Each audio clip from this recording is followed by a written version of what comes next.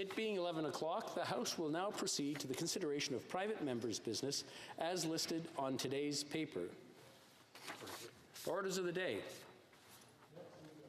Affaires émanant des députés. Private members' business. Bill C-421, an act to amend the Citizenship Act, adequate knowledge of French in Quebec, second reading.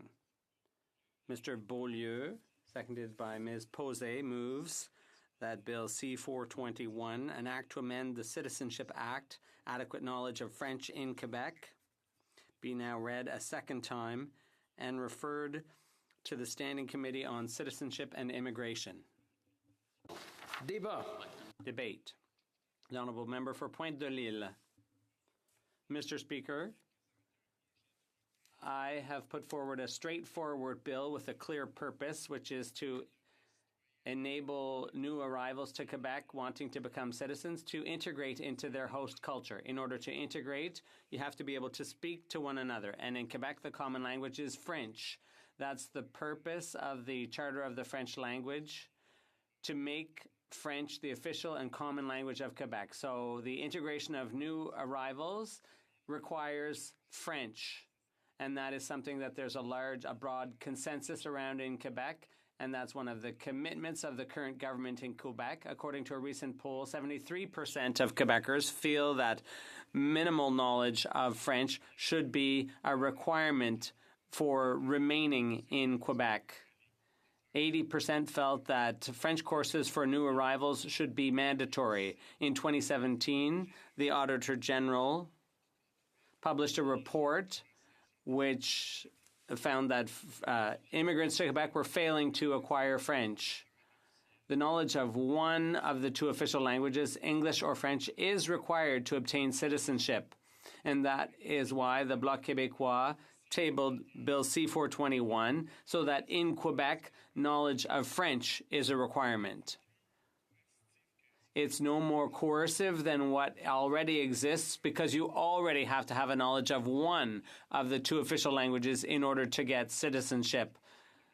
Many members of the Council of Europe require a knowledge of the host country as a condition for admissibility, either for permanent residence or for citizenship. So it seems unacceptable and inconceivable this seems to be beyond understanding for the Liberals.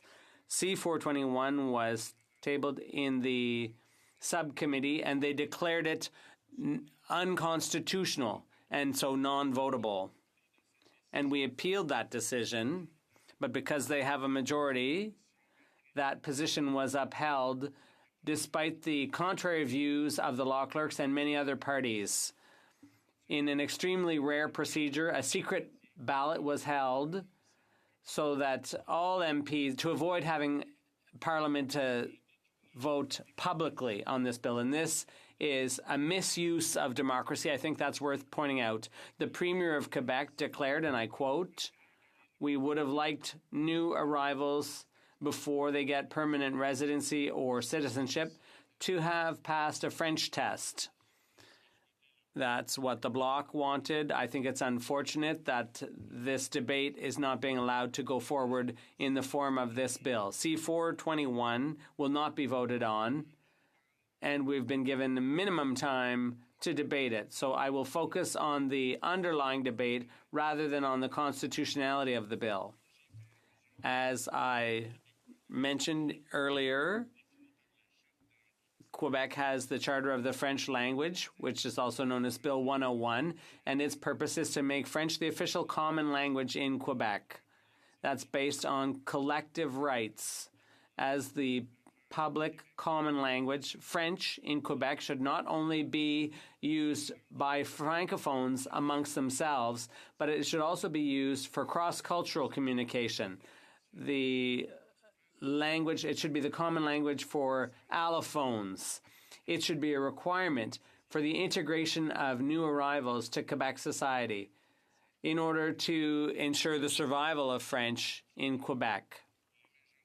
When the language of the majority is the official common language, then new arrivals will naturally want to acquire it in order to fully participate in their host society. That's what happens in many Western countries.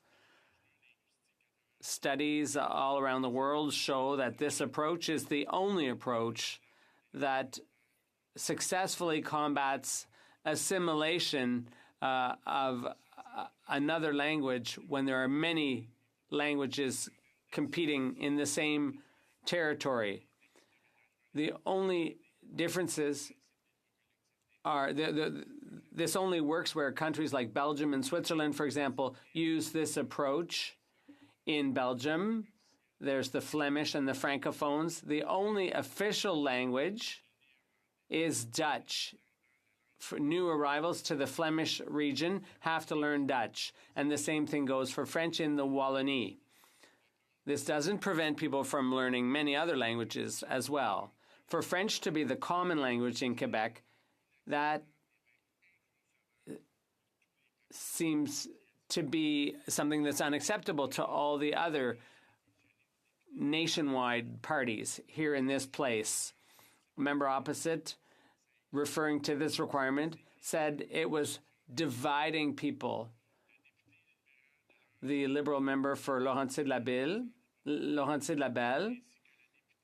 who's a champion of hello, hi, bonjour, hi, they gave examples of citizens who don't speak French in Quebec, and they added that it would be unacceptable for those people to have to move to Ontario or to avoid taking the French test. They seem unable to understand that understanding and using French is an integral part of being a full-fledged member of Quebec society. One of the members opposite said that if that were a requirement for a person to have a minimum knowledge of French, there would be a greater chance that the Anglophone minority in Quebec would not survive. The Canadian model, based on the Official Languages Act, was established based on fundamentally different principles than the Quebec model, which is based on recognizing collective rights. The Official Languages Act, on the one hand, is based on excluding Quebecers as integral parties of the Francophone minority in Canada. It goes province by province. And so Anglophones in Quebec are considered a minority within Quebec in the same way that Francophone and Acadian communities are considered minorities elsewhere. But in fact, the Anglophone minority in Quebec is part of the Anglophone majority in Canada.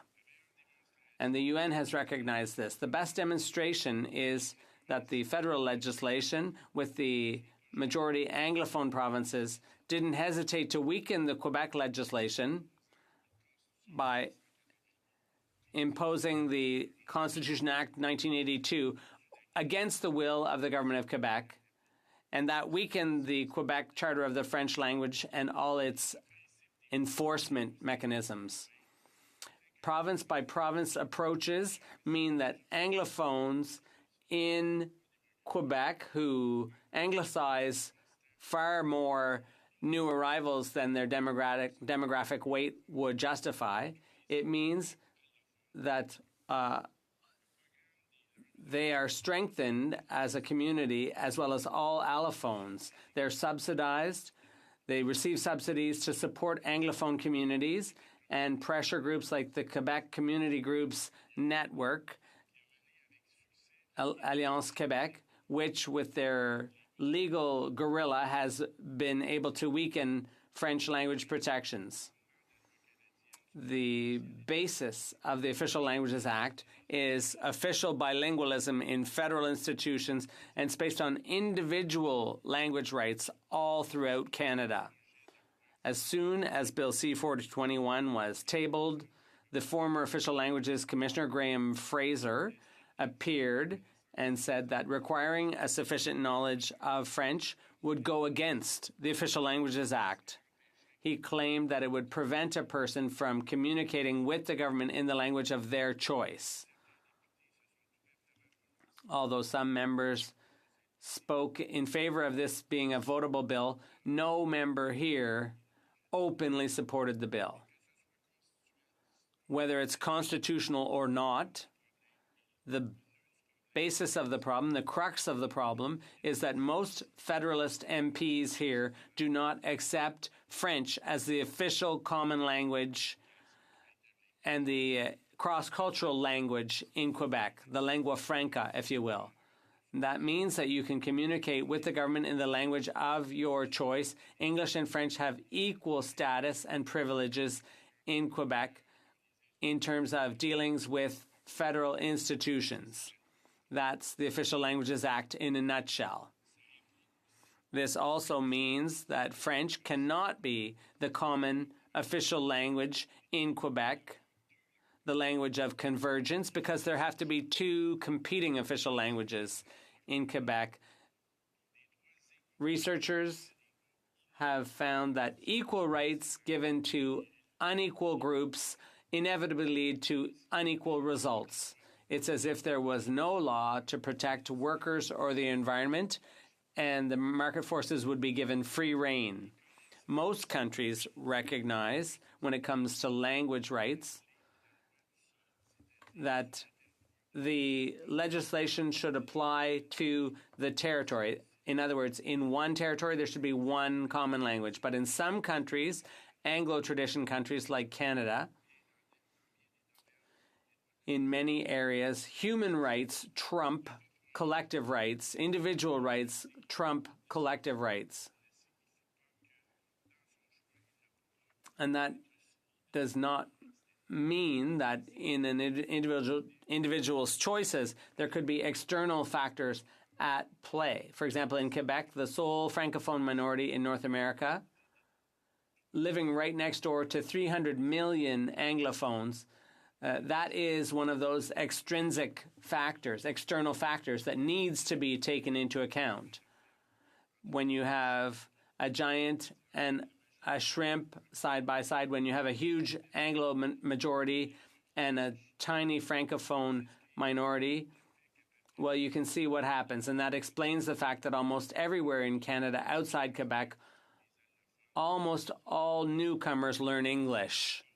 When you arrive in Toronto or Ottawa, you quickly see that it's very hard to get by without speaking French. But in Quebec, most new arrivals settle in Montreal, and all levels of government are accessible in English. Because English is the majority language in Canada and North America, there's a natural tendency to gravitate towards English.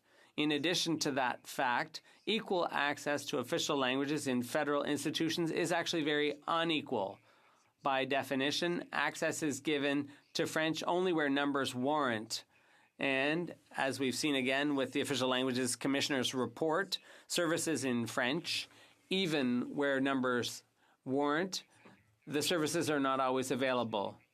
Before the Official Languages Act, Francophone and Acadian communities were subjected to assimilationist policies in Anglophone provinces. And so the act was a huge step forward at the time because French services were so deficient and even completely unavailable for years. The principle where numbers warrant has led to a decline in French in areas where services have been cut back. It's as if unemployment benefits were cut in areas of high unemployment. And this officially falsifies the language numbers in Canada. Francophones are forced to increase their numbers, boost their numbers if they want access to more services. That's what the principle of where numbers warrant has led to. And that's the history of 50 years of the Official Languages Act. And when you measure intergenerational transfers of the mother tongue, when there's a decline, people switch to the majority language, and you can see this trend. There are new indicators, and there's an attempt made to boost the numbers artificially in order to get better service. It makes no sense. Studies show that around the world, this type of approach based on institutionalized bilingualism and transferable individual rights does not combat assimilation towards the majority language. And that's what 50 years of the Official Languages Act has shown. Francophones have been assimilated in greater numbers with each census. And this means that this goes against the Quebec model. The vast majority of members and all Federalist parties in this Parliament support the Canadian model against the Quebec model. As Jacques Leclerc, the expert, said, and I'll wrap up on that, as soon as a Francophone province, Quebec, is called upon to be sensitive to the Anglophone minority, discussion becomes pointless. It always leads to a dead end. The current system always penalizes Quebec demographically within Canada, and nothing can be imposed on the majority in Canada wherever they reside. Resuming debate. The Honourable Member for Lac Saint Louis. Thank you very much, Mr. Speaker.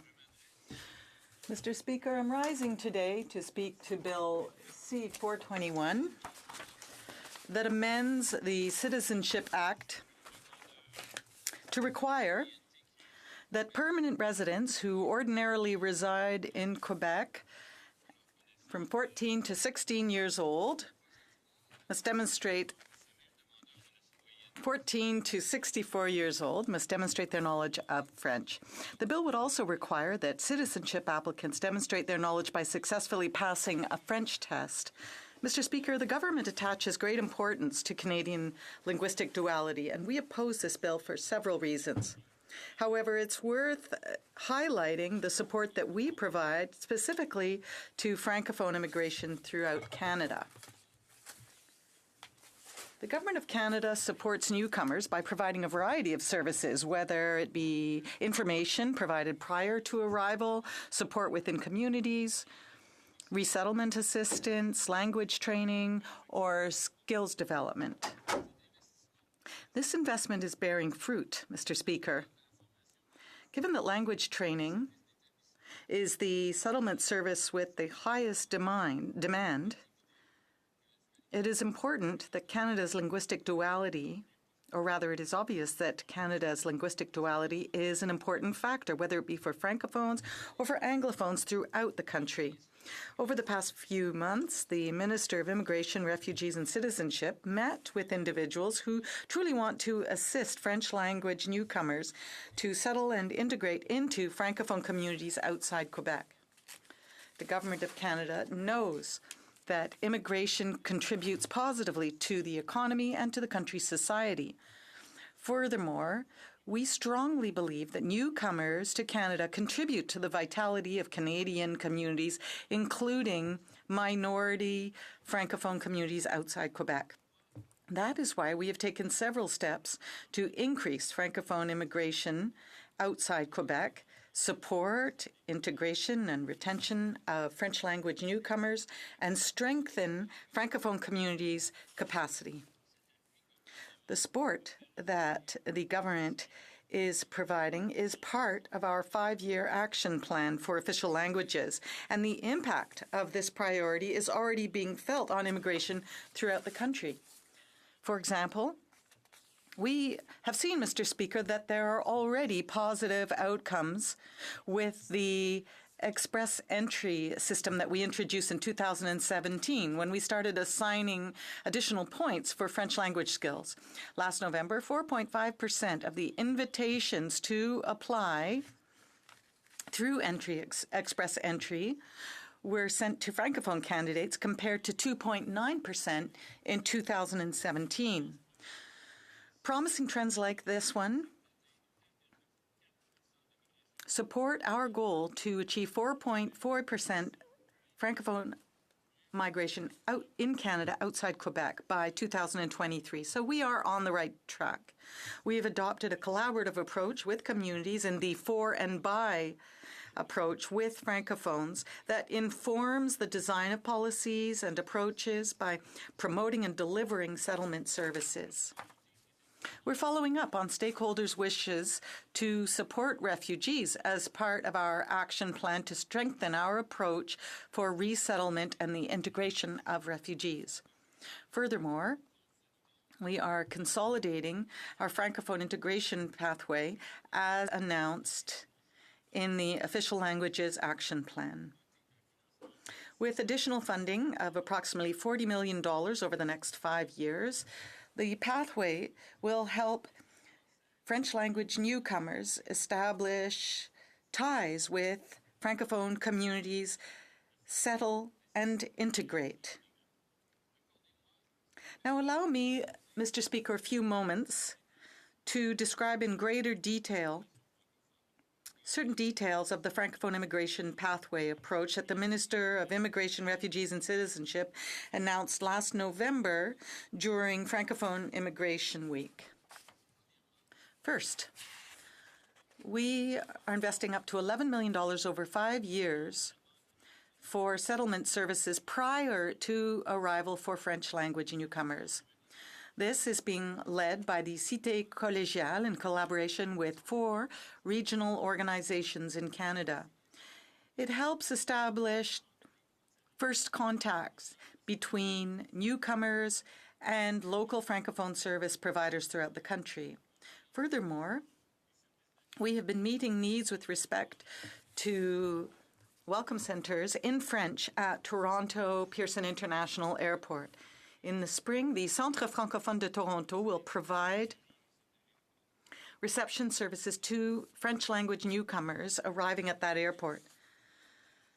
Furthermore, in November 2018, we launched a statement of interest process with various organizations to receive proposals for providing official languages training that is tailored to the needs of French language immigrants and allophone newcomers who declare French as being their preferred official language.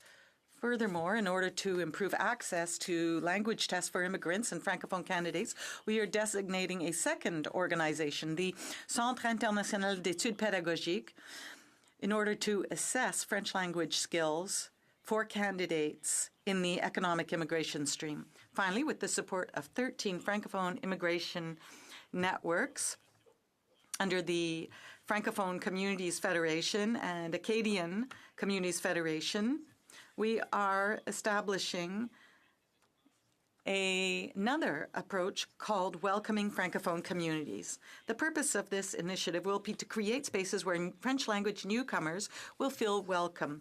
Mr. Speaker, the Government of Canada is committed to supporting the vitality of Francophone communities, minority language communities, and their efforts to increase the proportion of permanent residents speaking French outside Quebec.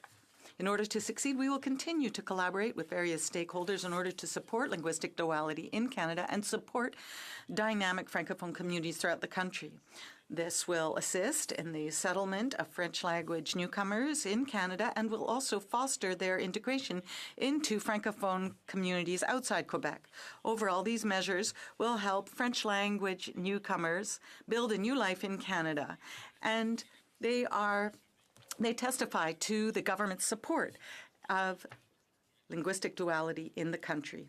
Furthermore, given how important linguistic duality throughout Canada is, the government cannot support a bill that would call into question the ability of a permanent resident to request citizenship in the official language of their choice. Resuming debate, the Honourable Member for Longueuil-Saint-Hubert. Thank you very much, Mr. Speaker.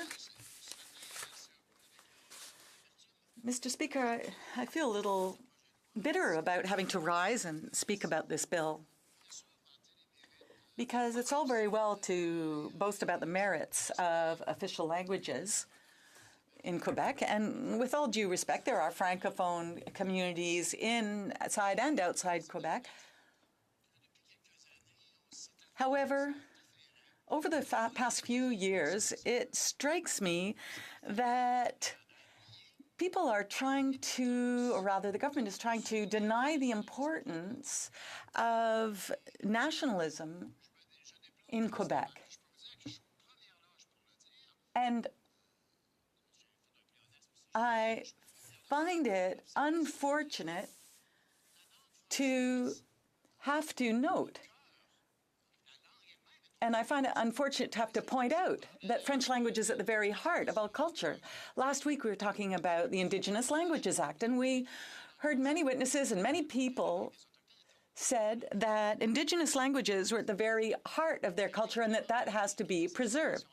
Now, in Quebec, we're not necessarily in the same situation, but the reason we're not in that situation is because Quebecers have had the opportunity to take strong positions and advocate for very important issues.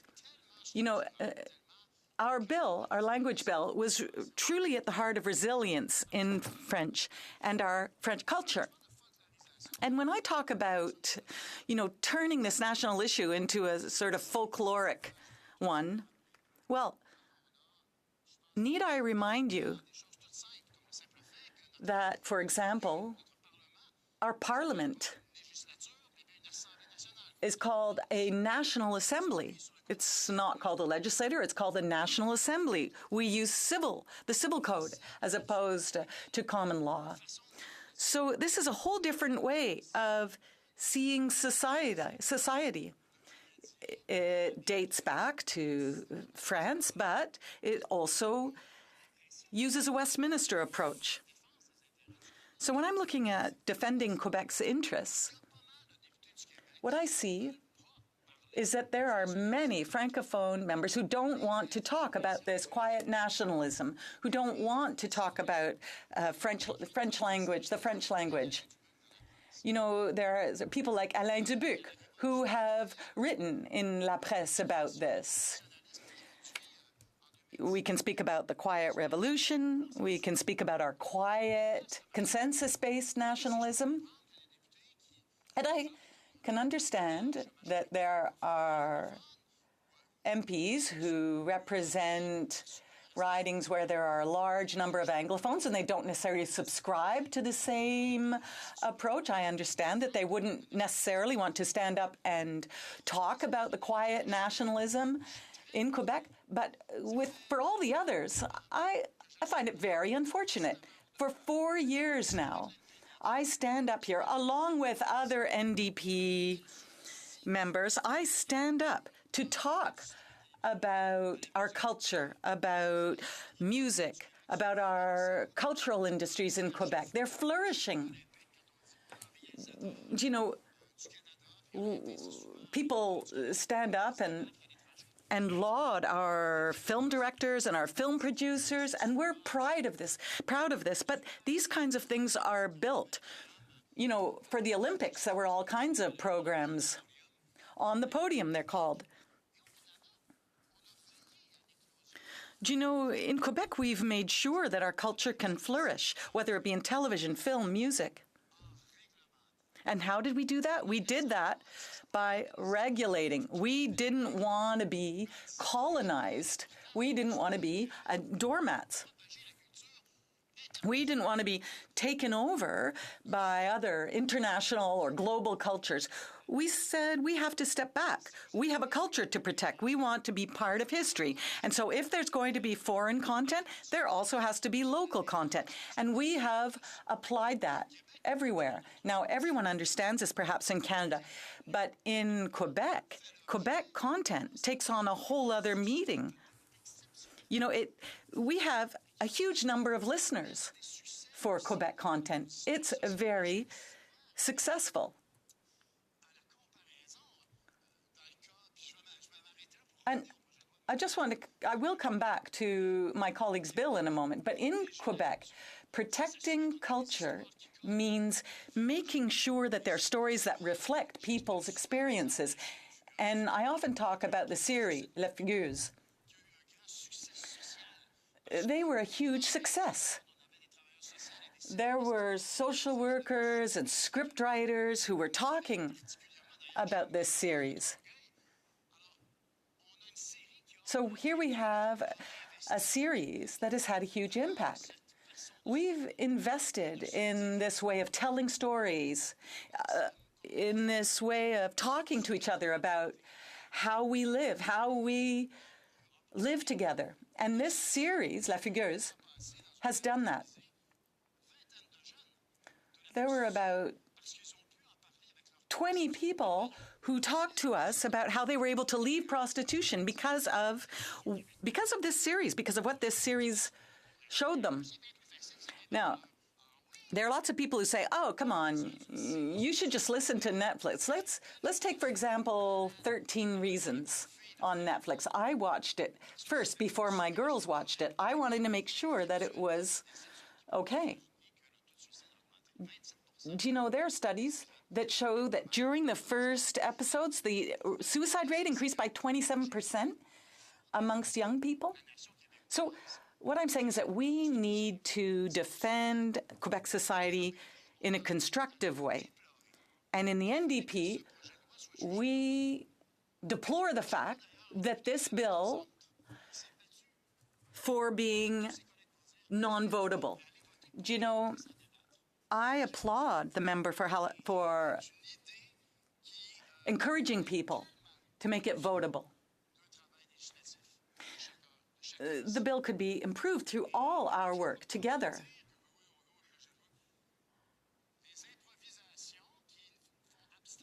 Do you know, people can work constructively in Parliament. And do you know what's unfortunate? Instead of doing that, we have a line in an omnibus bill for SNC Lavalin.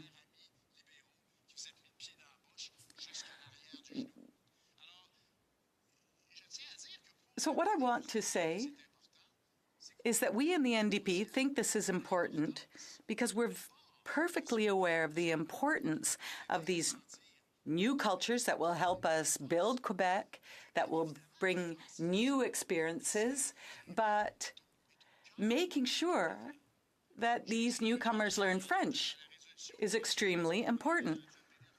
You know, in Trois-Rivières at our last convention, we had a motion that said that given how important immigration is, and given that the Conservative and Liberal governments have done nothing to make French language courses more accessible, given that Francophone immigration is so important to Quebec and in Francophone communities outside Quebec, be it resolved that the Government of Canada will establish adequate funding to increase the percentage of Francophone immigration and adapt immigration programs to Quebec's specific needs. And the Quebec caucus would have supported that bill, or should have supported this bill, to go to second reading in committee.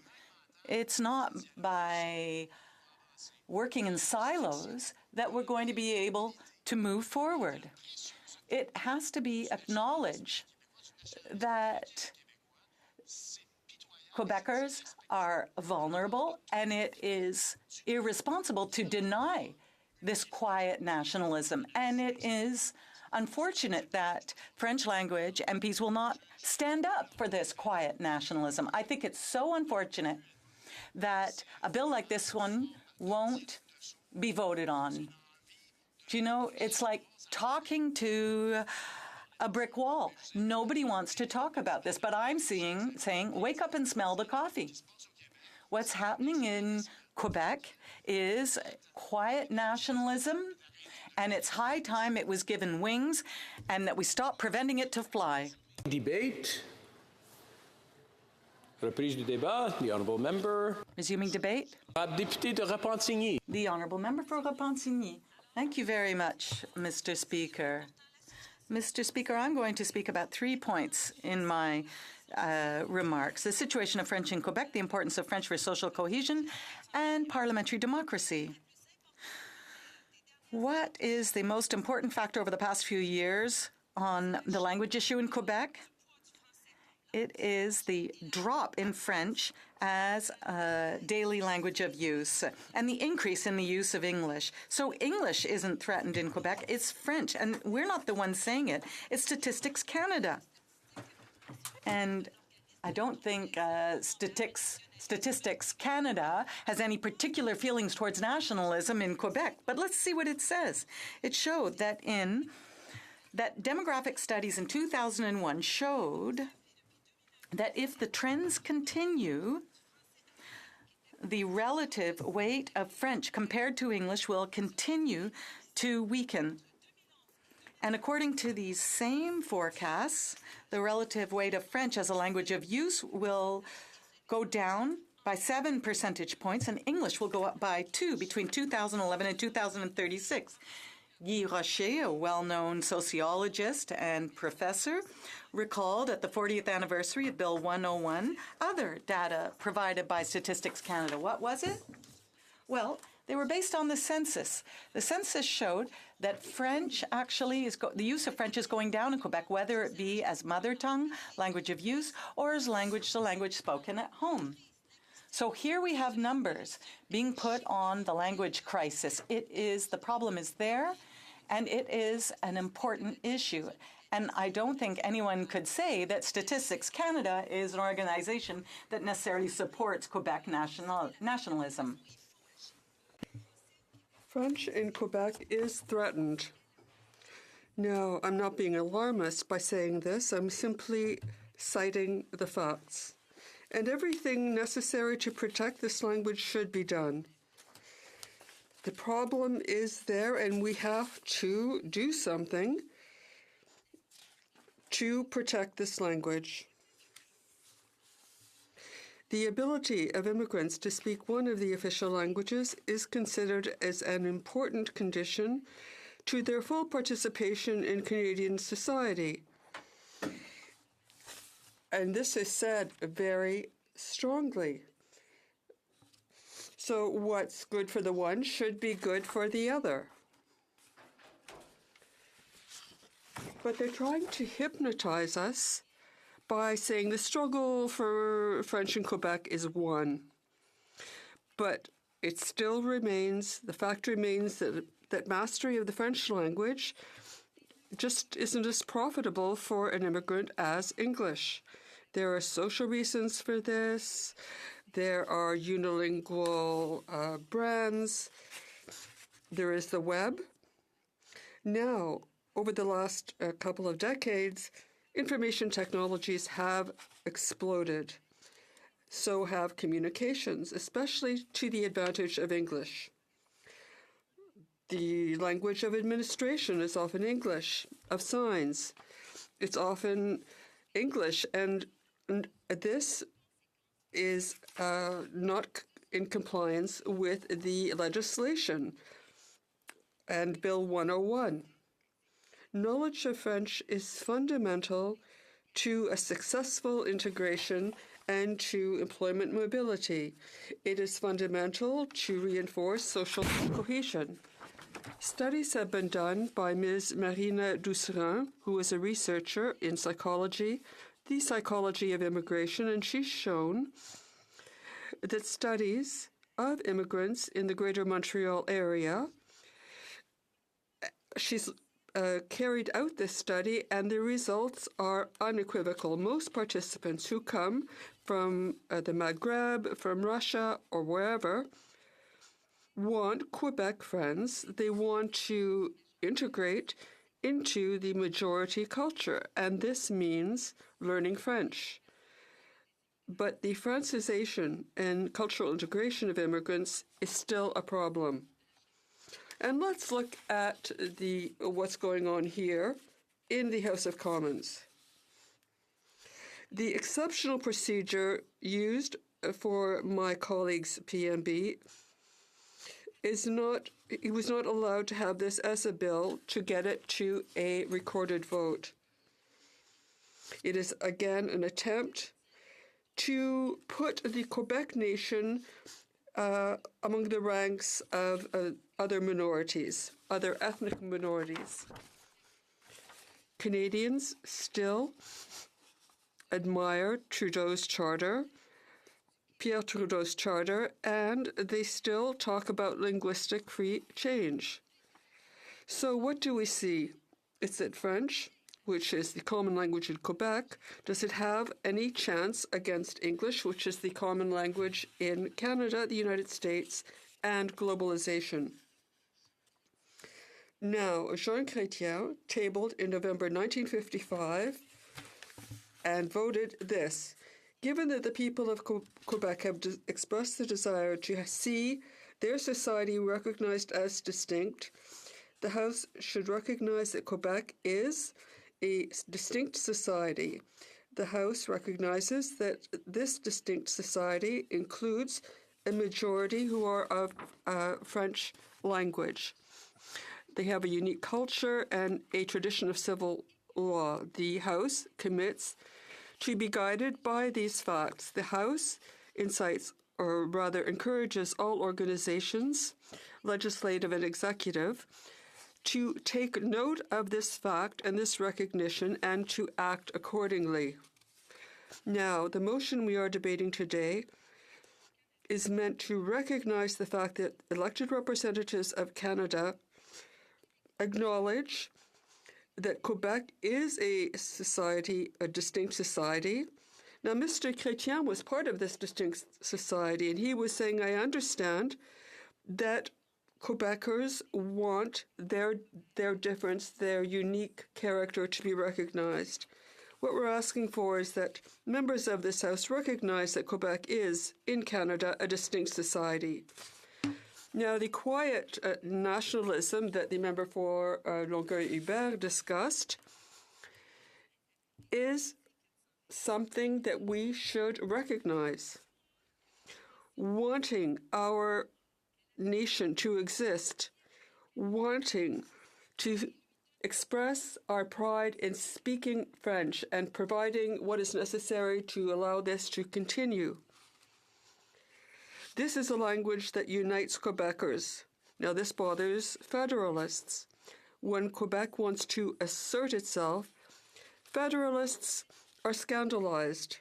Now, my colleague, member for the Pointe de l'Île, said this in 2015, and we share what she said. Thank you, Mr. Speaker.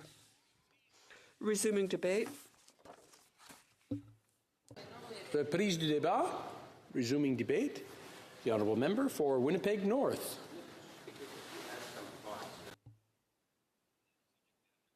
That I come from a province in Manitoba where the French language is actually loved and cherished and is in fact expanding. When you make reference to immigrants, often think of those hard working immigrants that truly care about contributing to our society, and often what you will find is that their children are going to immersion schools. You will find, I believe, that the number of people speaking French, which is a beautiful language, a language I wish I could speak, and when you think of the name Lamoureux, most would assume that I could speak it. Unfortunately, we didn't have the same sort of schooling back then that we have today in the province of Manitoba. I think that there is a genuine growth of a beautiful language, a language that should be treated as equal as English, and a high sense of pride. Often when I go to many events in my constituency, I'm always amazed when I run into someone, let's say of Filipino or Punjabi or Indo-Canadian heritage, and not only can they speak that Punjabi or Tagalog, but they can also speak English and French. And I think that more and more as we see French, I believe, a very healthy French community in Manitoba. If you really look at it, you will find that it is a growing community. I believe that even within the province of Quebec, where our French language is in fact more spoken and than the language of English, that it will continue to be that way. I'm not naive. I understand the pressures that are outside of the province of Quebec with respect to languages, but I do believe that the language itself is something that will continue to be exceptionally well spoken outside of the province of Quebec, where it continues to grow and prosper, but from within the province of Quebec, that you have very strong personalities that will ensure that it continue to lead the country and, in fact, demonstrate to other countries around the world where French is, in fact, being spoken or continues to expand, that Canada can, in fact, be a role model looking at the very character and the vibrant society within the province of Quebec and what it has been able to contribute in the past and will continue as a community that leads on the Francophone file. So I don't think it's all bad news that and listening to what I have from members opposite that recognize French for that beautiful language that it is, and it will always be an official language of Canada and be respected in all regions of our country as I protect the minority rights of Francophones in the province of Quebec. I would also encourage others to get by and recognize just how it is that there's so much good things that are happening outside of the province of Quebec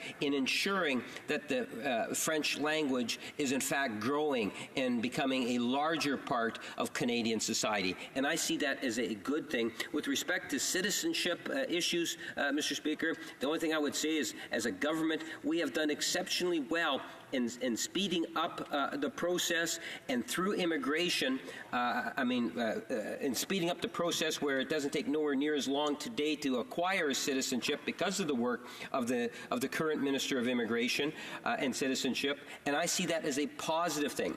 Having said that, through immigration, again, we have a minister that really looks at ways in which we can use immigration as an effective tool in order to enhance and complement our Francophone communities, whether it's in Quebec with working with the province or other provinces to see a minority language continue to grow and prosper. So I just say that for what it's worth. Thank you, Mr. Speaker.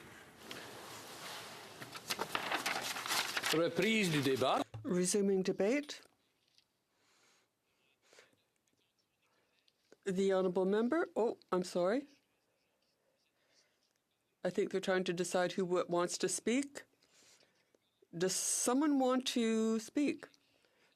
The honourable member for Bécancour, Nicolet Sorel, 5 minutes. Before the proposer of the motion makes concluding statements. The honourable member.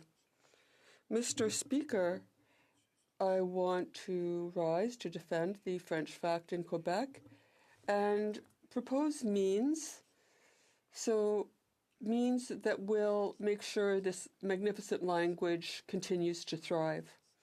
The French language is not necessarily decreasing in Quebec, but it is in danger. Not because immigrants are bad people, but because of the present intake measures, they're not taking sufficient account of the necessity to speak French. My colleague said that, yes, we have to protect minorities outside Quebec. We absolutely agree, and in Quebec, and the government is helping to do that. But when you try to compare this to the English minority in Quebec, this is really taking things too far, because let's look at the city of Montreal. I was at six different restaurants, and at each restaurant they welcomed me in English first. So English is far from endangered in Quebec. There are 2 major hospitals in Quebec, one Francophone, one Anglophone. There are more Anglophone cinemas in Quebec than Francophone. There are more Anglophone publications than French publications in Montreal. And there was a poll done on the subject of immigration, and immigration accounts for 55% of the population of Montreal. Now, and it seems that for French Canadians, they're only 25% of these immigrants who learn French. So there have to be means to get people to learn French and integrate into Quebec society in order to ensure the survival of French in Quebec. Now, the bill is a very moderate one and could be accepted. I think it's very acceptable, Mr. Speaker. I will leave the last few minutes to my colleague who wants to speak to this bill. Thank you. Reprise du débat. Resuming debate. We have about 4 minutes remaining, a little more than I thought. So the Honourable Member for Manicouagan. Thank you, Mr. Speaker.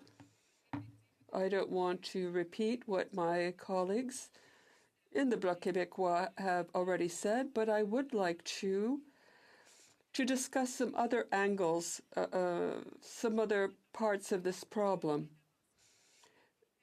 When my colleague, the member for Winnipeg North, spoke, he didn't really respond to what we were saying. He might not have understood completely what we were saying. When he was talking about a minority in Quebec, we are already a minority in North America. This is what my colleague, the member for La Pointe said earlier. So the threat to the French language is a real one. It is concrete. When I say that I want to give a concrete example, I'm the member for Manicouagan, which is in the east of Quebec. It's close to Labrador, Newfoundland, the Maritimes. And there are immigrants in my riding. Sometimes people think that people would not choose to settle on the North Shore. Sometimes they think there are only fir trees and whales, but they do come and settle in places like Baie-Comeau. These are immigrants who may not have French as first language, and they don't have English either, but they learn the language. And these are examples of success because they are well received by the community, which is more than happy to help them learn French. In my region, there may be 1% of Anglophones. In the North Shore, in the south, there may be more English speakers. Now, these are people who learn French at school, who work in French, who get their services in French. So the French language remains the common vehicle for communication. Now, we do have a vision for Quebec where all immigrants can be full participants in Quebec society through their knowledge of the French language. They learn this language, and this is also a way of understanding and being part of Quebec culture.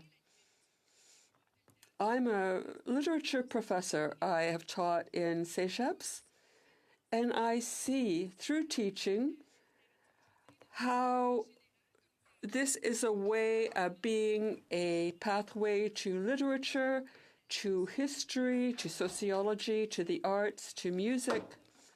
So these people have access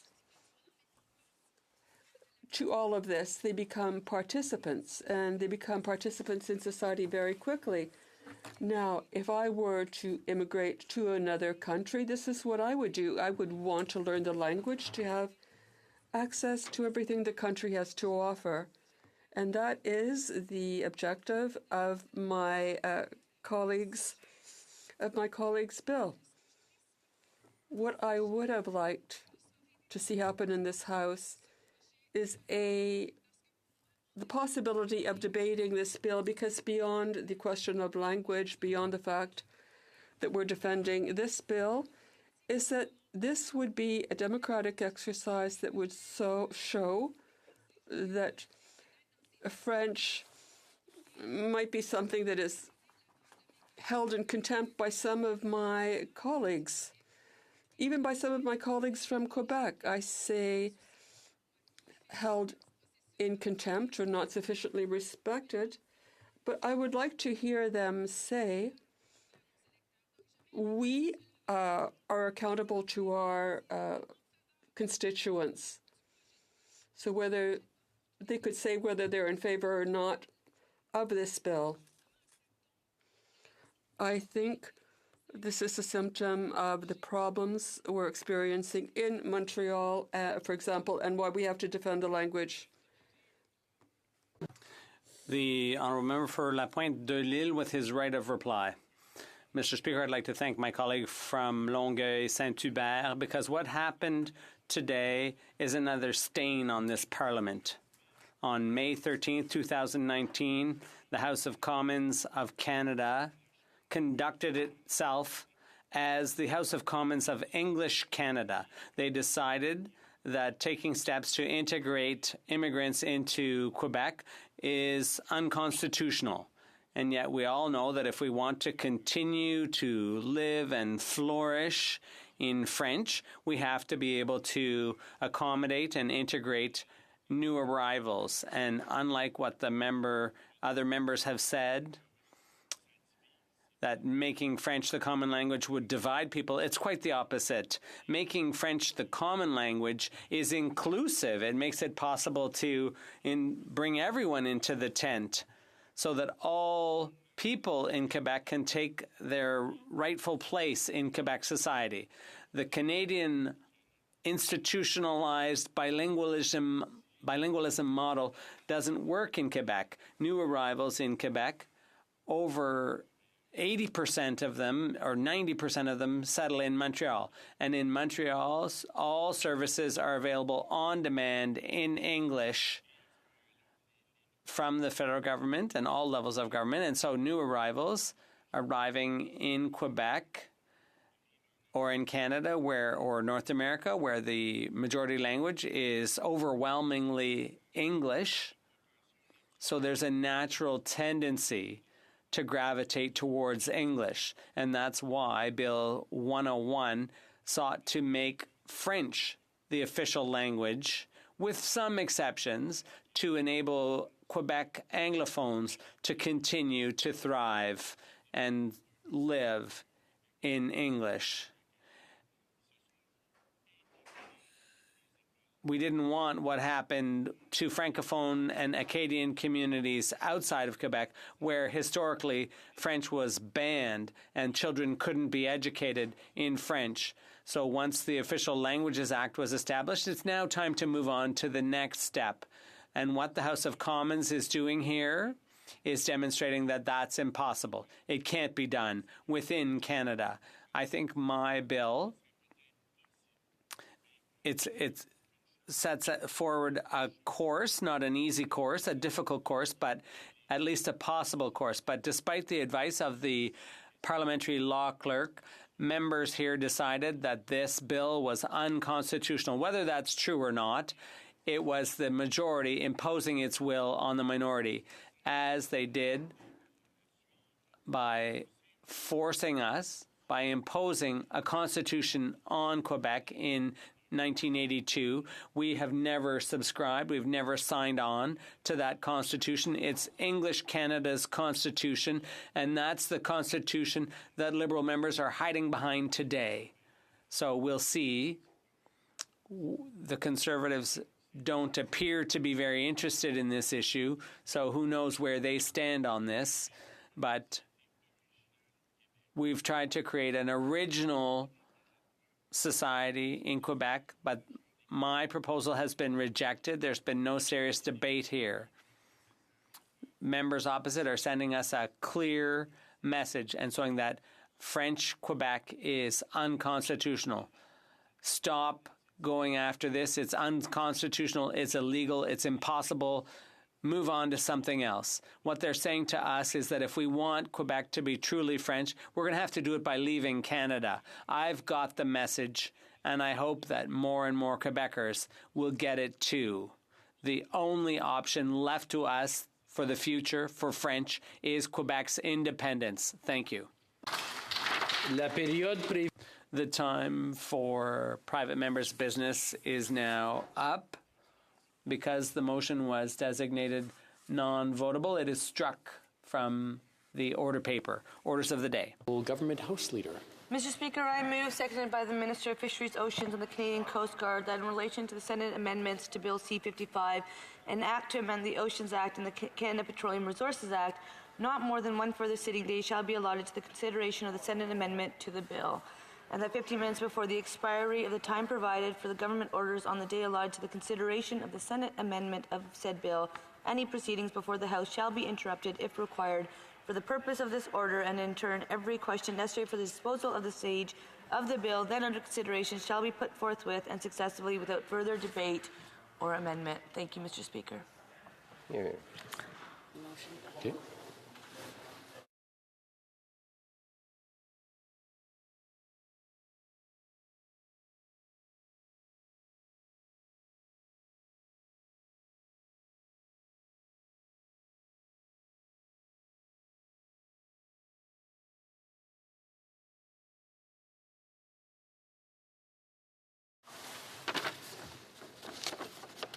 Ms. Chager, seconded by Mr. Wilkinsons, move that in relation to the Senate amendments to Bill C-55, an act to amend the Oceans Act and the Canada Petroleum Resources Act, not more than one further sitting day shall be allotted to consideration of the Senate amendment to the bill, and that 15 minutes before the expiry of the time provided for government orders on the day allotted to the consideration. I'll just finish reading and then we'll have a point of order. Allotted to the consideration of the Senate amendments of the said bill, any proceedings before the House shall be interrupted if required for the purpose of this order, and in turn every question necessary for the disposal of the stage of the bill then under consideration shall be put forthwith and successfully without further debate or amendment.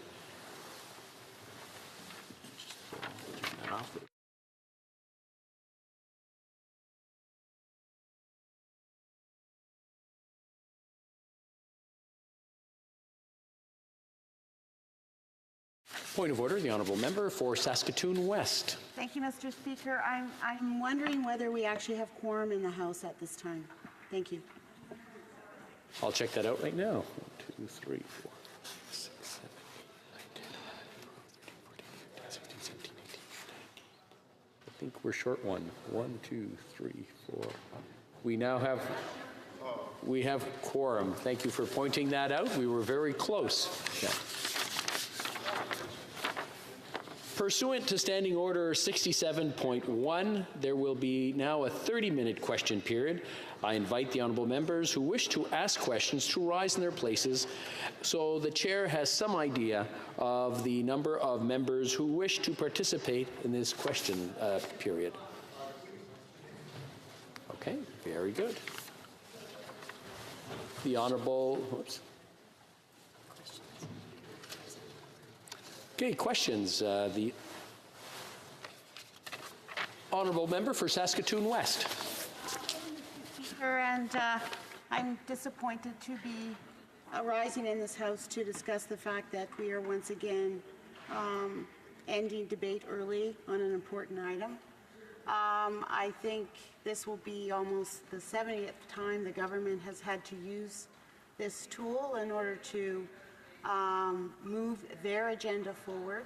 As an opposition member, I feel that my privilege to be able to bring forward my constituents' points of view on bills and laws that are going to affect their lives is being unduly harmed in this way, and I'm very disappointed that once again we find ourselves not able to fully debate a bill in which there was a lot of public input and a lot of opinion that is not included in some of the amendments. So, Mr. Speaker, I guess I'm just standing up to voice my concern again that democracy is struggling in this House when we time and time again call for time allocation by this government. Thank you.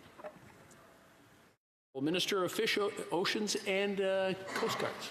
Thank you, Mr. Speaker, and thank you for the question. But let me start by outlining the facts. C-55 was introduced June 15, 2017. There were 5 total days spent at second reading debating this bill, 3 days total spent at third reading. There were 9 total House committee meetings, 8 total Senate committee meetings. In the House Fisheries Committee, 5 amendments to the bill were proposed by Conservative, Green, and Independent members and were adopted by the House on April 25, 2018. In the House Committee, they heard from 36 witnesses, representing a range of different stakeholders. The bill spent over a year in the Senate. It was first read May 26, 2018, and was sent back to us just 2 weeks ago. So I think that that the record shows significant amount of time and discussion has gone into this bill. Questions and comments? The honourable member for Caribou Prince George. Thank you, Mr. Speaker. And this coming from a minister that is now receiving protests outside his office, having to be escorted away because why? Because of lack of consultation, lack of engagement. Mr. Speaker, it is 59 times that closure has been levied on this House in debate, closure of debate. 59. 59 times. This represents the 59th time. There's a number for my honourable colleague across the way. It was the 10th day of the 2015 campaign where the member from Papineau, now our Prime Minister, said that he would let the debate rain. Yeah. Right? He promised Canadians. That was one of the promises that he broke. Mr. Speaker, on a piece of legislation as important as C-55, and I will grant our honourable colleague, the minister across the way, he wasn't involved in the debate at that time. It was the former fisheries minister who has been quietly shuffled out because of a surf clam issue, a corrupt surf clam issue. But it was the former fisheries minister that also said that he would truly consult or engage Canadians. And we have seen this time and time again by this government and indeed this minister, Mr. Speaker, is that consultation, that engagement isn't there. So, Mr. Speaker, through you, I will offer or ask our honourable colleague across the way 59 times.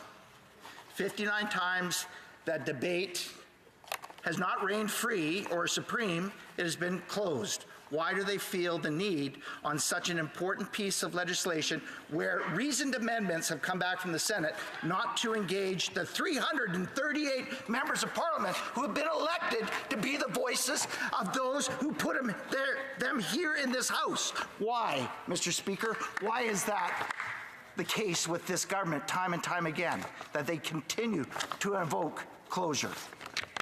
The honourable minister. Thank you, Mr. Speaker. With respect to my colleague's introductory comments, he has actually never come to talk to me about this. I'd be more than happy to have a conversation with him about the issues to which he is referring.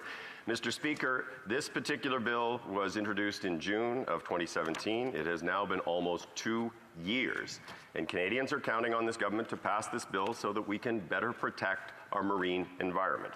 The Conservative Party has no plan for the environment, no plan for climate change. If it was up to them, we would never finish debating this bill because they simply don't want environmental protections to exist.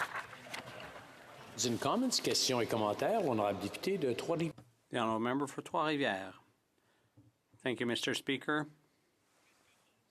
It's almost funny, it would be if it weren't so sad, hearing my Conservative colleague stand up and talk about the number of time allocation motions we've been subjected to since the Liberals took office.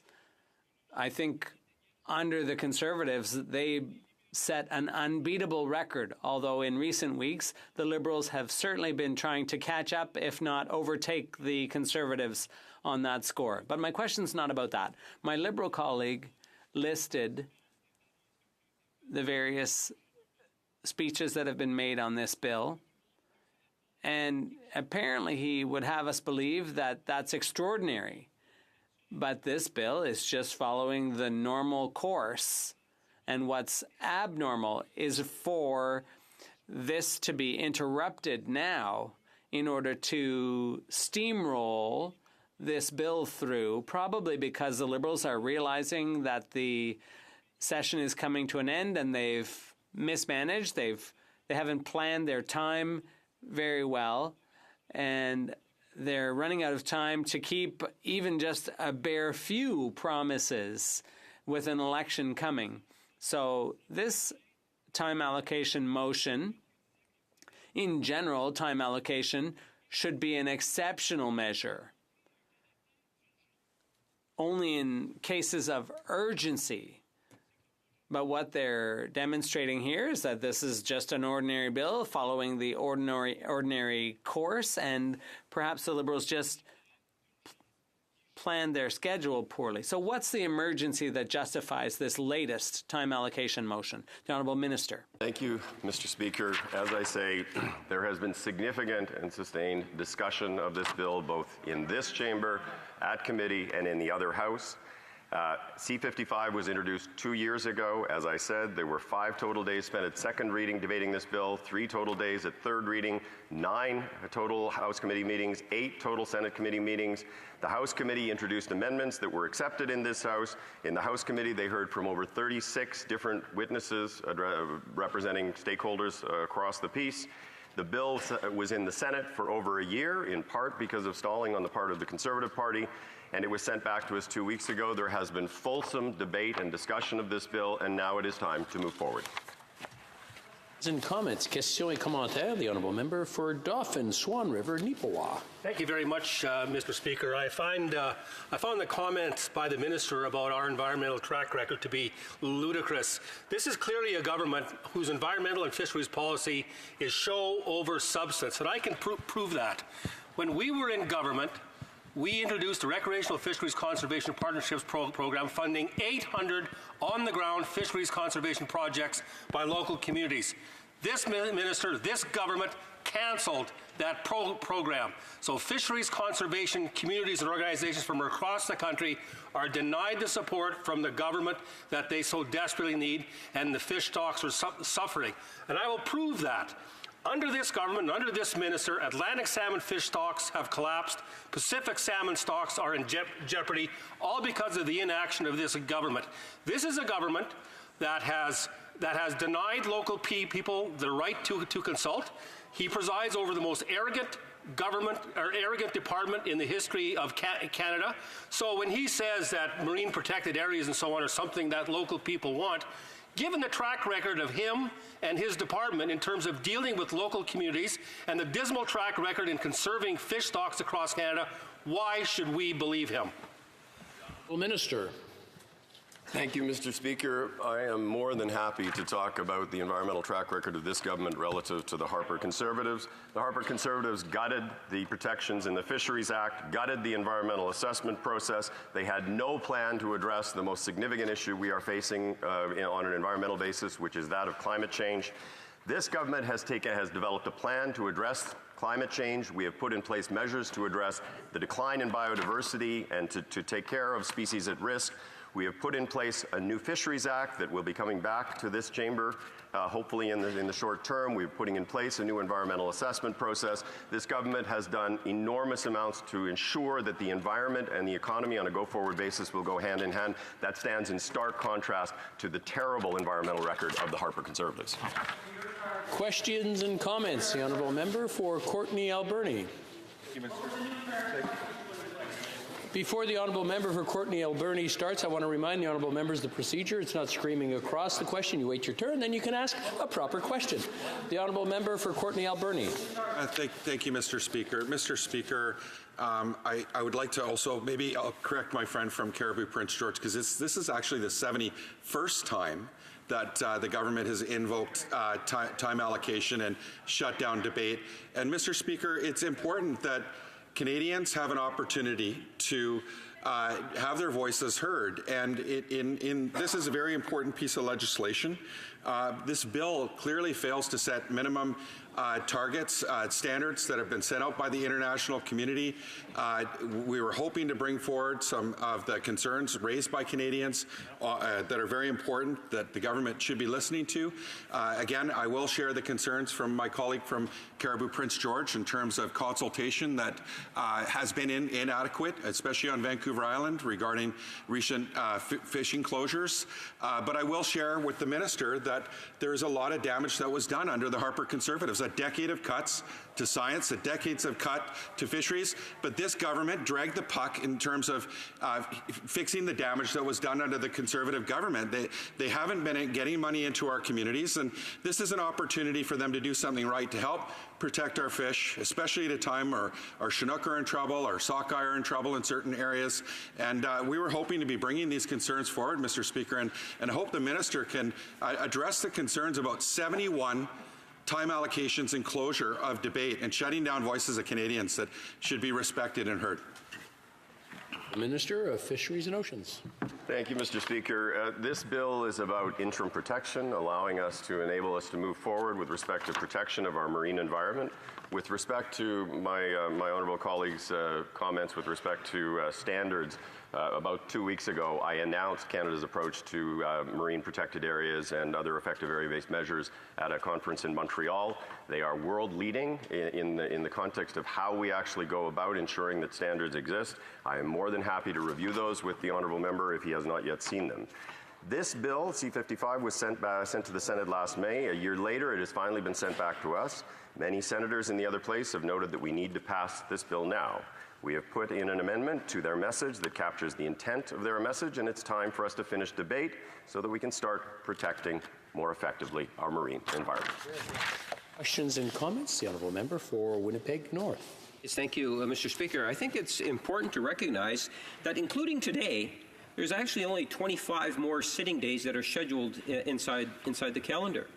And if you take a look at, even from, and it's interesting when the NDP say, well, time allocation, bad, bad, bad, bad, even though they themselves in opposition, when they've prioritized the bill and they say, well, we want this bill to pass, they've actually supported time allocation. Within government, there's very important legislation that we have to get through in the next 25 days. And I'm wondering if my colleague, the minister, would be able to provide his thoughts in terms of just how important it is that we continue to pass legislation all the way to the end. That the expectation of Canadians is that we just don't try to coast things through, that we continue to recognize the important legislation and allow it to be passed. Just because there's only 25 days to go doesn't mean that we should sit back and not do anything. There is things that need to be done, and as a government, we should be prepared to do it. Would my colleague not agree? Mr. Thank you very much for the question. I certainly agree with my honourable colleague. There are a number of pieces of legislation before this House that it is very important to Canadians across the country from coast to coast to coast that we move forward with and ensure are implemented effectively. Certainly, Bill C-55 falls into that category. The ability to ensure that we are able, on an interim basis, to protect areas of great ecological and biological significance is something that is very important in a world where biodiversity is in decline, the impacts of climate change are increasingly prevalent. And we need to be ensuring that we are moving forward in a way that allows us to ensure that the future of the environment is a clean one for our children and our grandchildren. The Honourable Member, questions and comments? The Honourable Member for Brantford Brant.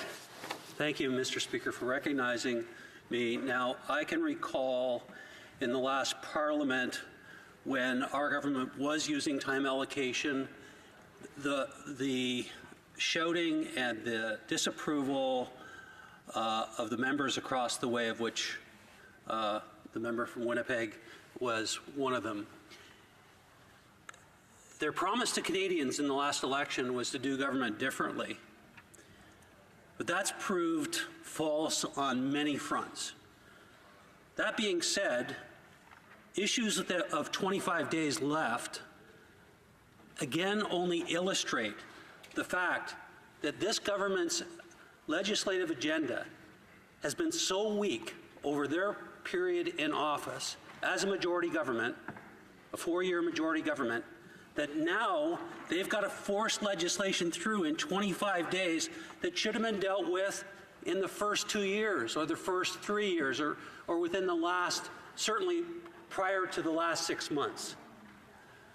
So to the minister, and his claim that this is essential, and when you look at the amount of consultation with people outside of committee hearings and outside of, is almost non-existent on this bill. How does he justify the promise that they were going to do things differently when we're looking at time allocation for the 79th time? The Honourable Minister of Fisheries and Oceans. Thank you, Mr. Speaker. I would invite my honourable colleague to review the record. This government has achieved far more from a legislative perspective in 3.5 years than successive Harper governments were able to achieve over the course of a decade. But let me again return to the facts, which is something I know my honourable colleague sometimes likes to avoid. C-55 was introduced June 15th, 2017. There were 5 total days spent at second reading, 3 total days at third reading. There were 9 House committee meetings. There were 8 total Senate committee meetings. In the Fisheries Committee, 5 amendments to the bill proposed by Conservative, Green, and Independent members were adopted by the House in April of 2018. In the House Committee, they heard from 36 different witnesses. The bill spent over a year in the Senate, in part because of delay tactics by the Conservative Party. It was first read May 26, 2018, was sent back to us 2 weeks ago. This is a very important bill for us to ensure that we are moving forward with an agenda that allows for the protection of of areas of ecological significance on a go-forward basis to ensure that we will have a strong environment and a strong economy for the future. Questions and comments? Questions et commentaires. The Honourable Member for Caribou Prince George. Thank you, Mr. Speaker. I want to offer to Canadians that are listening in, and indeed some that are in the gallery, about what C-55 is about. It's about interim marine protected areas and about the Minister of Fisheries, Oceans, Canadian Coast Guard, as well as the Minister of Environment, being able to have the ability to, in the absence of science, go in and immediately designate an area, a marine coastal area, as a marine protected area. Now, the concern with that is that in the absence of consultation, that they can still go on and do this. So today we're talking about closure. 71 times. I was wrong. My great friend from Courtney, Alberni corrected me. I stand corrected. Perhaps I was being too light on our Liberal friends across the way. But Mr. Speaker, the concern all along is this, is that those that matter the most in our coastal communities, those that are impacted the most by these marine protected areas, whether they are First Nations or non-First Nations, those that make their living and depend on those coastal areas for their livelihoods, their way of life, that they're not being consulted adequately enough or engaged. We heard that time and time again. Now, our senators put forth, Conservative senators put forth 2 amendments. The first works to ensure that prior to the Minister of Fisheries, Oceans, Canadian Coast Guard designated an interim marine protected area by ministerial order, the proposed order be posted on the Minister's website and a 60-day comment period be provided for, written notice to be given to jurisdictions whose lands or interests may be affected by the proposed order is also provided for this in the amendment. Sounds reasonable. However, the rationale for that came out of the MPAs that were done, or the C-55 consultation, that did not include none of it. And the Premier from none of it said, consultation on Bill C-55, the MPAs, it wasn't happening. The lack of requirement of express permission from the adjacent province to proceed with an establishment of an MPA has been interrupted or interpreted by the government and none of it as an act of bad faith, given the ongoing nature of the current evolution of negotiations. Now, the second amendment that was put forth by another Conservative senator, it was proposed as the amendment proposed to ensure that a certain level of detail is available to public prior to the minister designated an interim marine protected area by ministerial order, such as, what are we protecting? These are all things that came up in the testimony. Common sense. So my question to our honourable colleague, through you, Mr. Speaker, will he be voting in favour of these common sense amendments by Conservative senators? Or is it just because it's a Conservative senator that put it forth, the Liberals are going to vote it down? The Honourable Minister of Fisheries and Oceans. Thank you, Mr. Speaker. I would suggest that my honourable colleague read the bill in detail. There are requirements with respect to consultation that exist within the bill, significant and active consultation, as well as public documentation associated with the consultation, the geographic range, the nature of what is being protected. And so that is something that is already in the bill. We've also added a proposed amendment to ensure that there is transparency about what consultations have taken place, to respond to the intent of some of the amendments that were put into place by senators in the other House. With respect to the absence of science, I mean, it is a bit rich for a government, for a Conservative Party whose previous government gutted the scientific capacity of the Department of Fisheries and Oceans and Environment Canada in a deliberate manner to be complaining about lack of science. But yes, within the context of the designation of interim protection, that is absolutely informed by science. It is absolutely informed by Indigenous knowledge. It is absolutely informed by consultations.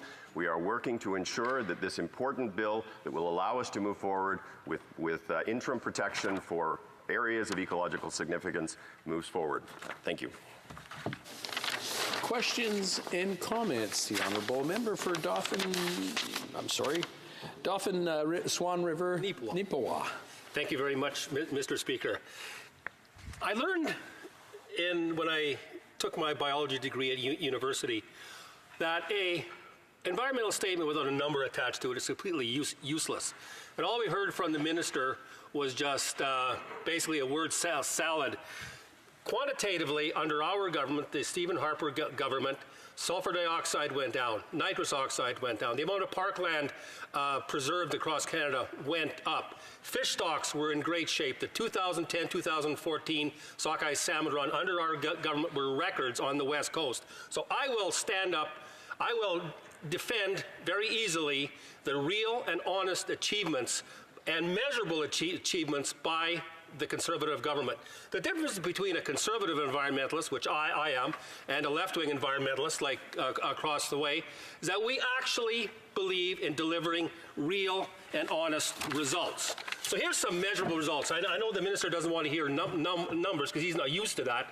Under our Recreational Fisheries Conservation Partnerships program, in the first year alone, 94 habitat restoration projects were undertaken, 380 partners, 1,700 volunteers, 2.4 million square meters of habitat restored, and 2,000 linear kilometers of recreational fisheries habitat enhanced. Those are real numbers and real achievements by a real government that cares about the environment. And in terms of the science, he talks about this. In the, Sean Cox, a professor of fisheries from Simon Fraser University, said, an unbiased fisheries professor, quote, looking at some of the previous testimony regarding MPAs, there was a claim that there was overwhelming scientific proof that MPAs are beneficial and widely successful. I think that was misrepresentation of the actual science, unquote. Can the minister in any way, shape, or form, in terms of consultation with communities, what did he try to tell the communities who are so dependent on these marine resources? What they could expect under MPAs, apart from kicking them out of important fishing grounds? The Honourable Minister. Thank you, Mr. Speaker. I would be more than happy to put this government's environmental record alongside that of the Harper Conservative government that gutted the Fisheries Act, that gutted the environmental assessment process, that had no plan with respect to climate change, that oversaw significant declines in biodiversity, that did nothing to implement the Species at Risk Act, that gutted the scientific capacity of the Department of Fisheries and Oceans and Environment Canada. I would be more than happy to put our record side by side against the Harper Conservative government. With respect to marine protected areas and other effective area-based measures, those are moving forward to ensure that we can protect on an interim basis areas of high ecological value. We obviously are in ongoing discussions with local communities to ensure that they will benefit from these mechanisms as well. Thank you very much. Questions and comments. Questions et commentaires. The Honourable Member for Caribou Prince George. I want to remind the Honourable Members, if they want to ask questions, they can stand. There was a little opportunity there. Shouting them across while the Minister is answering is not the way we do things, or we hope not to do things in here. The Honourable Member. Thank you, Mr. Speaker. I want to thank our honourable colleague from Swan River, Dauphin Swan River, Nipawin, for the work that he's done, not only in this session, but in previous sessions. He is, as he said, he is a stalwart in terms of the conservation world. He lives, eats, and breathes this. And so it's shocking when we have a colleague across the way that wants to disparage Conservatives in terms of our conservation record.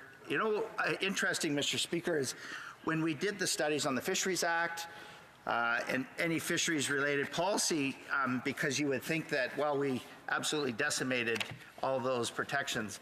Not one witness that came before the committee. And Mr. Speaker, that includes the environmental groups that came before the committee when we asked them the hard questions. Do you have proof? Can you show where any of the changes that was done previously by the former Conservative government, where those changes to the Fisheries Act, Environmental Protections Act, where that resulted in the loss of fish and fish habitat, and not one witness could actually provide any details. They couldn't, and that's the truth. Now, that was prior to our honourable colleague coming into this file, so I'll forgive him for that lack of knowledge on that. But you know what, Mr. Speaker, our honourable colleague is a knowledgeable person, and I have great respect for him. When we talk about species at risk, and we talk about Chinook and salmon and Atlantic salmon and our northern cod, Mr. Speaker, can our honourable colleague give any demonstrable or any data as to how their record in the last 3.5 years have increased any numbers of fish or fish habitat? Thanks. The Honourable Minister of Fisheries and Oceans.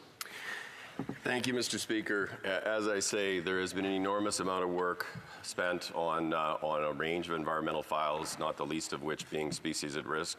My honourable colleague knows the conversations that are going on with respect to the protection of South Mountain and boreal caribou.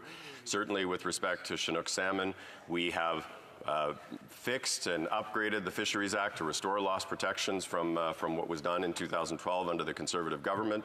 We announced just recently with Premier Horgan in British Columbia $142 million for salmon habitat restoration. We are working with the University of British Columbia on a symposium to address issues around prey and predators with respect to seals and sea lions.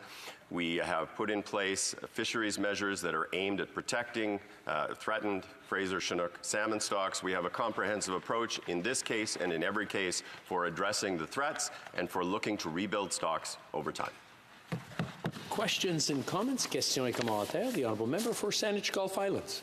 Thank you, Mr. Speaker. And thank you to the Minister of Fisheries for commenting on other actions. And C-55 is a bill I support, but I can't support the continual use of time allocation.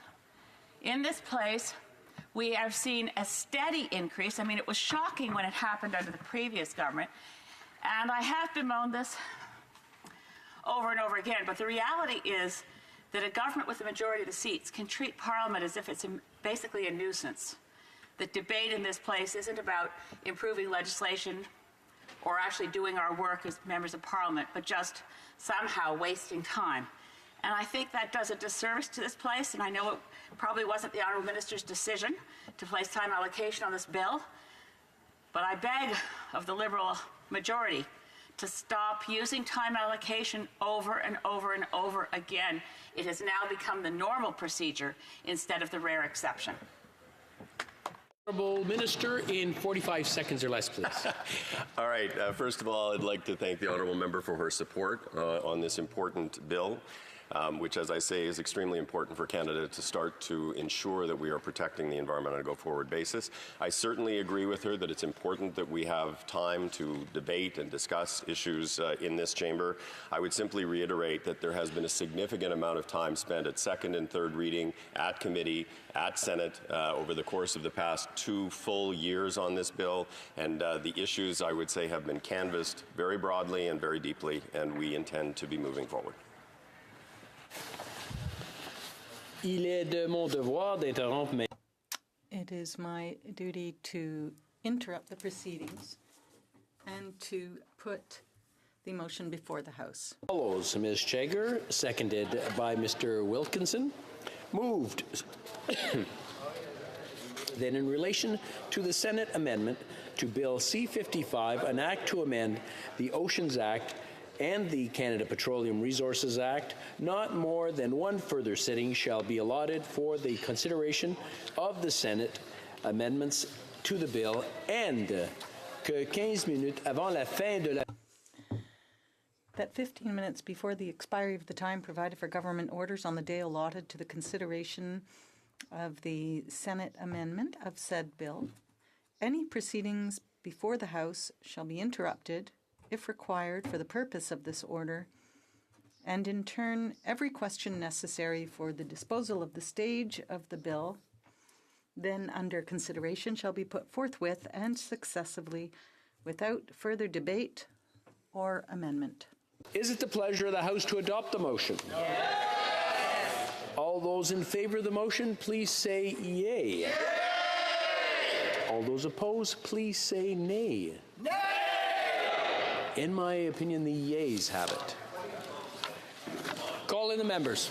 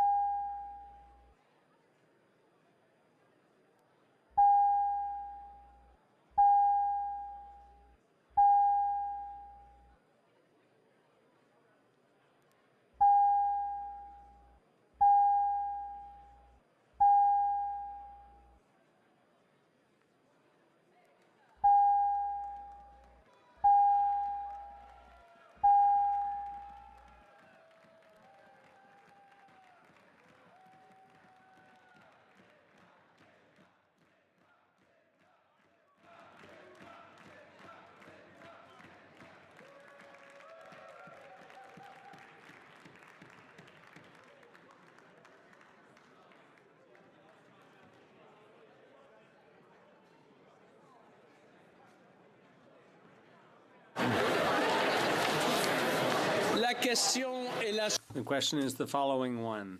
Ms. Jagger, seconded by Mr. Wilkinson, moved that in relation to Bill C-55, an act to amend the Oceans Act and the Canada Petroleum Resources Act, not more than one further sitting day shall be allotted to the consideration of the Senate amendments to the bill, and of the time provided for government orders on the day allotted to the study of the said stage of the bill, any proceedings before the House shall be interrupted, if required, for the purpose of this order, and, in turn, every question necessary to dispose the said stage of the bill shall be put forthwith and successively without further debate or amendment. Tous ceux qui appuient la motion. all those in favor of the motion will please rise. Ms. Shager. Mr. Hare. Mr. Hare. Mr. Macaulay Cardigan. Mr. Macaulay Cardigan. Mr. Sajan. Mr. Sajan. Mr. Goodale. Mr. Goodale. Mr. Rodriguez. Mr. Rodriguez. Miss Petitpas-Taylor. Ms. Petitpas-Taylor. Miss Murray. Ms. Murray. Miss Qualtrough. Ms. Qualtrough. Miss Freeland. Ms. Freeland. Monsieur Lametti. Monsieur Lametti. Miss Bennett. Ms. Bennett. Mr. Baines. Mr. Baines. Mr. Hussain. Mr. Hussain. Mr. O'Regan. Mr. O'Regan. Mr. Blair. Mr. Blair. Miss Tassie. Ms. Tassie. Miss Ing. Ms. Ing. Mrs. Jordan. Mrs. Jordan. Miss Mahaichuk. Ms. Mahaichuk. Mr. Casey Cumberland Colchester. Mr. Casey Cumberland Colchester. Mr. Easter. Mr. Easter. Mr. McKay. Mr. McKay. Miss Scroll. Ms. Scroll. Mr. Iking. Mr. Iking. Mrs. Lockhart. Mrs. Lockhart. Monsieur Lauzon, Argenteuil, La Petite Nation. Monsieur Lauzon, Argenteuil, La Petite Nation. Monsieur Cormier. Monsieur Cormier. Mrs. McCrimmon. Mrs. McCrimmon. Miss Jones. Ms. Jones. Mr. Algabra. Mr. Algabra. Mr. Oliphant. Mr. Oliphant. Mr. Carr. Mr. Carr. Miss Gould. Ms. Gould. Mr. Sohi. Mr. Sohi. Miss Monsef. Ms. Monsef. Monsieur Garneau. Monsieur Garneau. Monsieur Duclos. Monsieur Duclos. Miss McKenna. Ms. McKenna. Madame Le Boutillier. Madame Le Boutier. Mr. Wilkinson. Mr. Wilkinson. Mr. Cuzner. Mr. Cuzner. Mr. Casey Charlottetown. Mr. Casey Charlottetown. Mr. Vaughn. Mr. Vaughn. Monsieur Serré. Monsieur Serré. Monsieur Miller, Ville-Marie, le Sud-Ouest et des Sœurs. Monsieur Miller, Ville-Marie, le Sud-Ouest et des Sœurs. Monsieur Schiffke. Mr. Schiffke. Mr. Bagnall. Mr. Bagnall. Monsieur Paradis. Monsieur Paradis. Mr. McGinty. Mr. McGinty. Mr. Scarpalegia. Mr. Scarpalegia. Mr. Sims. Mr. Sims. Mr. Tanzi. Mr. Tanzi. Mr. Fergus. Monsieur Fergus. Mr. Anand Sangare. Mr. Anand Sangare. Mr. Fillmore. Mr. Fillmore. Miss Goldsmith-Jones. Ms. Goldsmith-Jones. Miss Demoff. Ms. Demoff. Mr. Mendocino. Mr. Mendocino. Mr. Duguid. Mr. Duguid. Mr. Lemurer. Mr. Lemurer. Mr. McKinnon-Gatineau. Mr. McKinnon-Gatineau. Mr. Beach. Mr. Beach. Monsieur Lightbound. Monsieur Lightbound. Miss O'Connell. Ms. O'Connell. Miss Cara. Miss Cara. Mr. Varani. Mr. Varani. Mr. Fraser Central Nova. Mr. Fraser Central Nova. Miss Young. Miss Young. Mrs. Schultz. Mrs. Schultz.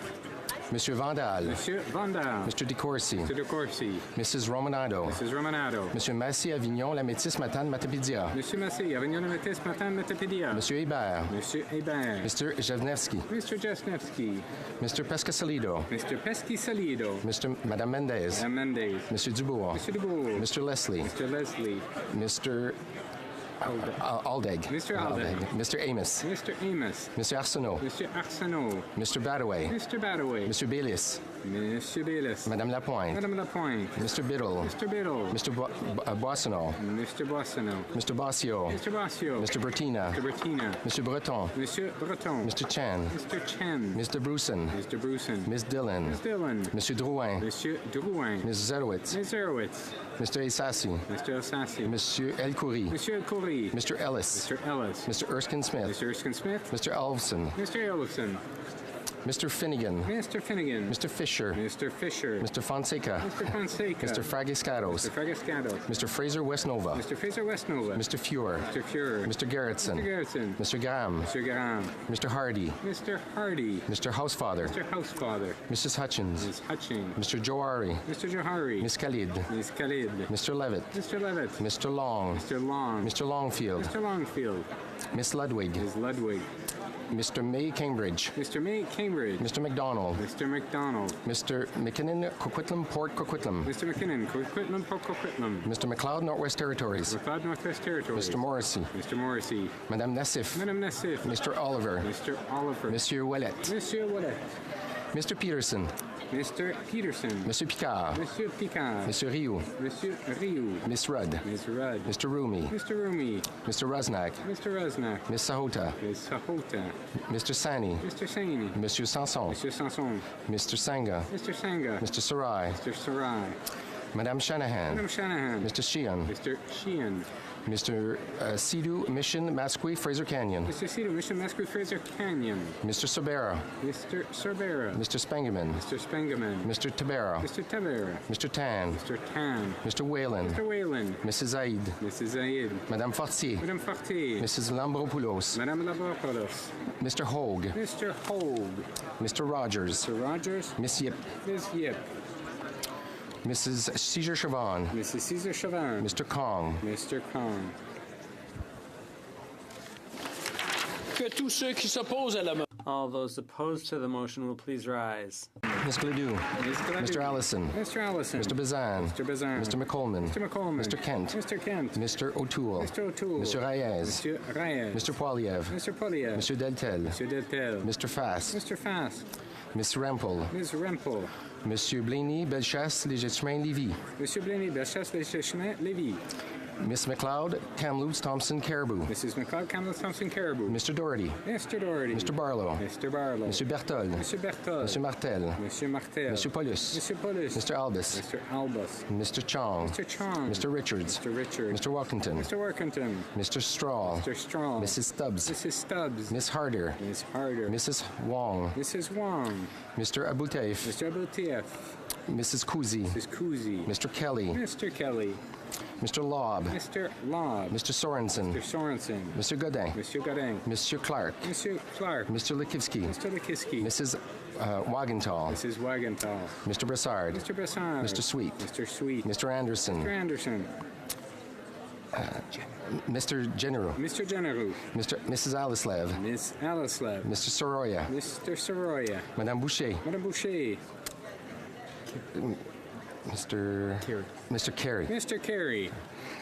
Mr. Falk Provencher. Mr. Falk Provencher. Mr. McGuire. Mr. McGuire. Mr. Kimmich. Mr. Kimmich. Mr. Yordega. Mr. Yodega. Mr. Tilson. Mr. Tilson. Mr. Dreeshen. Mr. Dreeshen. Mr. Cooper. Mr. Cooper. Mr. Albrecht. Mr. Albrecht. Mr. Arnold. Mr. Arnold. Monsieur Généreux. Monsieur Genereux. Monsieur Gould. Monsieur Gould. Mr. Kitchen. Mr. Kitchen. Mr. Waugh. Mr. Waugh. Mr. Schmale. Mr. Schmale. Mr. McKenzie. Mr. Mackenzie. Mr. Shields. Mr. Shields. Mr. Diot. Mr. Diot. Mr. Leipert. Mr. Lightford. Mr. Vierson. Mr. Vierson. Mr. Weber. Mr. Weber. Mr. Mott. Mr. Mott. Mr. Benson. Mr. Benson. Mr. Lloyd. Mr. Lloyd. Mr. Barrett. Mr. Barrett. Mr. Davidson. Mr. Davidson. Mr. Sopuck. Mr. Sopak.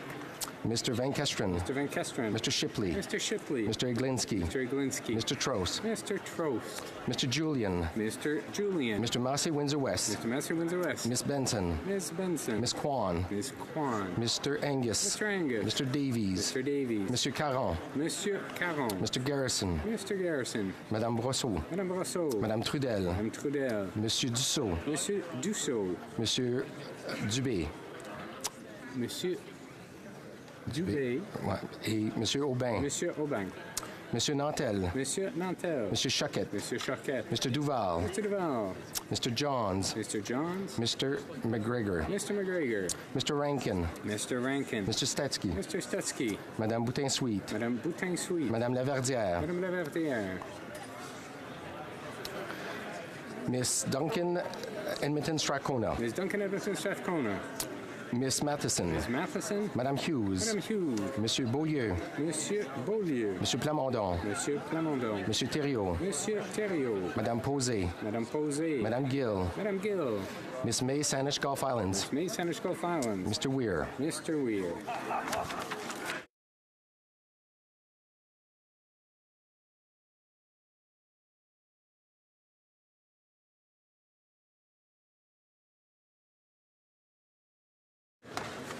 Yeas pour 153, 153. Nays contre 106, 106.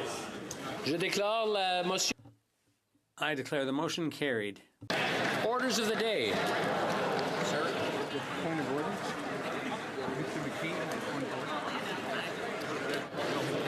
Oh, okay. We'll wait a minute. We'll let everybody leave, and then we'll go to the point of order.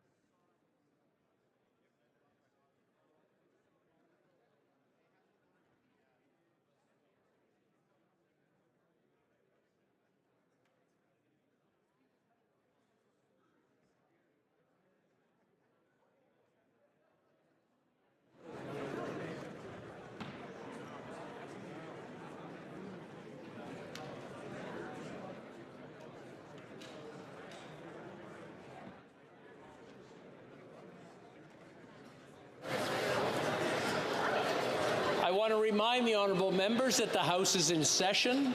So if they have a discussion, please take it into the lobby or maybe just whisper a little bit lighter so that we can hear what has to be said. I believe we have a point of order for the honourable member for Scarborough, Gilwood. Thank you, Mr. Speaker. I rise in my capacity as the chair of the Public Safety and National Security Committee. The honourable member from Lakeland made an intervention last week. Regrettably, I had no notice of the intervention and would have preferred to have made my point of intervention after hers, but it is what it is. The honourable member was concerned about the pace at which Motion 167 was proceeding through the committee. And I wanted to offer some observations with respect to that particular motion, Mr. Speaker. It was, in fact, referred to the committee on May 30th, 2018, which roughly is a year ago. And I would just take note that the language of the motion was that it should be instructed to undertake, which I take note is not an obligation to undertake. Nevertheless, the committee did hear from the honourable member fairly shortly thereafter on June the 12th as she presented her concerns in Motion 167. Subsequent meetings were held on October 18th, October 16th, October 23rd, and October 30th. And then through November and December, the committee was seized with other committee business, namely supplementary estimates, C-83, and a variety of other things, Mr. Speaker. And as you know, this is an extraordinarily busy committee with private members' bills, with private members' motions, with supplementary estimates, with main estimates, and government business. The first consideration of a draft report occurred in December the 4th, and then subsequently on March the 20th. I'd say, Mr. Speaker, that after hearing all of the witnesses and the intervention by the honourable member from Lakeland and receiving 4 briefs, 19 witnesses, and 7 meetings, there is significant disagreement in the committee as to what the report should say, not only the body of the report in a recitation of the testimony, but also the recommendations. So, Mr. Speaker, I would be remiss if I didn't note that there is significant disagreement in the committee. In addition to all of the above, I just take note in, as you are considering the honourable member's intervention, that the referral is not a mandatory referral, and if the speaker does do an intervention, I'd like he to take that into consideration. 2, this is a very busy committee. 3, there is very significant disagreement in the committee as to the way forward. And 4, there is consequence to the continuous disruptive nature of House business. Just this motion alone, Mr. Speaker, takes all committees off their business, and of course we, like all of the other committees, have suffered the consequence of being of all of these motions. So, Mr. Speaker, as you do give consideration to the honourable member from Lakeland's motion, I'd ask you to take those things into consideration as well. I thank you for your time and your attention. I'll take it under advisement. Orders of the day. Orders of the day, ordre du jour.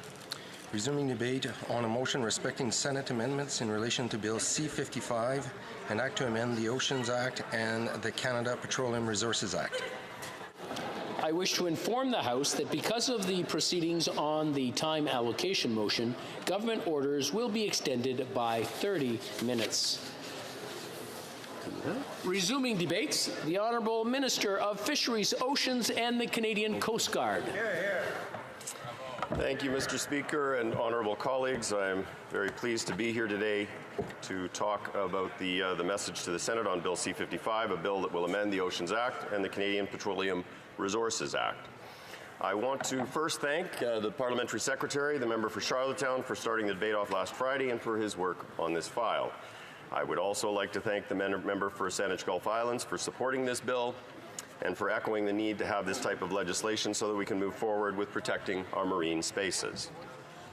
I would like to begin with an overview of the bill we are debating today and then an overview of the motion itself.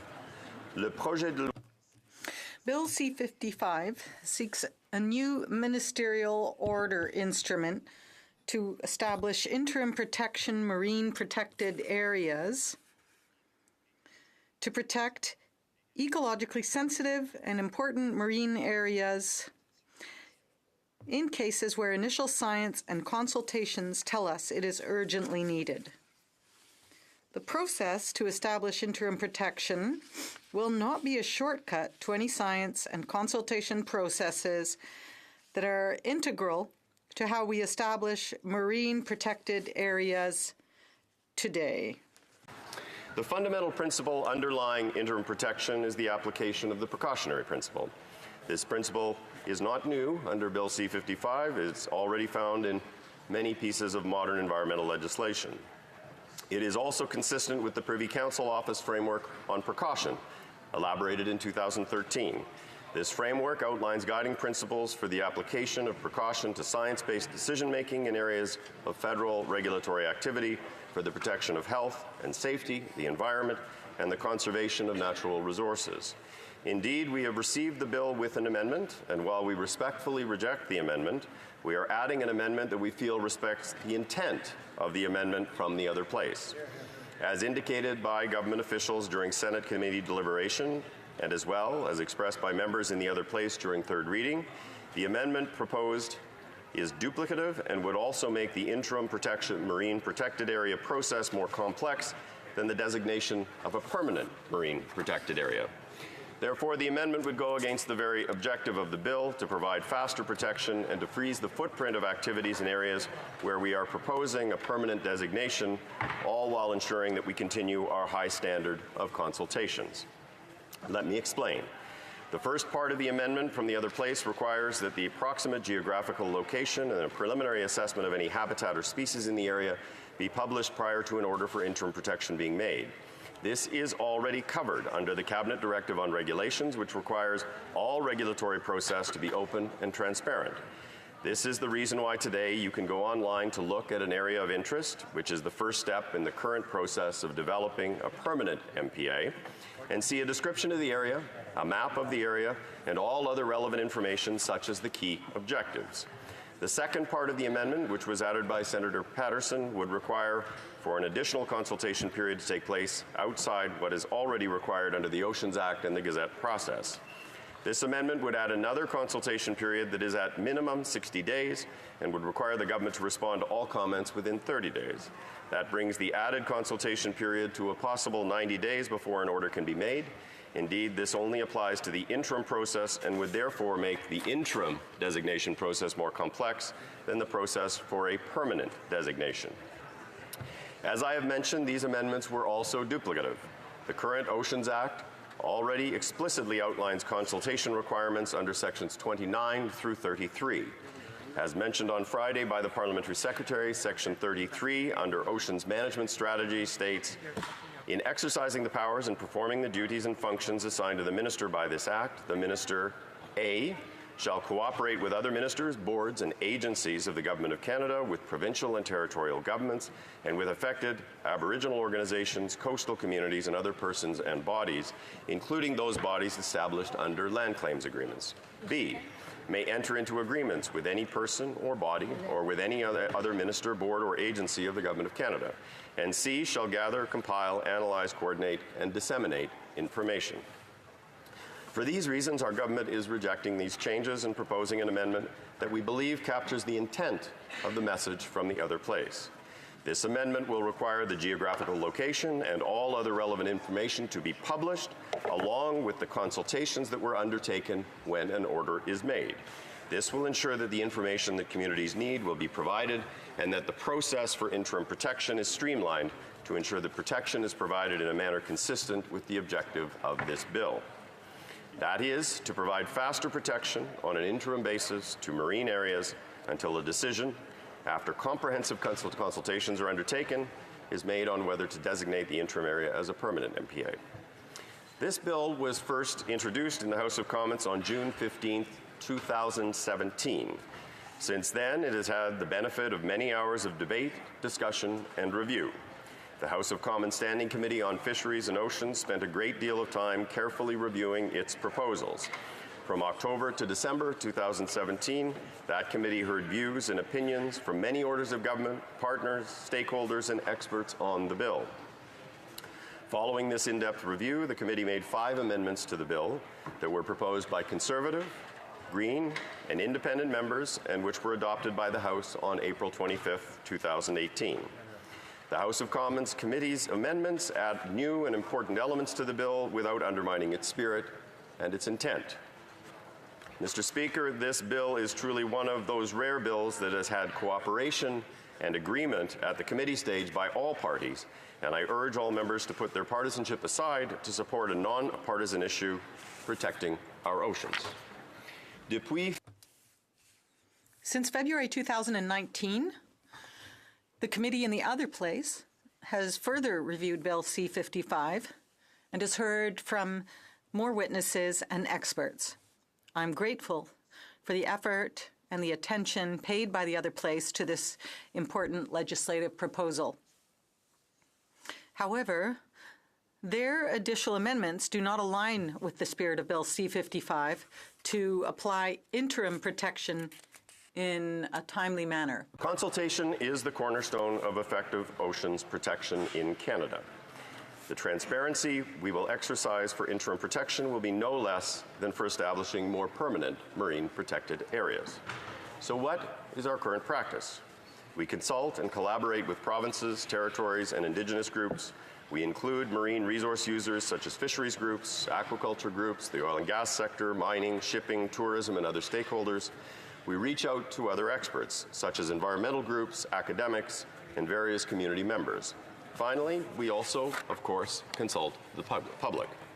All of this collaboration is extensive and conducted at various stages of the process. Advisory committees with partners, Indigenous groups, and interested and affected partners are established to provide input to this work. We consult at the outset to identify and select an area needing protection, to gather information about the ecological importance of a sensitive marine area, the socioeconomic considerations related to the area, and any current or planned activities that may be of concern, to identify initial boundaries and conservation objectives for an area based on the best available science, including Indigenous and local knowledge and a risk analysis, to develop a proposed regulatory approach and study the benefits and costs of such an approach, including a 30-day public comment period when the regulations are pre-published in the Canada Gazette Part 1, and on an ongoing basis to provide input to the development of the management plan for the area. Over and above this extensive consultation, marine protected areas are collaboratively managed with local partners through an adaptive management approach wherein ongoing science and socioeconomic and cultural information are all considered. Mr. Speaker, this government is committed to both the precautionary principle and the need for ongoing scientific analysis and consultation. Our commitment to science and consultation does not end once interim protection is in place. These activities would continue for up to 5 years with an aim to establishing a marine protected area.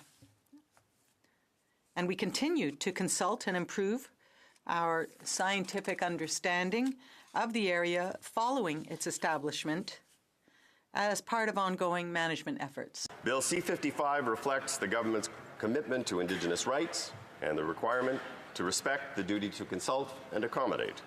This requirement is already provided for within common law. Moreover, the Oceans Act and the Cabinet Directive on Regulation recognizes the importance of working with and consulting Indigenous organizations. In addition, the House of Commons Standing Committee on Fisheries and Oceans added an amendment to Bill C-55 to reiterate that marine protected areas establishment cannot be conducted in a manner that is inconsistent with any land claims agreement.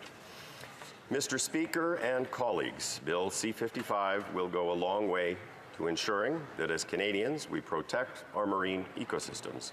Supporting the health of our oceans is essential so that we can benefit from the unique and precious marine ecosystems and resources that we rely on for generations to come. Canadians are counting on us to protect our oceans. Our marine protection work seeks to preserve ecosystems and species to ensure that Canada's marine resources can continue to support sustainable industries, local economies, and coastal communities. As we progress, Canada's marine protected areas will become part of a global network that will contribute to healthier and more sustainable oceans for generations. Monsieur le Président. Mr. Speaker, many senators voiced their support for passing this bill as soon as possible. Here in the House, however, after 2 years since this bill was introduced and amendments accepted by all parties at committee, the Conservatives still oppose this bill. Mr. Speaker, this is disappointing, but also not a surprise. Because while this government and the Prime Minister have a plan for the environment, the Conservatives have no plan for the environment or climate change. That Bill C-55 is a very significant step in the right direction, and I am confident that you all will agree. Bill C-55 has been subject to thorough parliamentary review, as well as public debate and discussion for nearly 2 years. The time to act is now. With interim protection, we will be able to act now to protect our oceans from coast to coast to coast. Thank you very much, Mr. Speaker.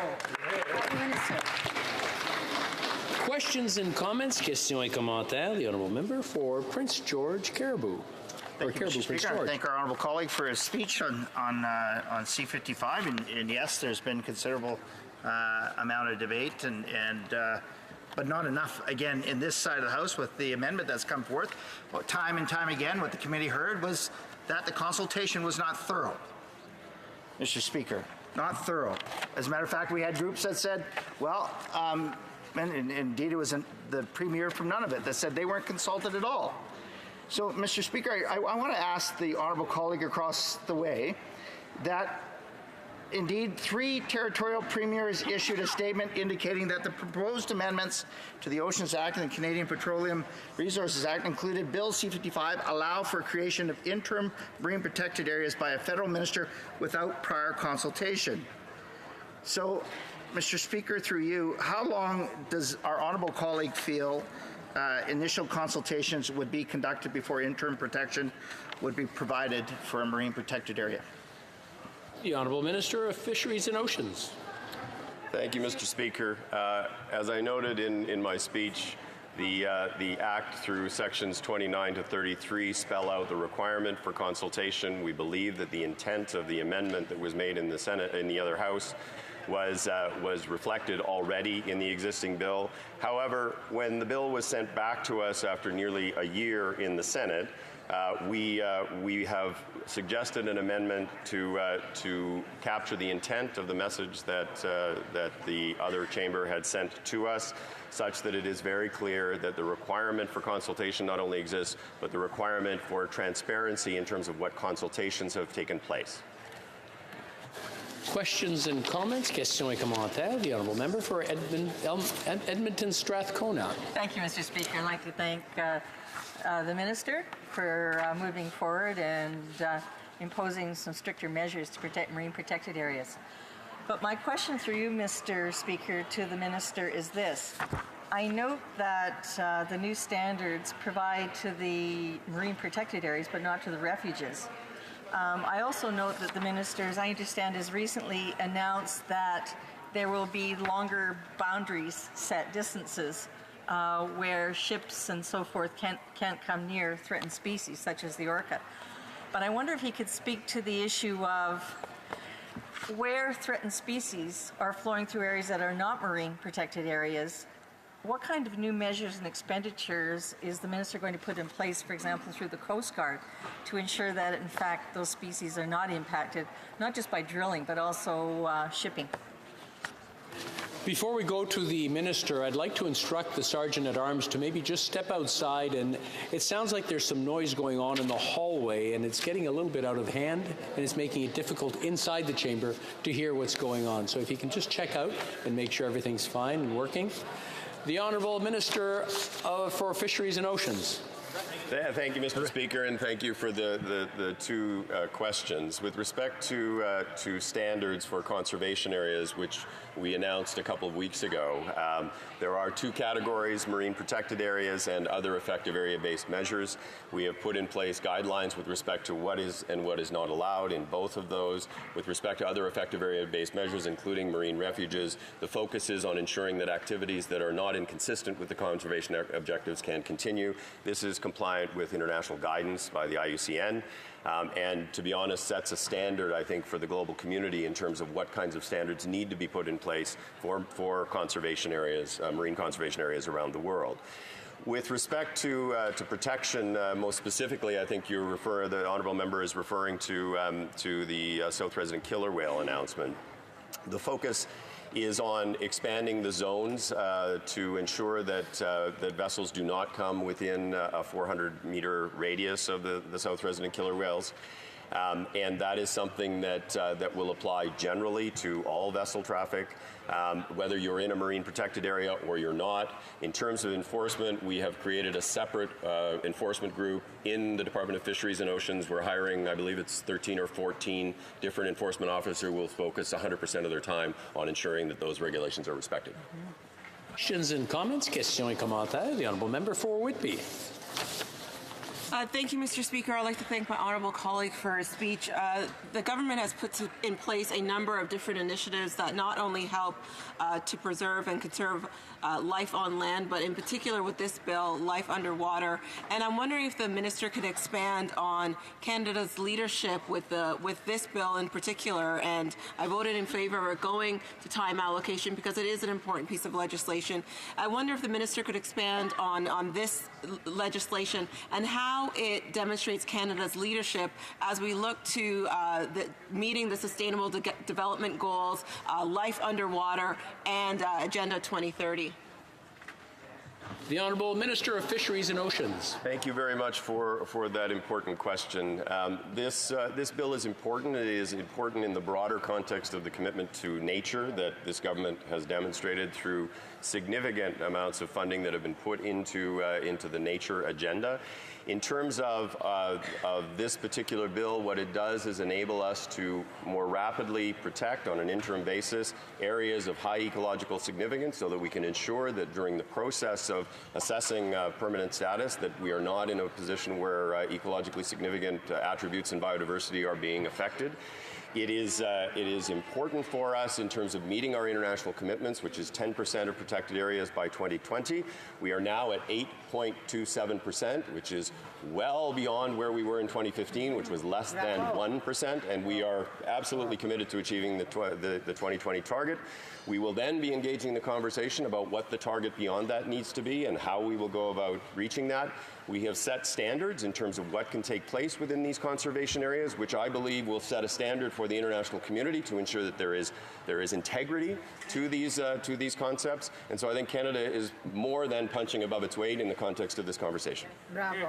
Questions and comments? Questions et commentaires. The Honourable Member for North Okanagan-Shuswap. Thank you, Mr. Speaker, and I thank the Fisheries Minister for his presentation on this and his claims that the new consultation process under this bill will be improved and satisfactory. But I'd like to ask him to answer to the protests that have been taking place in front of his offices and outside meetings that he's been holding over the past few weeks.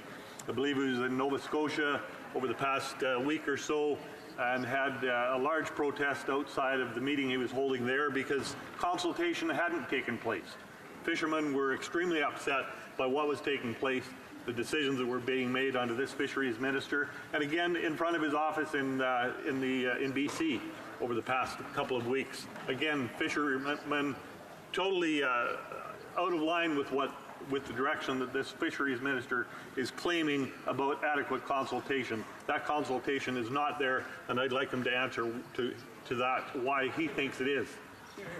The Honourable Minister. Thank you for the question, and I think it's important to distinguish the two issues. Certainly the issues in British Columbia have nothing to do with marine protected areas. They have to do with conservation for the purpose of saving Fraser Chinook salmon. There were extensive consultations that went on over many months with all relevant stakeholders and First Nations communities with respect to Fraser Chinook and the fisheries regulations, but that needs to be seen in a broader context. This government has brought forward a new Fisheries Act to restore the loss protections that were taken out under the previous government. We just committed $142 million for salmon habitat restoration alongside our partner, the Government of British Columbia. We are working actively with stakeholders on a whole range of other issues, including the use of hatcheries, the ideas of a marked fishery, a whole range of those things. But we also have to ensure that in the short term, enough of these salmon are getting back to the spawning grounds that they will be able to not only stabilize, but to recover.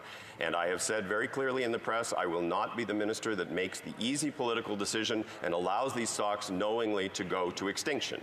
That was the basis on which the decision in British Columbia was made. It was the right decision from an environmental perspective. It was a right decision from a biodiversity perspective. In the Atlantic coast, there is an issue around the East Coast marine proposed East Coast Marine Protected Area relating to some of the concerns that the lobster harvesters have. We have been very clear that lobster harvesting would not be impacted, but I went to have that conversation with the lobster harvesters last week myself. We engaged the conversation. I intend to continue that conversation. I've indicated to them that I will come back to further that conversation. We will take the time necessary to ensure that all perspectives are considered and ideally all concerns can be addressed. Questions and comments? The Honourable Member for Courtenay Alberni. We're going to allow for a 30-second question and hopefully a 30-second answer. So, the Honourable Member.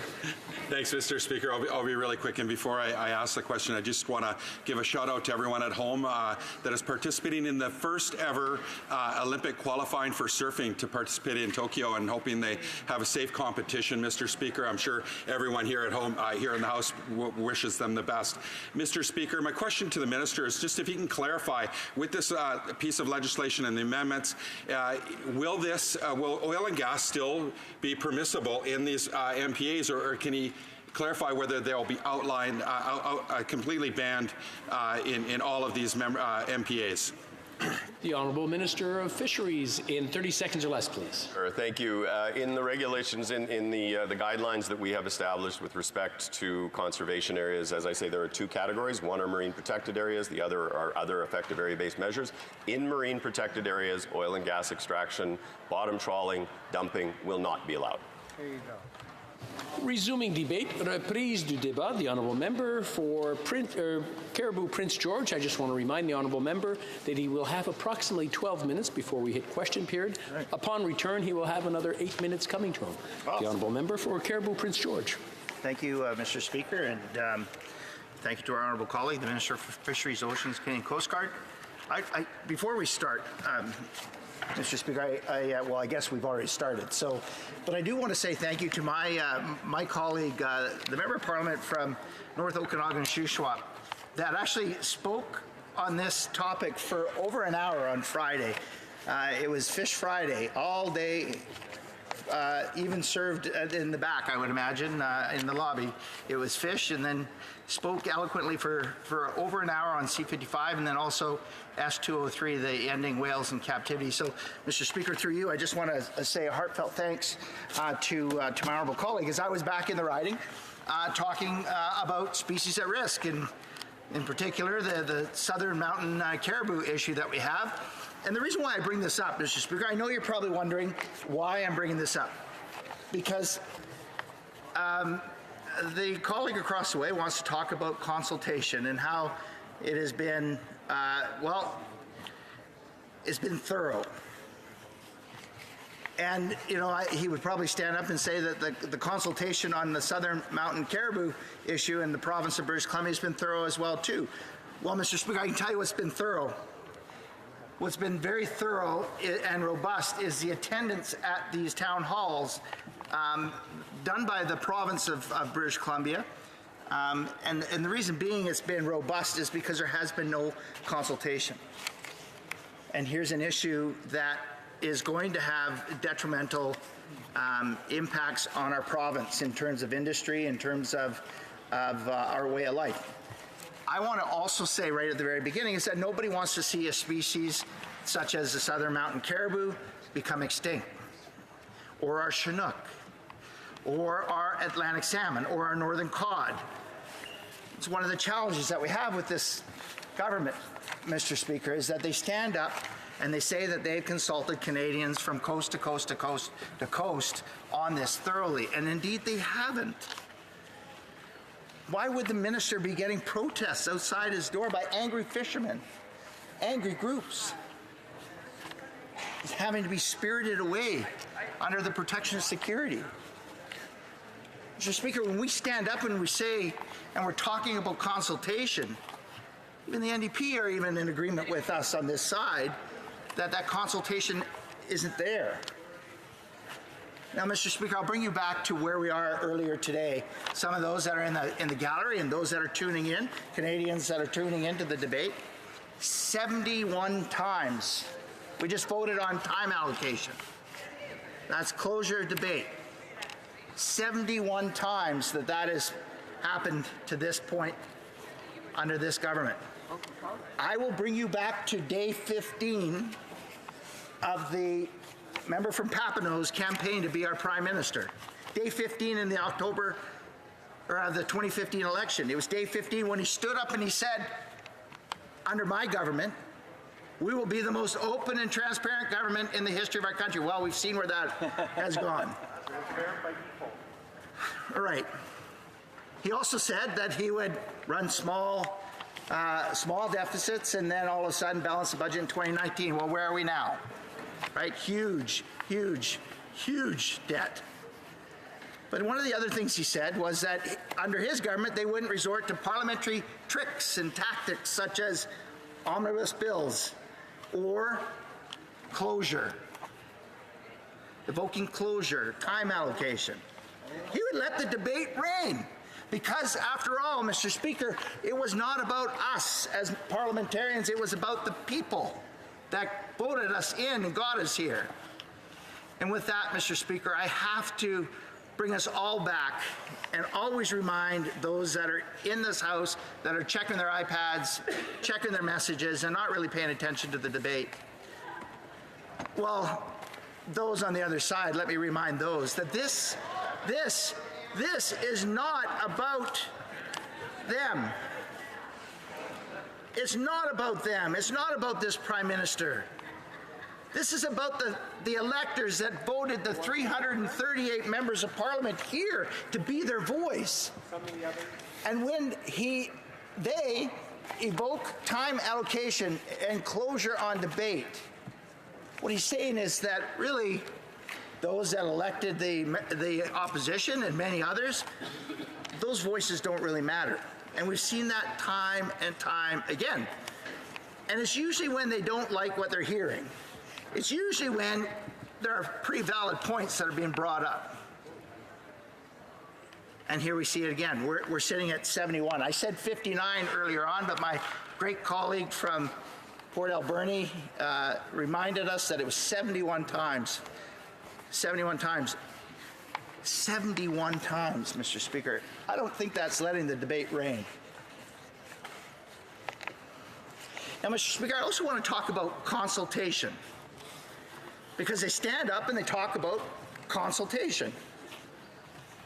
And you know, Mr. Speaker, through this whole southern caribou exercise that we have, there was a slide that was brought up and it was taken down real quickly, and it said consultation versus engagement. And so that prompted me to think about this a little bit more. So we in government, or they in government, maybe perhaps we do on this side too as elected officials, we throw engagement and consultation around like they're interchangeable. And the reality is they're not. You know, Mr. Speaker, they're vastly different. And depending on the underlying motivation and the process, they come at different solutions. So in consultation, I will come to you, Mr. Speaker, and say, hey, I've got a great idea. What do you think about this? And you'll say, you know, the honorable colleague from Caribou Prince George has a great idea, but here's some ways that I think could probably be tweaked and maybe make that idea better. and I'll go, hey, Mr. Speaker, that's a great idea. I'll take that away and I'll think about it. But with engagement, I go to you, Mr. Speaker, and I say, you know what, Mr. Speaker, we have a problem. We have a problem, and I really would like your help to try and figure that out. And so you and I will go back and forth. It's a transactional kind of dialogue and project. And we actually come back and we say, hey, you know what? I take your thoughts and your ideas and your concept, and I go and I say, I think we've come up with a solution. Here it is. And away we go.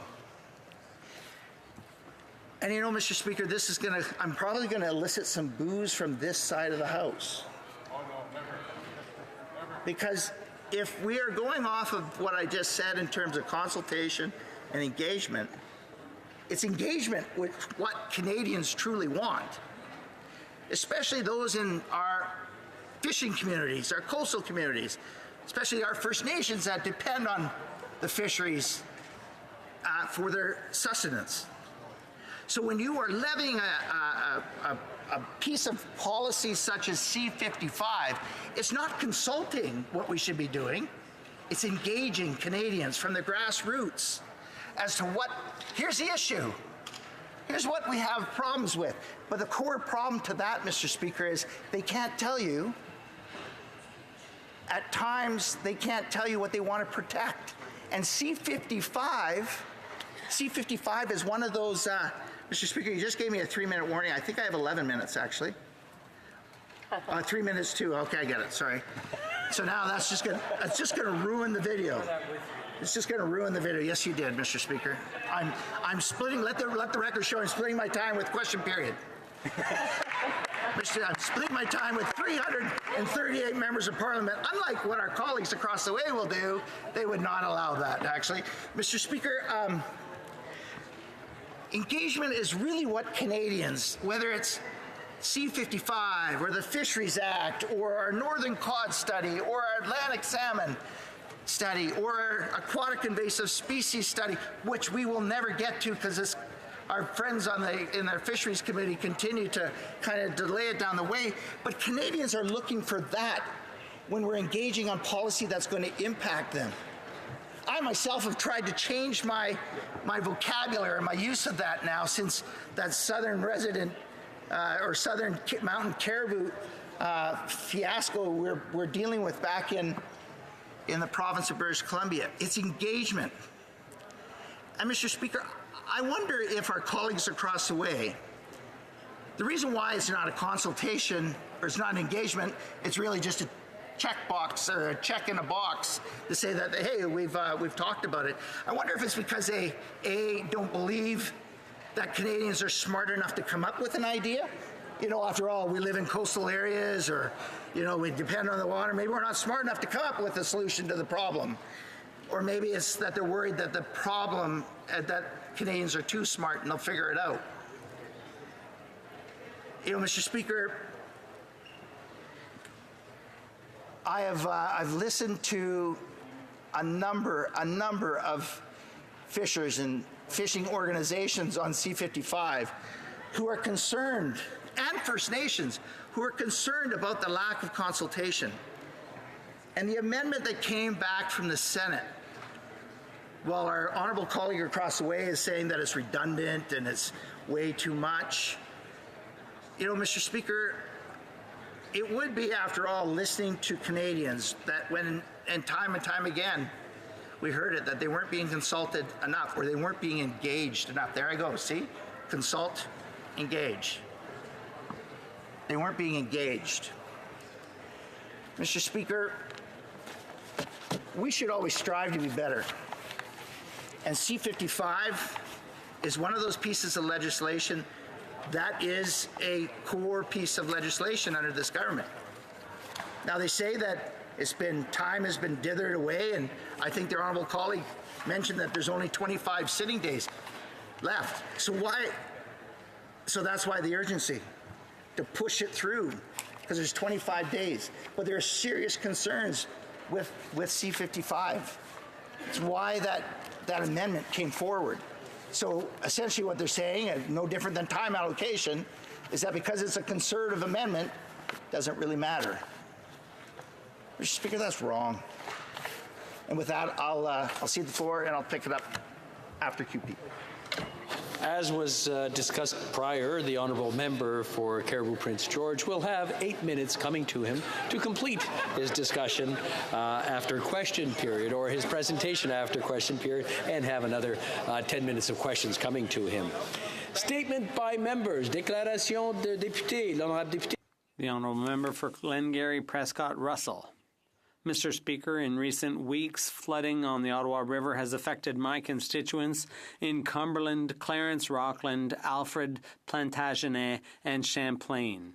In spite of the hard times, the community has come together to help their flood-stricken neighbours. We've seen businesses donate money, food, and resources, and neighbours working side by side for hours, filling, moving, and stacking sandbags. We witnessed the great work of our Canadian Armed Forces, who on short notice were deployed in Cumberland and Clarence Rockland to lend a hand to residents.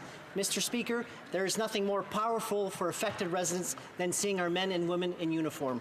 Now that the water has peaked for a second time and is receding, I'd like to take the opportunity to thank residents, city officials, emergency services, and members of the Canadian Armed Forces who worked together to overcome this flooding. Thank you, Mr. Speaker.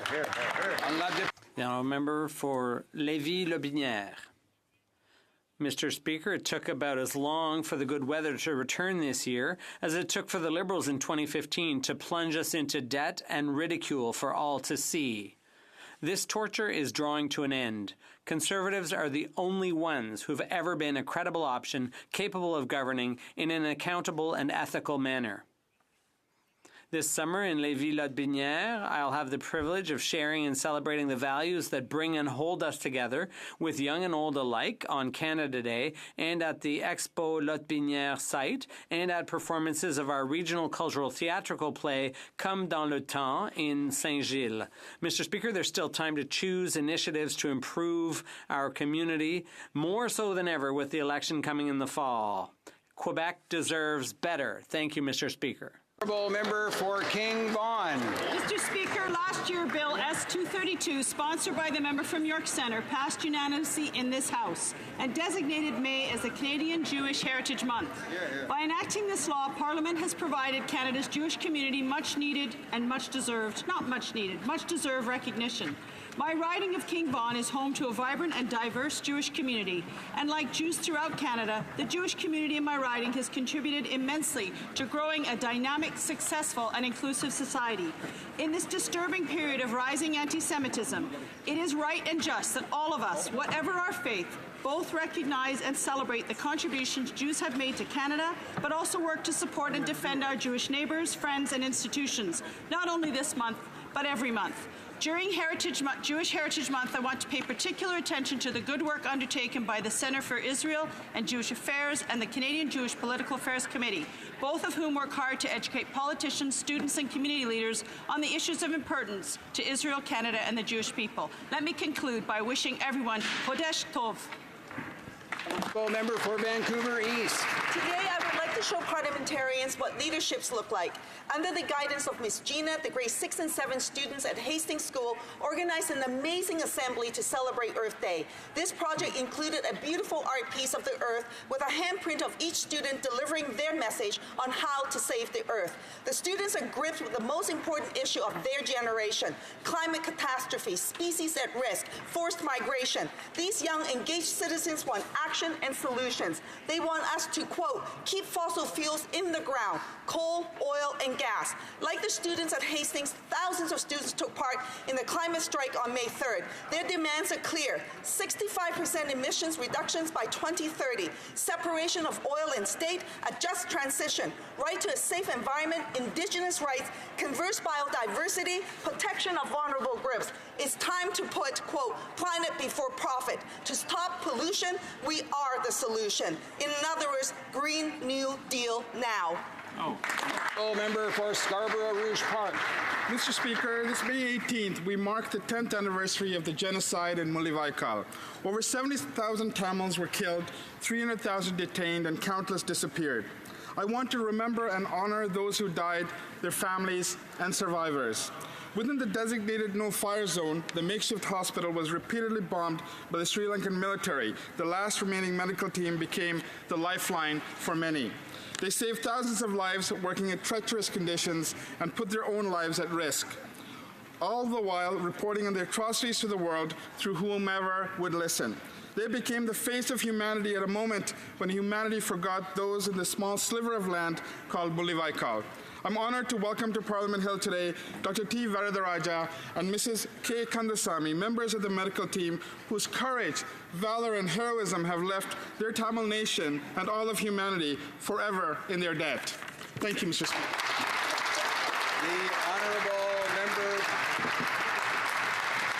The honourable member for Lethbridge. Most Canadians, they dream of owning a home, but the Liberals' mortgage rules are keeping many of these individuals out of the market. Owning a home, of course, comes with a sense of pride, a sense of accomplishment, and a sense of joy. It's an honor for Canadians to have a permanent place where they get to build a life. However, more and more young Canadians are finding it very, very difficult and reporting that they're giving up on the dream of home ownership. They're struggling to afford daily necessities, let alone be able to save for a down payment.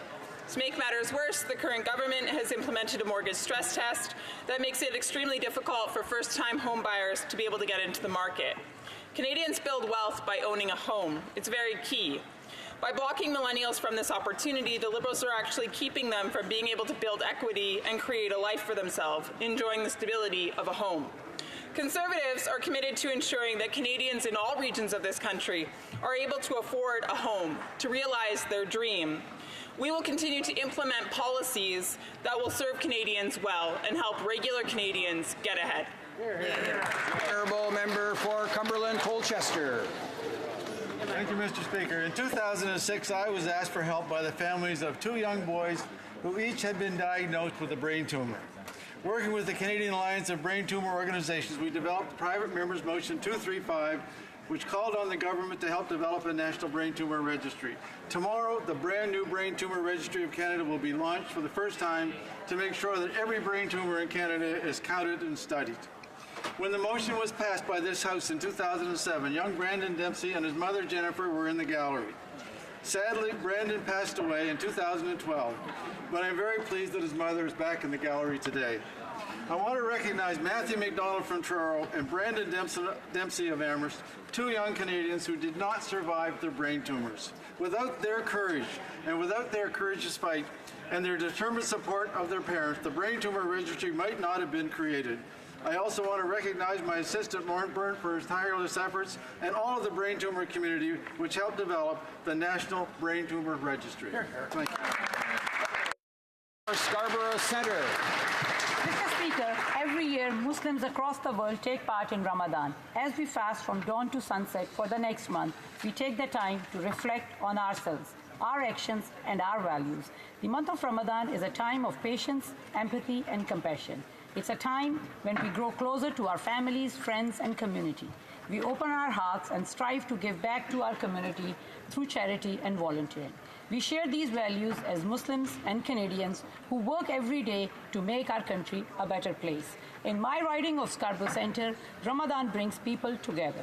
Our Multi-Faith Council, which regularly brings community members of different faiths together, will be hosting a multi-faith iftar or the breaking of the fast. I am proud to be part of the Muslim community in Canada, a community that contributes to the diversity that makes Canada strong. I would like to wish everyone observing this month Ramadan Mubarak. Ramadan Mubarak. The honourable member for Cariboo, Prince George.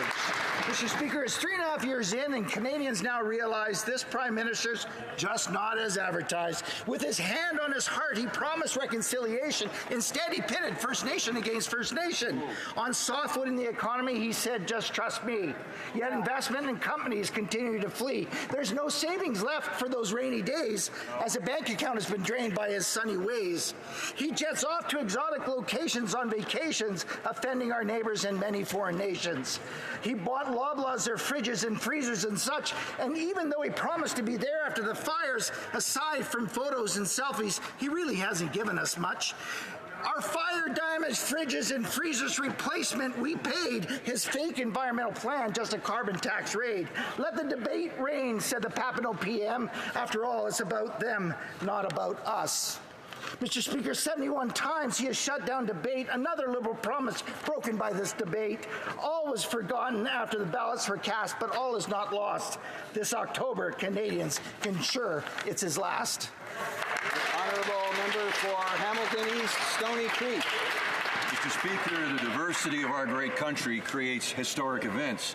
And for Canadians of Croatian descent, today is such a day.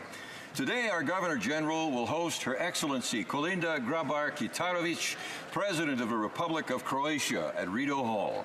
This marks the first official state visit of Croatia's head of state since the declaration of its independence in 1991.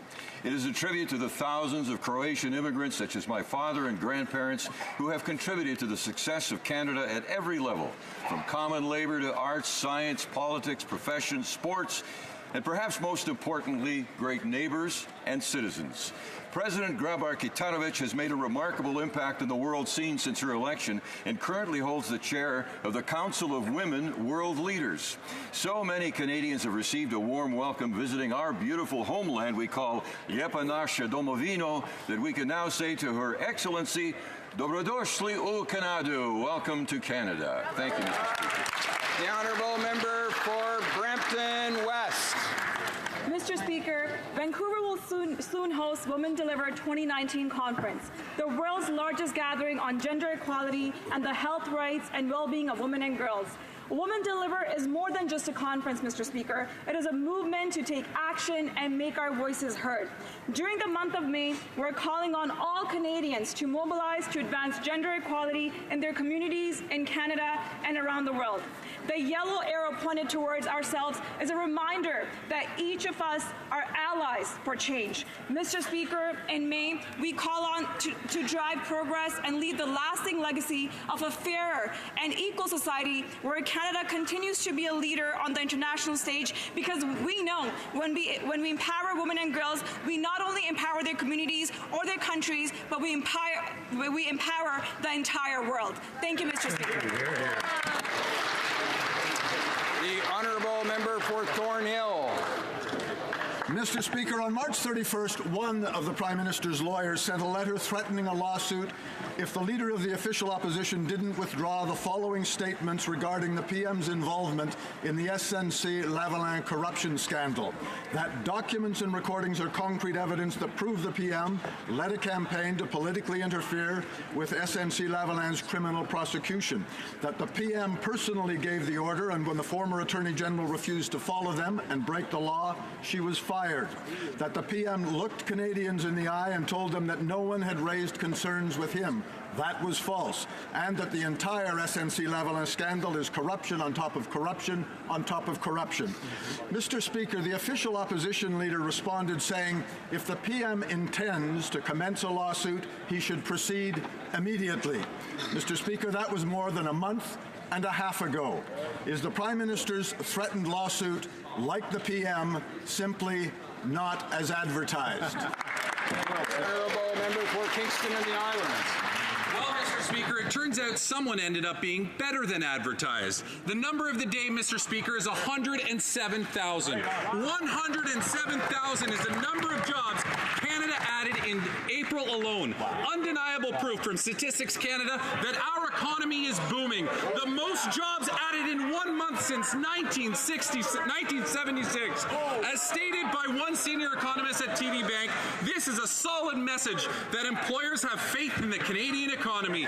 In fact, Mr. Speaker, since 2015, Canadians have created over 1 million jobs, smashing growth records and bringing unemployment levels to the lowest this country has seen in generations. So, Mr. Speaker, while Conservatives carry on with drumming up slogans and personal attacks, while systematically voting against every policy that has led to these historic employment levels, on this side of the House, we will remain focused on building a robust economy that drives Canada forward and improves the quality of life for everyone.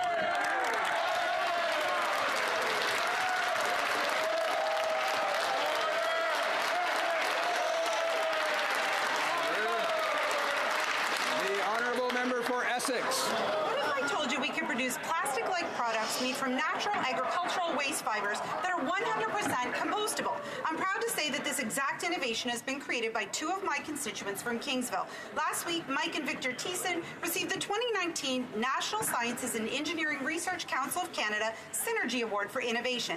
They helped create a biomass product created from coffee plants that is 100% compostable. Prism Farms partnered with 3 Ontario companies to develop biodegradable materials which are a substitute for petroleum-based plastics. They use natural fibers and resins found in non-food, agricultural material and waste streams to create these biocomposite materials. One of their materials is now used in single-serve coffee pods by companies like McDonald's and Club Coffee. This innovation will reduce our dependency of single-use plastics and waste that is building up in our landfills and oceans. Canadians like Mike and Victor are working hard to create cutting-edge, enterprising solutions that could truly change our world for the better. The honourable member for Chicoutimi-Lafiore. Mr. Speaker, the Liberal government wasn't ready to govern our country. They're spending recklessly and racking up ongoing deficits. Now the Liberals are doing what they've always done best, infighting. They're squabbling amongst themselves, battling the provinces over the carbon tax, and stoking old quarrels with Quebec by refusing to respect provincial jurisdiction. The Liberal government attacked Quebec, sacrificing supply management at the bargaining table. Steel and aluminum tariffs are still in effect. Quebec's forestry industry is suffering as Canada is still grappling with a softwood lumber dispute, and legislative amendments are threatening forestry co-ops. Expect restrictions to protect the woodland caribou. Mismanagement of the fighter jet renewal is now putting Quebec's aerospace industry in jeopardy. Davie Shipyards delivered the Asterix on time and on budget, but is still waiting for other contracts, including for the Obelix. Mr. Speaker, Quebec deserves better. The honourable member for Longueuil-Charlemagne. Mr. Speaker, yesterday was Mother's Day, and it was the first one without my mom. Leona Laurent Romanato passed away suddenly at the tender age of 67 on November 30th. She was married to my dad for 49 years. Leona, or Leah, she was known to her friends, was a stay-at-home mom who raised me and my 2 brothers. She was the grandmother of 5 grandchildren. She was the caregiver, the cook, the maid, the maker of Halloween costumes, and thousands of cups of coffee, the disciplinarian, the doer of homework, the applier of Band-Aids, the one who united us all. Lee was a queen of Christmas and spent weeks decorating the house. She loved spending time with my dad up at camp tending to her flower garden. After my election, my mother would put CPAC on, hoping to catch a glimpse of me speaking in the house. Mom, I know you're watching me from above. Today and every day, I honor you and the lessons you taught me. Happy Mother's Day.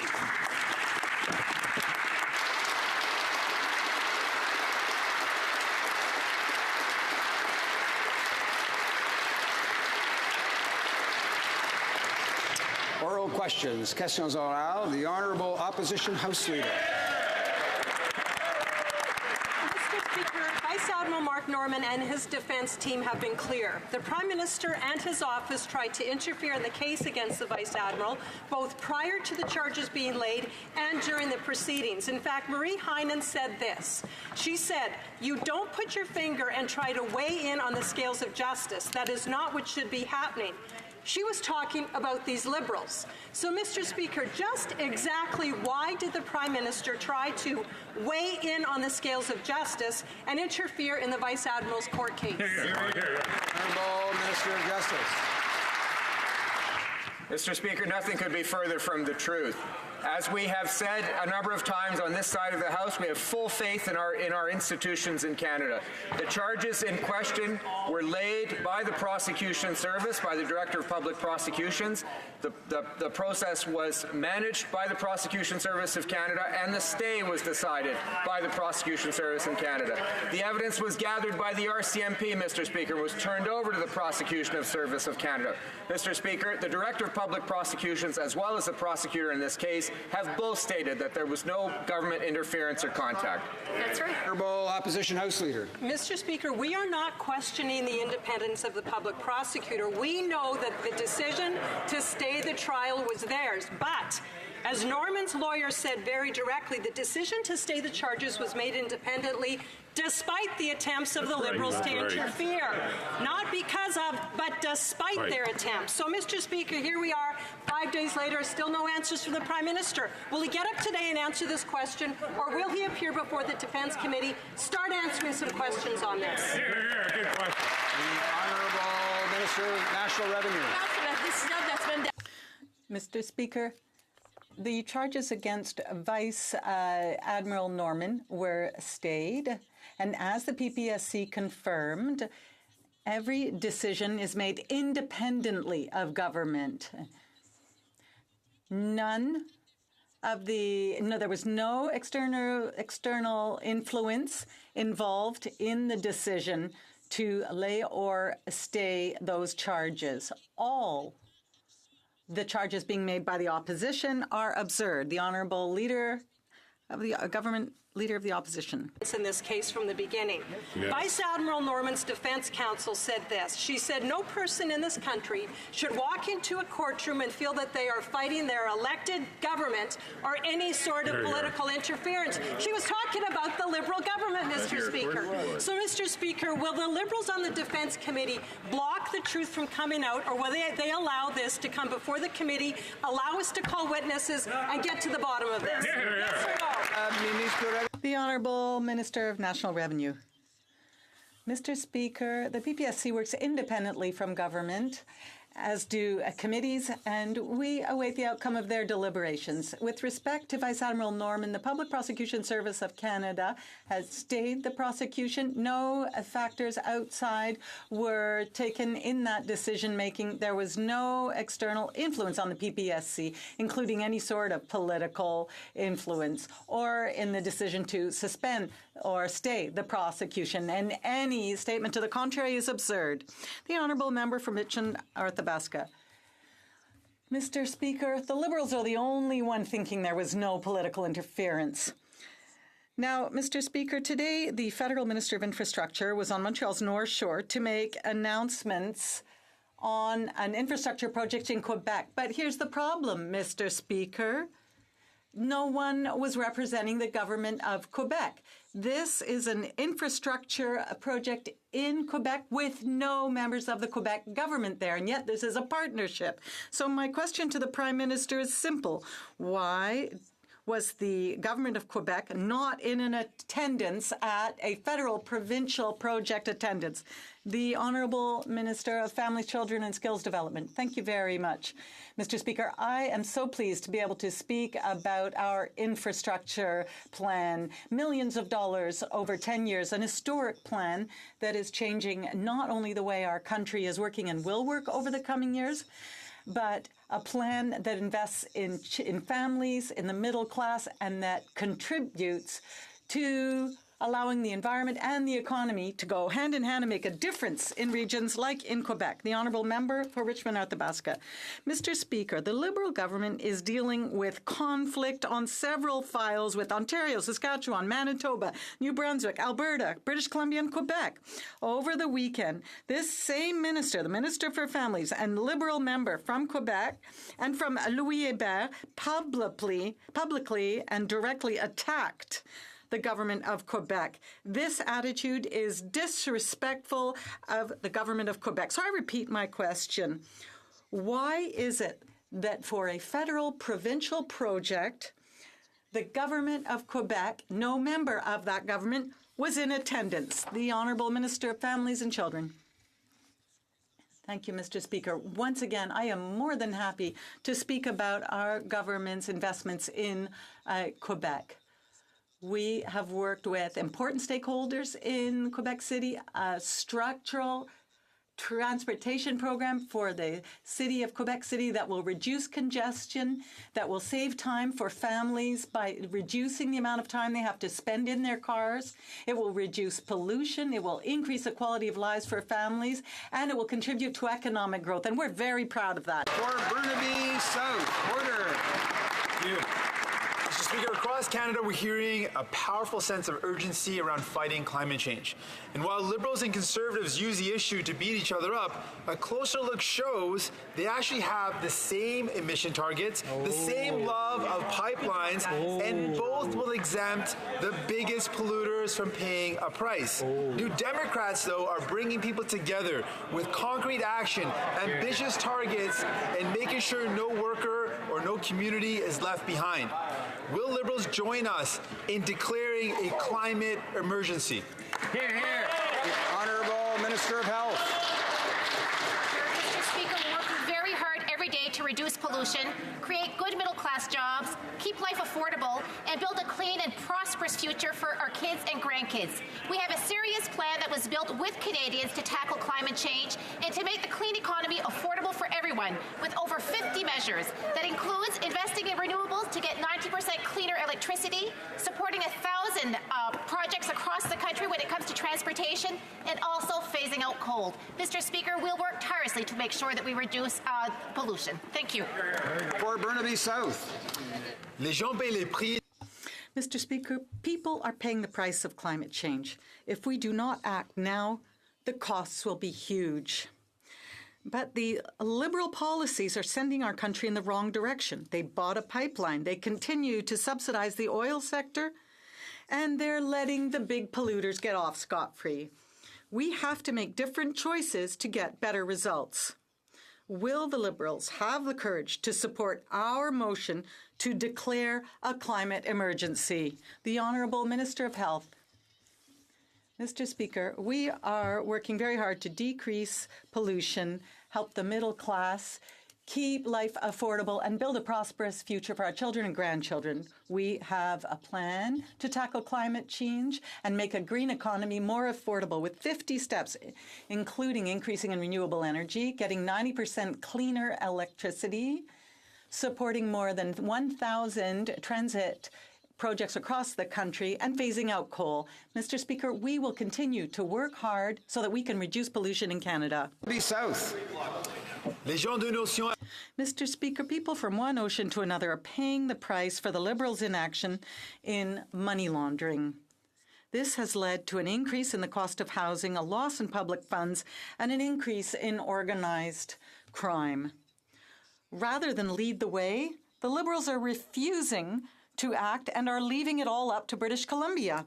The Liberals must strengthen our laws to make sure that those who are guilty are held accountable. Will they do that? The Honourable Minister of National Revenue.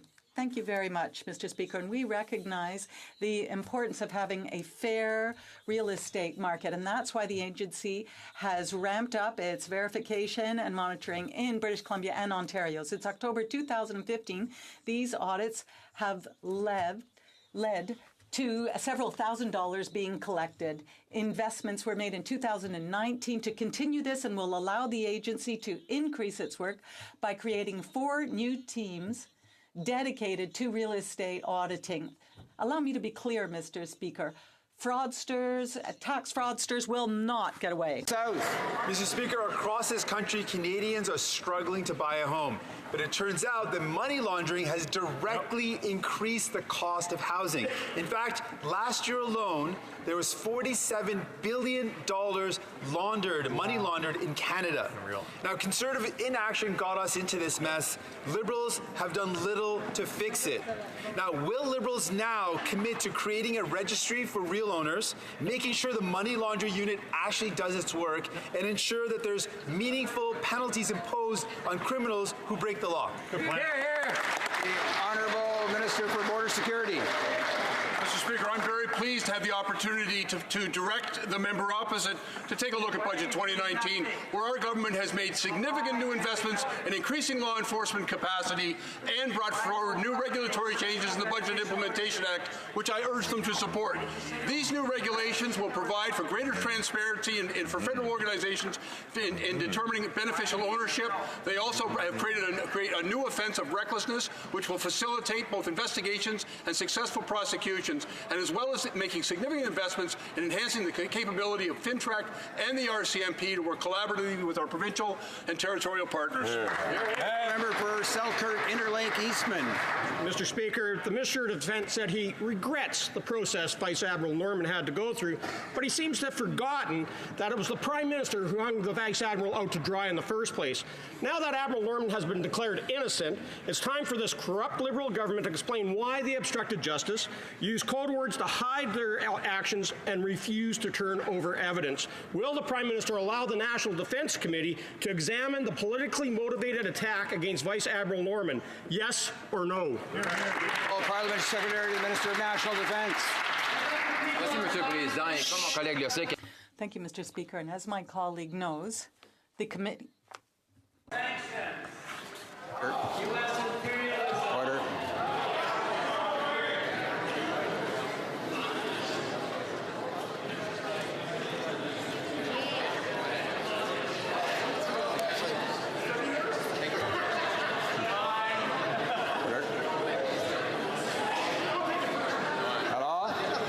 Order. Parliamentary Secretary to the Minister of Defense. Thank you very much, Mr. Speaker. And as my colleague knows, committees work independently from government, and we await the outcome of their deliberations. With respect to the legal process, Vice Admiral Norman and the PPSC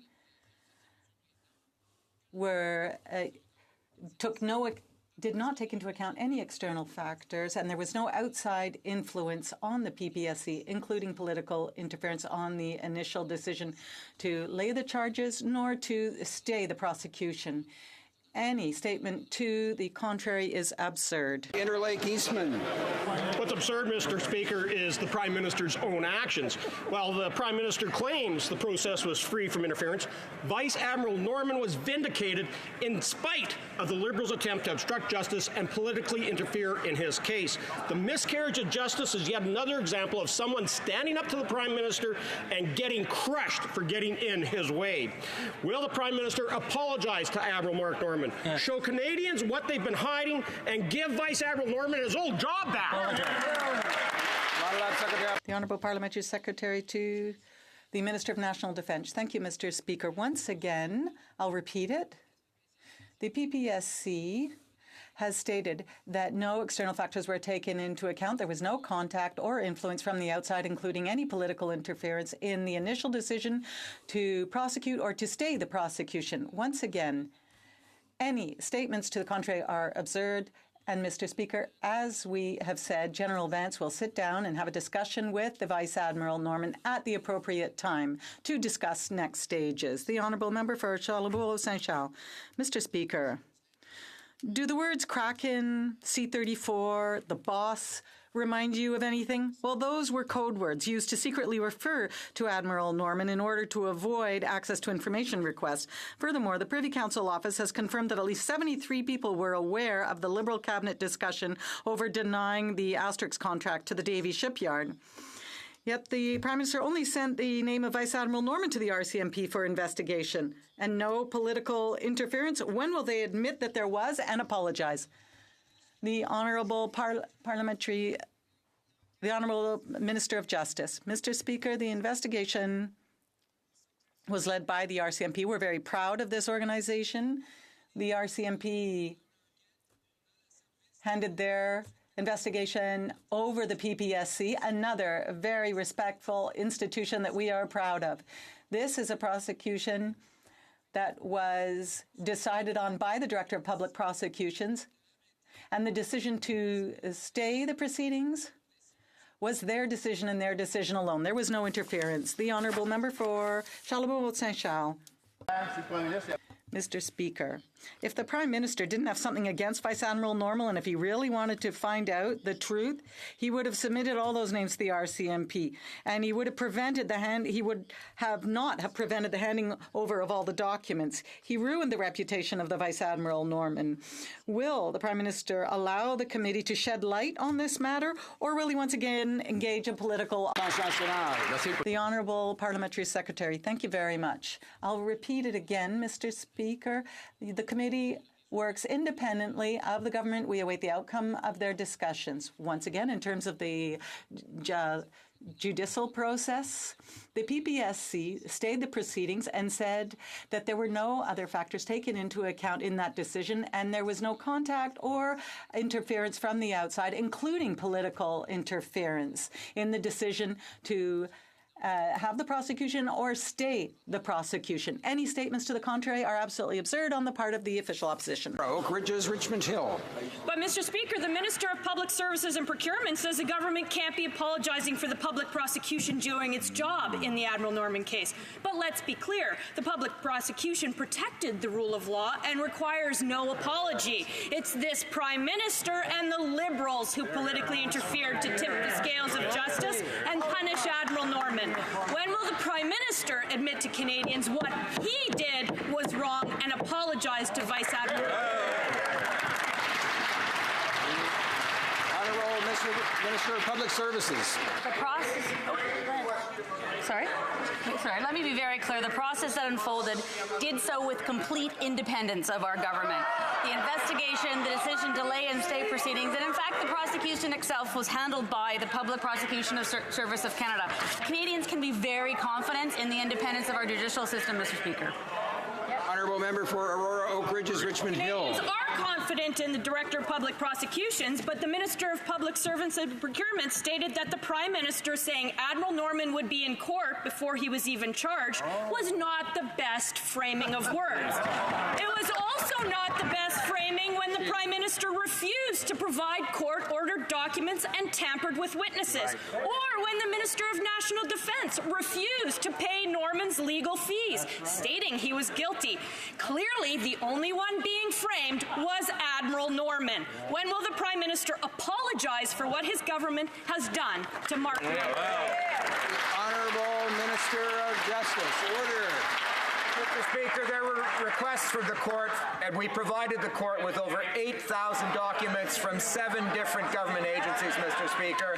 In fact, the court complimented us on our cooperation in this matter. Mr. Speaker, the decision to redact those documents was not made by the government, but by an apolitical agency.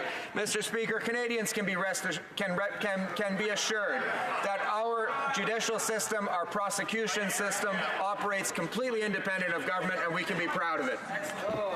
Member for Essex. Mr. Speaker, Canadians deserve a transparent and open legal system. The Norman case has been anything but. We know that the Prime Minister's office, the Department of Defence, and the Privy Council office withheld important documents in this case. How is it that Gerald Butts gets his old texts and emails within days of quitting, but Vice Admiral Norman has waited a year and a half? Liberals have interfered with yet another judicial process. If they value the rule of law, why are Liberals blocking Canadians' access to this information? Honourable Minister of Justice. Mr. Speaker, all the various premises of that question are categorically false. The Department of Justice cooperated, Mr. Speaker, with the court in order to provide the requested documents. The documents that were requested were given over, Mr. Speaker, over 8,000 of them from 7 different agencies. Of course that takes time, Mr. Speaker. And the redaction, Mr. Speaker, was done independently from political bodies. Mr. Speaker, the court itself cited the government and its cooperation in this matter. Yeah. Very good. Member for Essex. The denial story isn't working. The Liberal government doesn't get to decide to uphold the rule of law when it only benefits them. Yeah. This Prime Minister promised he would do things differently, but his office has been involved now in 2 different current cases of potentially interfering in our independent justice system. Mark Norman's lawyer clearly said the PMO was, quote, counseling witnesses as to what they could and could not say. Our independent justice system does not belong to the Liberals. Yeah. When will they get out of the way and allow Canadians to know what happened? The Honourable Minister of Justice.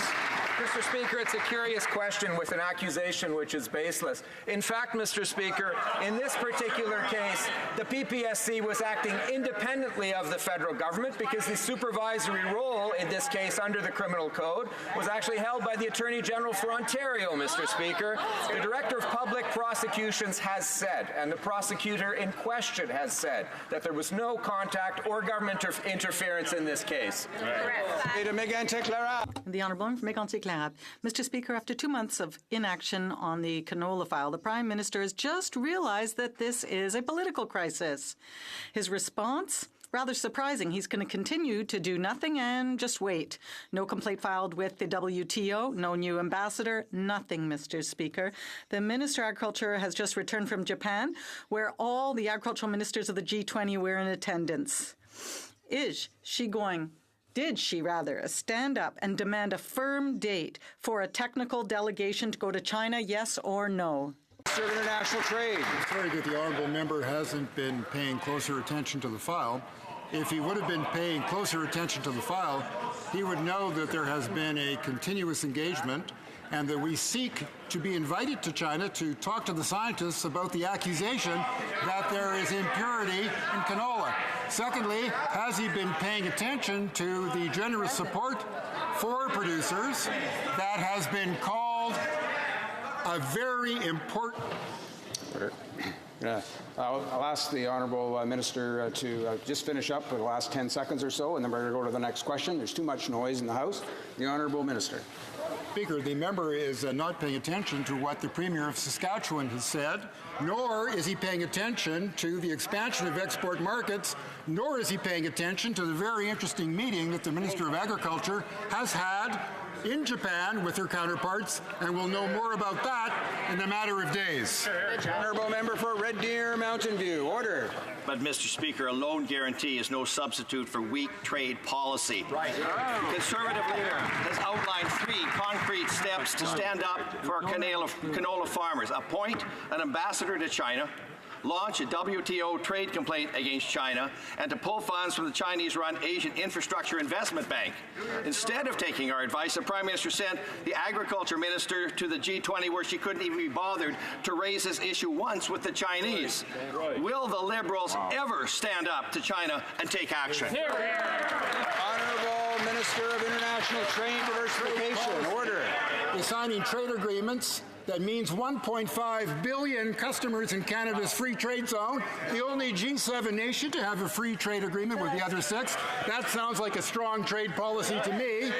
How about an increase of 17% in Canadian exports to Japan after ratification of the CPTPP? I would call that a strong trade policy. What's weak is this Conservative opposition's understanding of what strength means in trade policy. Honourable Member for Niagara West. Mr. Speaker, our relations with China is at an all-time low, and all the Prime Minister is willing to do is to blame the Americans. Canada has banned Canadian pork, Canadian canola, and detained 2 Canadians.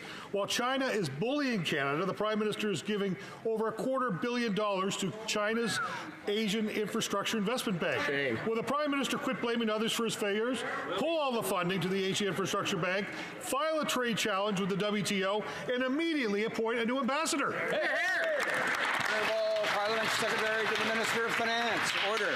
Mr. Speaker, once again, the Conservatives continue the Harper era of turning their backs on the world.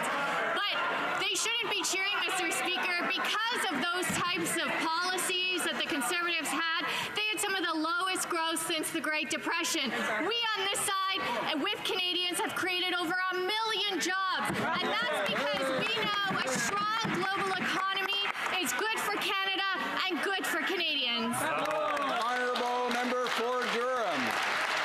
Mr. Speaker, Last week, the Liberals dispatched one of their MPs to China. Now, not to demand the release of Canadian citizens and not to fight for our exporters, but to go there to suggest partnerships in our Arctic with China, Mr. Speaker. Days after the United States questioned our sovereignty and raised risks about Russia and China in the Arctic, the Liberal government rushes to partner with China, Mr. Speaker. When will this Liberal government start getting serious with China? The Honourable Minister of Foreign Affairs. Order. Mr. Speaker, let me start by addressing the question of the Northwest Passage to which the honourable member has alluded. I think it is important to state very clearly in this House and for all Canadians who are listening, Canada's absolute claim to the Northwest Passage. This is a claim based on geography. It is a claim based on history. It is a claim based on who we are as Canadians. And we are very clear on that, as I was in my meeting with Secretary Pompeo in Finland last week. Thank you. The Honourable Member for Longueuil Saint-Hubert. Mr. Speaker, when you ask most people to pay their taxes but give tax holidays to billionaires, it's clear that there is a problem. Canada is the only country in the G7 that applies a sales tax, as if the internet didn't exist. The multinational web giant should respect the same rules as businesses here. Will the government finally support the NDP bill so that our tax laws respond to the digital economy? Government is committed to ensuring that Canada's tax system is fair and creates a strong middle class. But the issue of how to appropriately tax web giants is not uniquely Canadian. In fact, it's a global issue. That's precisely why Canada is working with our international partners, including the OECD, to come up with a consensus-based approach. One that ensures every company pays their fair share while also fostering a country and a space of innovation and digital technology. For New Westminster, Burnaby. Well, the fact is, the Liberals are protecting the web giants from paying taxes, and that's irresponsible. Now, a BC report estimates that money laundering in Canada under the Liberals now reaches close to $50 billion annually. Money laundering is not a victimless crime, and it has caused a major increase in home prices in the Lower Mainland and elsewhere. Now, this Liberal government refuses to crack down on rampant money laundering. They failed to allocate staffing and resources. They refuse the necessary tools. Why is the government refusing to take these actions, and who are they protecting now? The Honourable Minister of National Revenue. This government knows how important it is for all Canadians to have access to housing. Now, in British Columbia and in Ontario, since 2015, there have been audits and investments millions of dollars in the 2018-2019 budget in order to support the housing market. Thank you, Mr. Speaker. Erin Mills. Mr. Speaker, in June, Vancouver will host Women Deliver, the world's largest conference on gender equality and the health, rights, and well-being of women and girls around the world. Women Deliver bring together people from over 160 countries with a common goal: to activate and mobilize communities across the globe to push the needle towards progress. Can the Minister of International Development and the Minister of Women and Gender Equality tell this House how Canadians can join this movement, promote gender equality, and change the narrative worldwide? Honourable Minister of Women and Gender Equality. Mr. Speaker, in Canada and around the world, women are rising. Global women's marches, Me Too, and other movements like it remind us of the progress made, the work remaining, and the need to push back against the pushback. This June in Vancouver, we will be hosting Women Deliver, an opportunity to raise awareness and build momentum to achieve the Sustainable Development Goals by 2030. Our government believes that advancing gender equality is the right thing to do. It's also about tapping into the $150 billion economy in Canada, the $12 trillion economy around the world. Our approach is working, Mr. Speaker. 1 million jobs have been created in Canada since we got elected. The Honourable Member for Louis Saint Laurent. Here can participate in this very important issue, Mr. Speaker. Monsieur le Président. Mr. Speaker, the Prime Minister said something really spectacular in December 2015, and I quote, "The promise of a balanced budget in 2019, that is set in stone." Well, it's exactly the opposite. Mr. Speaker, the Prime Minister's word is worth nothing when it comes to public finances. Do the Liberals realize that during a period of economic prosperity, due in large part to the U.S., that it's a time to pay down your debts, not add to them? The Honourable Parliamentary Secretary. I'm thrilled to answer this question from my honourable colleague because let's talk about our record. 1 million new jobs created by Canadians, the best growth we've seen in decades, unemployment rates, lifting 300,000 children out of poverty, giving more benefits to Canadian seniors. Mr. Speaker, I'm not surprised it's taken them this long to ask a question about the budget because when you look at the Conservatives' records, they're failures. This Prime Minister, this Minister of Finance have delivered for Canadians, and that's precisely what we're going to continue.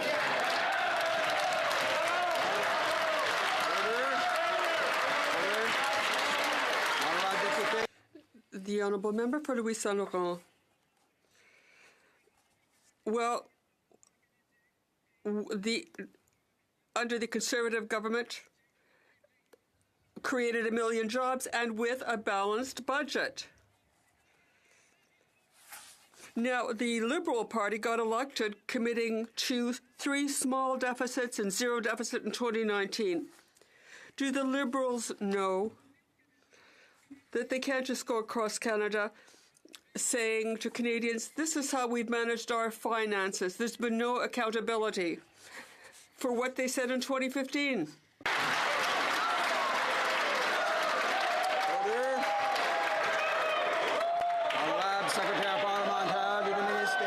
The Honourable Parliamentary Secretary. Mr. Speaker, I'm always astonished to see that my colleague, that he could talk about a balanced budget without laughing when they added all their billions to the debt. We have the greatest growth since the Second World War, the highest job growth. It was a decade of failure under the Conservatives, but what we're doing is truly positive for the economy. 1 million jobs, Mr. Speaker.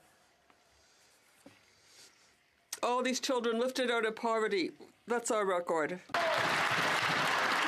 Honourable Member for Carleton. The difference is this. We created 1 million jobs when the world was in economic crisis, Mr. Speaker. We did it while raising middle-class incomes more than any government before or since. We did so by increasing the amount people had in their pockets and making it possible to pay their bills. Right now, there are half of Canadians that are $200 away from insolvency while their government drowns in debt. Isn't that really the Liberal agenda? More debt, lower incomes, and a declining economy. Honourable Parliamentary Secretary to the Minister of Finance. Mr. Speaker, the member opposite just described the failed Conservative plan. More debt, lower wages for Canadians, less growth in the economy.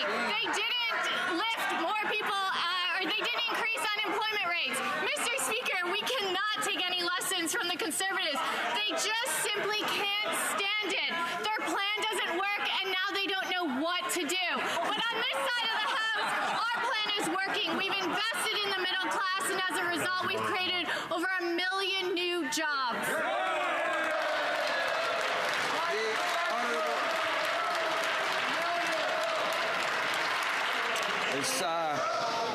This back and forth is interesting, but it is taking some time. These presentations and standing ovations and such, it's cutting into our time. Ask honourable members to use their discretion in that regard. The honourable member for Carleton. The cold, hard facts delivered from Stats Canada demonstrate the best middle-class income growth of any government before or since happened under the Conservatives. 1 million net new jobs, the lowest debt and deficit in the G7, the highest economic growth in the G7, the last in and first out of the great global recession. That's what we did in the hard global times. Imagine, Mr. Speaker, what we can do when times are good. We will eliminate their deficit, lower the taxes, and leave more money in the pockets of people who learned it. When will they learn that their theory of trickle-down government doesn't work? The Honourable Parliament Secretary to the Minister of Finance. Order.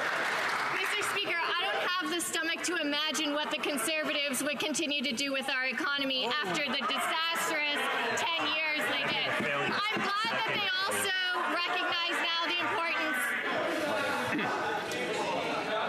No, it's now too noisy for, I'm sure there are other honourable members that wish to hear what the Parliamentary Secretary is saying. The same thing can happen when we have responses from the other side. I'd ask all honourable members to keep the noise down. I'll ask the Honourable Parliamentary Secretary to wrap up 15 seconds. The Honourable Parliamentary Secretary. Speaker, at the end of the day, the Conservatives will continue like the Ford government plan, which is cuts to Canadian families that need it and increased spending for millionaires. We're focused on Canadians, and as a result, we have one of the best economies in the G7, and we're going to keep working for Canadians. The Honourable Member for Saint-Hyacinthe-Bagotte. Mr. Speaker, William Morissette from New Brunswick has a cancer that prevents him from working. He has used up his 15 weeks of sick leave and doesn't have access to disability benefits. Besides having to fight cancer, William, although he's surrounded by 32 Liberal members in the Atlantic, has to fight this Liberal government. William, like millions, or rather like thousands of people, believe the Prime Minister and his minister when they promised to fix these unjust benefit system. When will they finally honour the promise towards William and others like him? The Honourable Minister for Families. Thank you, Mr. Speaker, and I thank my colleague for raising this issue, which is at the very heart of the mandate we have to work for families and to help people who are struggling to join the middle class, to help people who have lost their jobs because of terrible health issues. We want and we put in place substantive improvements to our EI system and the healthcare system. We're going to add 2 more benefits to make sure that these people get the help they need. The changes to the asylum system the Prime Minister tried to sneak through in the omnibus budget bill show his true colors. Despite Liberal promises, there was no gender-based analysis done. When experts at the Immigration Committee pointed this out, government members had no answers. The changes will disproportionately impact women and girls fleeing violence by denying their right to seek protection in Canada. 46 women organizations from across Canada sent an open letter to the Prime Minister condemning these changes. Will the Prime Minister do what is right and withdraw these provisions, or is he just content that his version of feminism is just for show? Honourable Minister for Border Security. Mr. Speaker, let me be very clear. Canada remains absolutely committed to a fair and compassionate refugee protection system, and everyone who comes to this country will be afforded a hearing. So we've been equally clear that any individual who is determined to be in need of protection will receive Canada's protection. Honourable Member for Kamloops, Thompson, Caribou. Mr. Speaker, a majority of Canadians are really worried about the rising prices of gas. In my riding, in my province, they are looking at tight budgets already and deciding what essentials need to be cut. The Liberals handing out millions of dollars to their billionaire friends at Loblaws is doing nothing for affordability. Meanwhile, we have the Prime Minister and the Environment Minister jet-setting around the world with abandon. When will they finally admit their carbon tax is hurting those that are the most vulnerable? All Parliament Secretary to the Minister of the Environment. Mr. Speaker, I'd point out to the honourable member that a majority of Canadians are similarly opposed to provincial governments wasting taxpayers' dollars to fight climate action instead of climate change. Mr. Speaker, the fact is we're moving forward with a plan that's going to reduce our emissions. Our climate is facing a crisis, but we can actually do something about it if we pull together. The Conservatives have not asked me a single question about what we can do to protect our environment, despite having been in this chamber for months. They would reverse course. We are bringing emissions down, and we're doing it in a way that is helping grow the economy. We've added over 1 million jobs to the economy with the help of Canadians, put more money in the pockets of middle-class families, and done the right by our environment as well. Member for Sarnia-Lambton. Mr. Speaker, the Liberals don't have an environmental plan, they have a tax plan. And since they've put the carbon tax in place, the price of gas has gone up, the price of home heating has gone up, and Canadians are paying more for food as businesses raise their prices to cover the cost of the carbon tax. So why are the Liberals continuing to raise taxes on families and seniors who can least afford it? The Honourable Parliament Secretary to the Minister of the Environment. Speaker, the honourable member knows that our plan to put a price on pollution is going to put more money in the pockets of 8 out of 10 families in the province of Ontario. I'm curious whether the honourable member is actually going to be claiming her climate action instead of this tax here. Mr. Speaker, the fact is the Conservatives have not been concerned about affordability until it became politically convenient. When we put more money in the pockets of 9 out of 10 Canadian families by improving the Canada Child Benefit, they voted against it. When we cut taxes for 9 million middle-class Canadians and raised it on the wealthiest 1%, they voted against it. When we beefed up the guaranteed income supplement for low-income single seniors to make life more affordable for the most vulnerable Canadians, they voted against it. The honourable member for Barrie-Innisfil. Well, here's how their plan is working, Mr. Speaker. The number of Canadians who are $200 or less away from not being able to pay their bills every month has climbed to 48%, while 26% can't even cover their bills. So what does the Prime Minister do? He imposes a carbon tax on the necessities of life, driving up the cost of everything on seniors and families who can't afford it. Gas prices are skyrocketing. Groceries are going up with this new carbon tax. Why doesn't the Prime Minister just admit that his plan is not an environmental plan? It's a tax plan that will do nothing to reduce emissions. The Honourable Parliament Secretary to the Minister of the Environment and Climate Change. Mr. Speaker, in the first month that our plan to put a price on pollution took effect, the honourable member's province added 45,000 jobs to the provincial economy. I'm curious, Mr. Speaker, if he's claiming this is going to be gloom and doom, why it's working so well. Mr. Speaker, the fact is we've had a plan that's going to reduce emissions from day one. We have had a plan that's going to grow the economy from day one, and most importantly, we're going to have a plan that will make life more affordable for Canadians from day one. If the honourable member doesn't want to take my word for it, I'd point him gladly to the Parliamentary Budget Office report, who confirms this to be a fact. Member for South Surrey, White Rock. Well, thank you, kind Speaker. The United Nations recently released its report on biodiversity. The headlines read, "Nature's dangerous decline unprecedented. 1 million species face extinction, and we must fix nature to avoid human misery." Innumerable scientific studies have documented the human cost of climate change, yet many people and parties, even in this House, remain stuck in denial with no plan to save nature and thus humanity. Would the Parliamentary Secretary please give us specifics with respect to the action that is being taken by our government to protect nature and thus humankind? Parliament Secretary to the Minister of the Environment.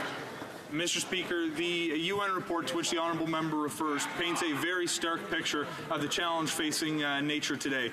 The fact is, since the 1970s, we know that the world has lost 60% of its wildlife. We also know that Canada is one of 5 countries that represents 3/4 of the world's remaining wilderness. Mr. Speaker, there is time to do something about it if we pull together. Our government has made the single largest investment in protecting nature in the history of our country and has committed to doubling protected spaces. Mr. Speaker, this is a statistic that should shock the conscience of all Canadians, but it's something we have time to turn around if we all just pull together for once.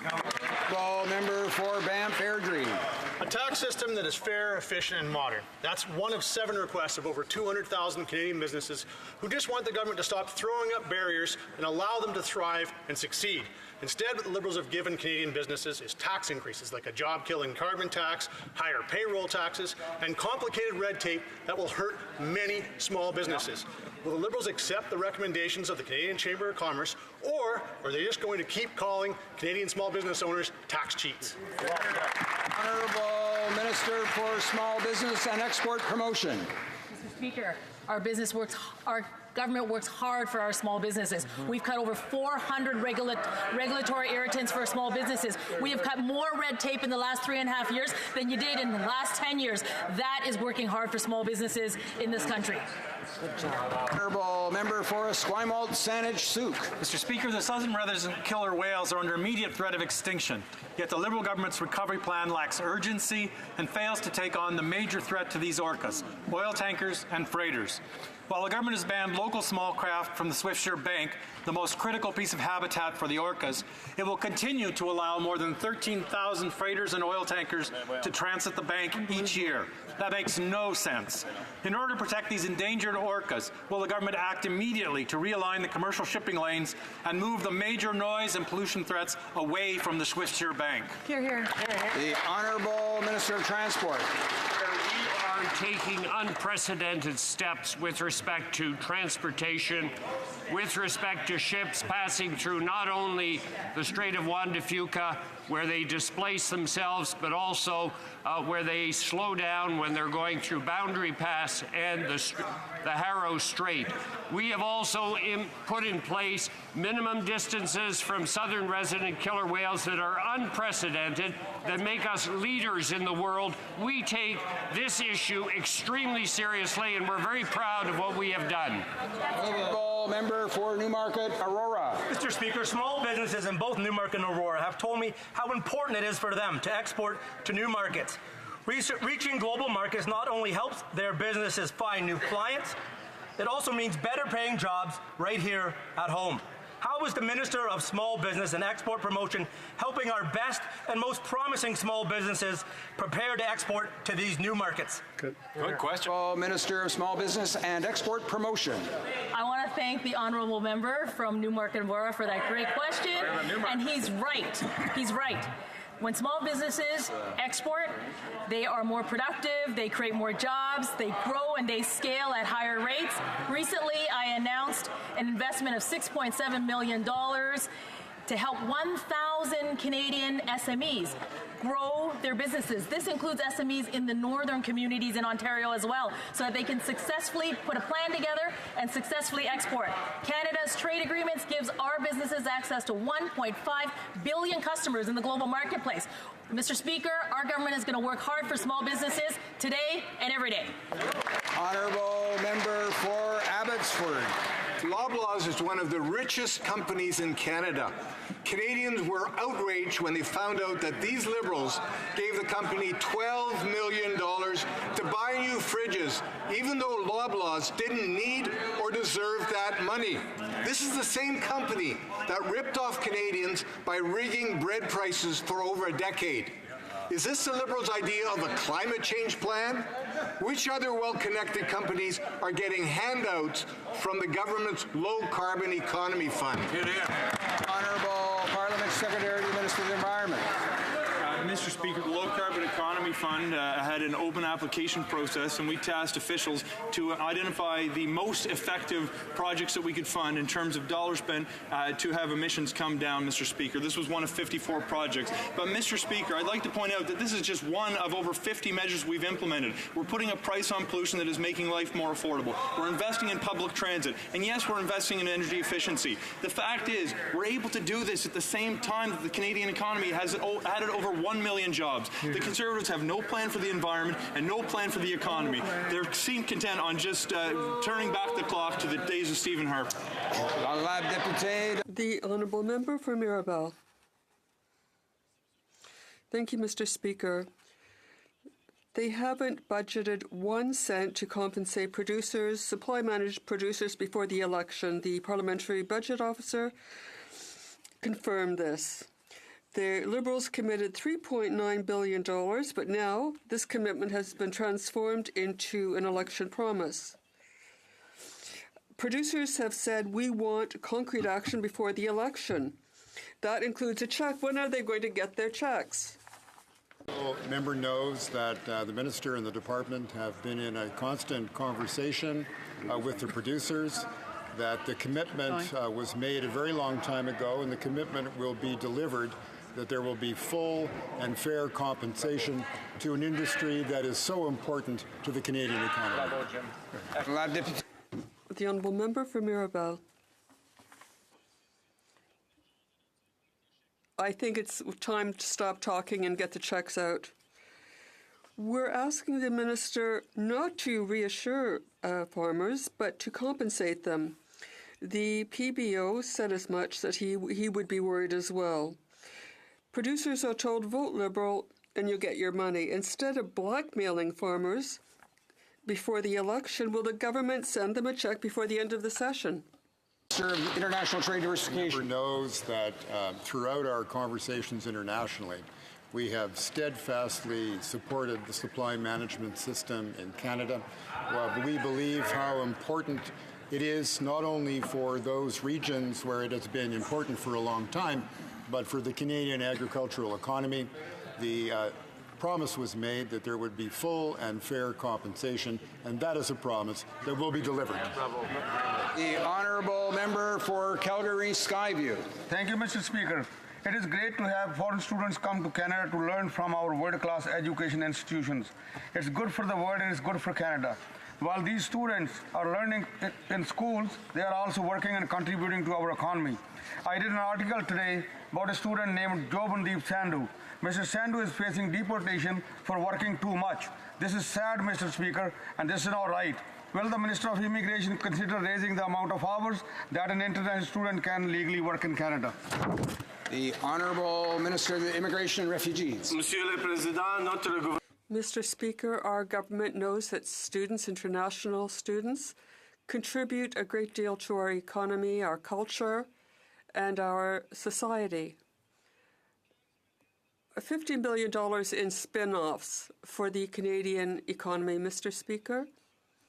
Canada, we've made changes to the postgraduate work permit to allow them to work and stay in Canada and immigrate permanently to our country, those who wish to do so.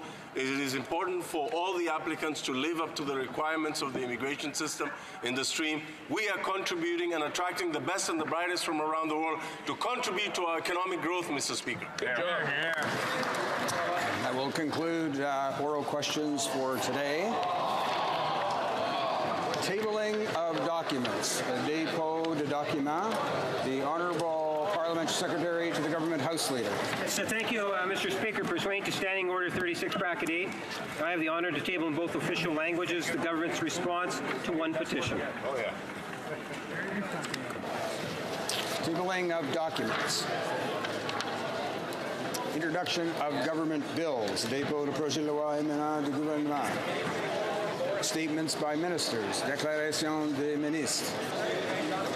Reports from interparliamentary delegations. Présentation de rapport de comité. Presenting reports from committees. Introduction of private members' bills.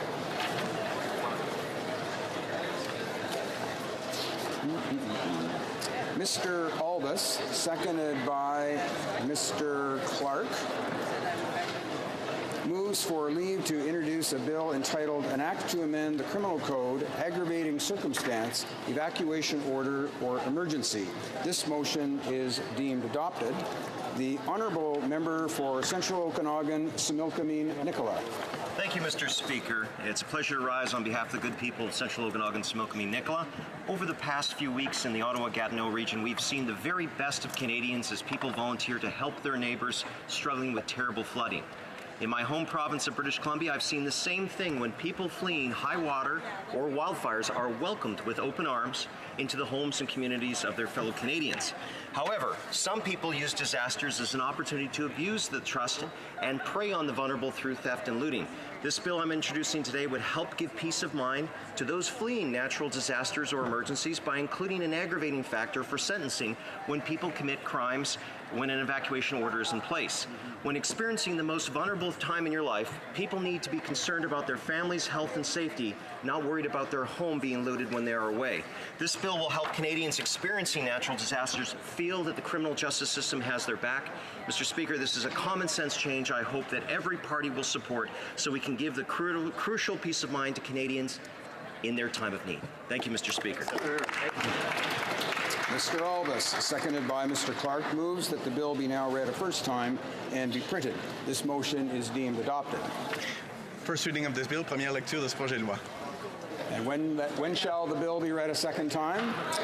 At the next sitting of the House. Introduction of private members' bills. First reading of Senate public bills. Première lecture de projet de loi d'intérêt public émanant du Sénat. Motions. Motion. Presenting petitions. Présentation de pétitions. The Honourable Member for Saskatoon West. Thank you, Mr. Speaker. And today I rise to present a e-petition 2135, which was created by my constituent, Jairus Saridovich, who is the first self-identified First Nations doctor of pharmacy in Canada. His petition is regarding First Nations and Inuit peoples' coverage for medically necessary health-related goods and services from the non-insured health benefit program.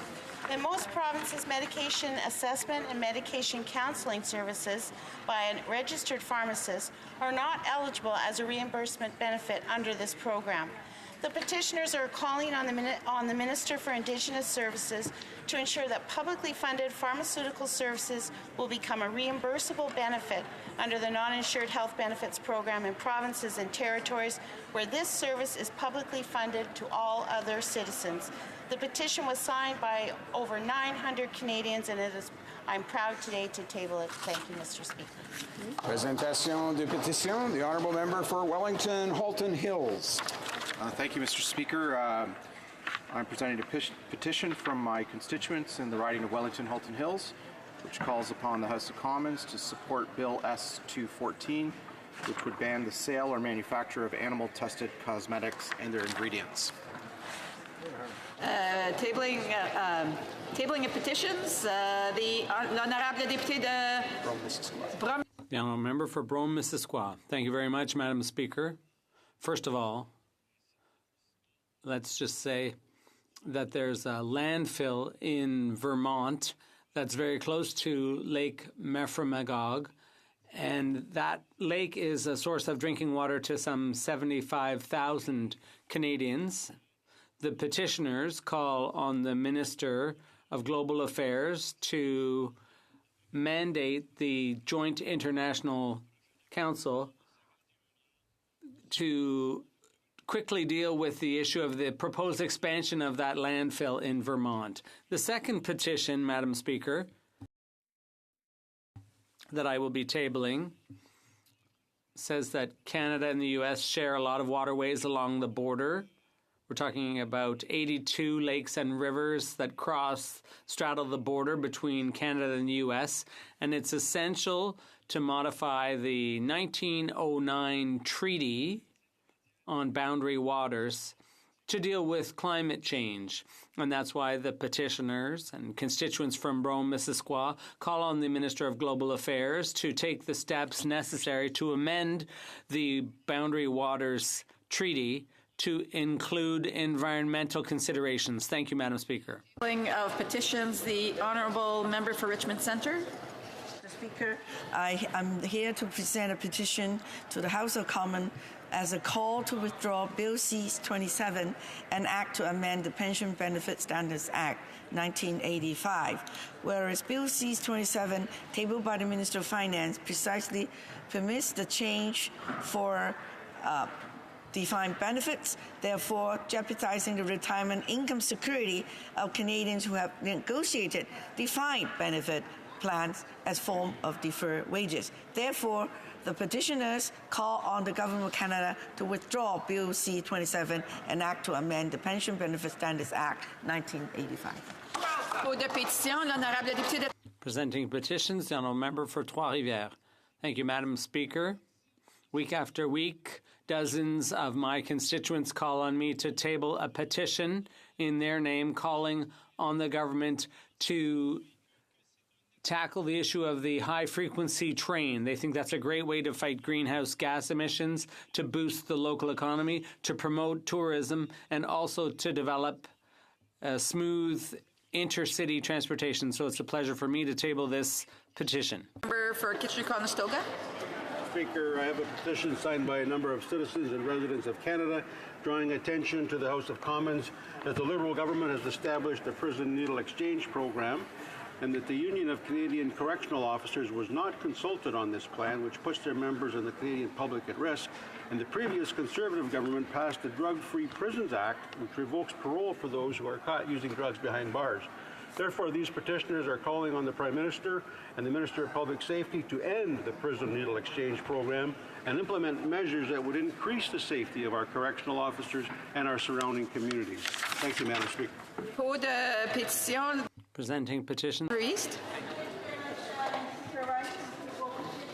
On behalf of my constituents and other Canadians, the petitioners are calling on the government to withdraw Bill C-27. They note that in the 2015 federal election, the Liberals had promised Canadians that they would not in writing that they promised that defined benefit plans, which have already been paid for by employees and petitioners, would not be retroactively changed into target benefit plans. But of course, after the election, the government changed that and Bill C-27 came into play. They're now calling on the government to withdraw this bill and to honor what they said they would do during the 2015 election. Tabling of petitions, the honourable member for Lambton Kent Middlesex. Thank you, Madam Speaker, and residents across Canada are concerned because equality means that all people are treated fairly without discrimination. Individuals holding certain Christian beliefs in Canada are experiencing discrimination, and the undersigned residents of Canada, I call upon the House of Commons to permit Christians to robustly exercise their religious beliefs, conscious rights, both in their private and public acts without coercion, constraint, or discrimination. Thank you, Madam Speaker. The honourable member for London Fanshawe. And I have two petitions today. The first is from a group, the National Framework for Action to Promote Eye Health, who are very concerned that the number of Canadians with vision loss is expected to double over the next 20 years. And so they would request a coordinated response involving government, health professionals, NGOs, industry, and individuals working to facilitate the promotion of eye health and prevention of vision loss, and they're asking the Government of Canada to commit to acknowledging eye health and vision care as a growing public health issue and to respond accordingly. My second petition is in regard to the fact that EI penalizes women with unfair access to benefits. Only 35.2% of unemployed women are eligible for regular EI benefits compared to 52.5% of unemployed men. And these citizens want the Government of Canada to improve the current EI system by lowering the eligibility threshold, providing a minimum 35 weeks of benefits, increasing the benefit rate to 70% of salary and income, indexing the family supplement income, abolishing total exclusions, amending the Employment Insurance Act in order to ensure that any absence related to pregnancy, maternity, and parental responsibilities does not prevent access to regular EI benefits. Bravo. Thank you, Madam. Tabling of petitions, the honourable member for Red Deer Mountain View. Thank you very much, Madam Speaker, and I rise today to present a petition signed by 220 people of my riding of Red Deer Mountain View. The petitioners call upon the House of Commons to support Bill S-214 and to ban the sale and/or the manufacture of animal-tested cosmetics and their ingredients in Canada. Thank you very much, Madam Speaker.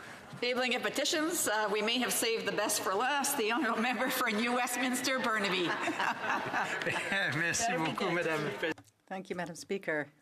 And I'm pleased to present an electronic petition that was initiated by Alan Lensing from Halifax and sponsored by former Member of Parliament Kennedy Stewart, who is now Mayor of the City of Vancouver, Madam Speaker. And the petitioners, over 500 from every province of Canada and Northern Canada as well, are very concerned about the ongoing civil strife in the Republic of Yemen, the fact that thousands of civilians have been killed, millions have been internally displaced and are facing famine and malnutrition. And for all of those reasons, they are calling on the Government of Canada to initiate an exceptional diplomatic effort, urging the Saudi-led coalition to immediately cease all airstrikes and open up all possible diplomatic channels to urge the combatants to agree to a cessation of hostilities and to work for a long-term peaceful and democratic resolution. As well, they're calling on the Government of Canada to undertake a massive increase of life-saving humanitarian aid to Yemen. And I would add personally, Madam Speaker, the government should not be accepting arm exports. Thank you, Madam Speaker. Member should know that he's to only speak about the petition itself and not provide his own personal view on it. Presenting petitions, dépôt de pétition. Questions on the order paper. The Honourable Parliamentary Secretary to the Government House Leader. Yes, Madam Speaker, I would ask that all questions be allowed to stand at this time, please. Does the Honourable Member have unanimous consent to allow the questions to stand? Agreed? Agreed? Agreed and so ordered. Orders of the day, ordre du jour. Ordre émanant du gouvernement. Government bills. Commons, consideration of a motion respecting Senate amendments to an act to amend the Oceans Act and the Canada Petroleum Resources Act, Bill C-55. The Honourable Member for Cariboo Prince George has 8 minutes remaining. Thank you, Madam Speaker, and I'll refresh our colleagues and Canadians from coast to coast to coast that are tuning in as I shared my time, Madam Speaker, with question period on this important debate. Madam Speaker, just prior to the debate closure and going into our debate, I shared with Canadians and those that were in this House that indeed we were at 71 times today, 71 times to this date that closure and time allocation had been levied by this government, levied by a government led by a Prime Minister that when he was campaigning on day 15, the then member from Papineau said that under his governance and government, he would let the debate reign, Madam Speaker, and he wouldn't resort to such parliamentary tricks such as time allocation. 71 times, Madam Speaker, and that's where we are today. We've got time allocation and closure forced on this important piece of debate. Madam Speaker, so I talked about that. I also talked about perhaps that as parliamentarians and leaders within our country, and that when we're talking about consultation, perhaps what Canadians are looking for in important piece of legislation such as C-55, maybe what they're looking for is engagement. Engagement. I talked about the use of consultation and the term engagement being used almost as if they were interchangeable. And they're not, Madam Speaker. Consultation would be, Madam Speaker, I got an idea, what do you think?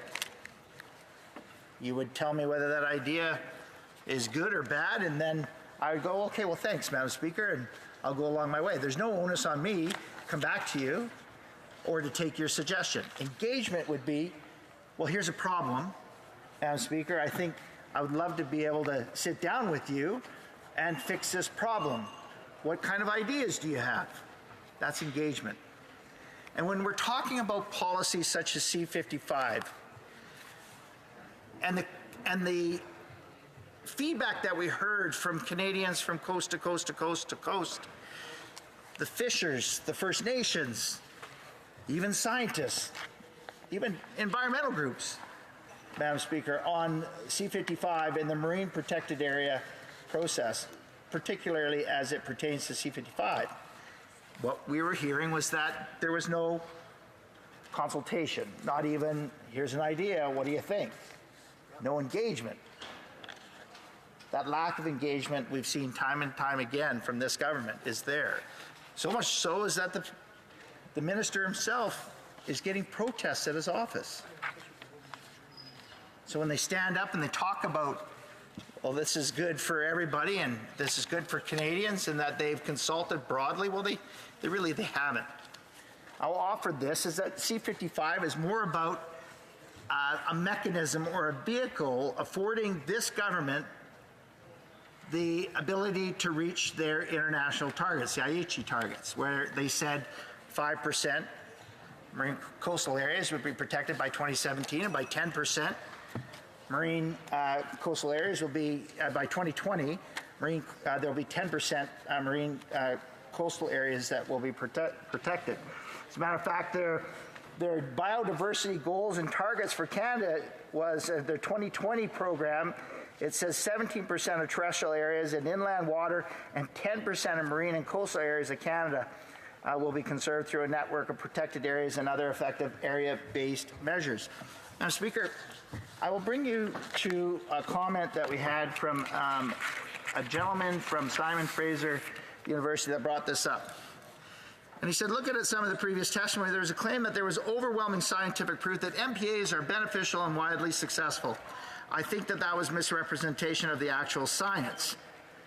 There was actually some studies that found that they are not broadly successful. Just enforcing MPAs are going to be hugely expensive. Again, if you're looking at it from a fisheries management point of view, it's far more cost effective to do other things that don't cost that much.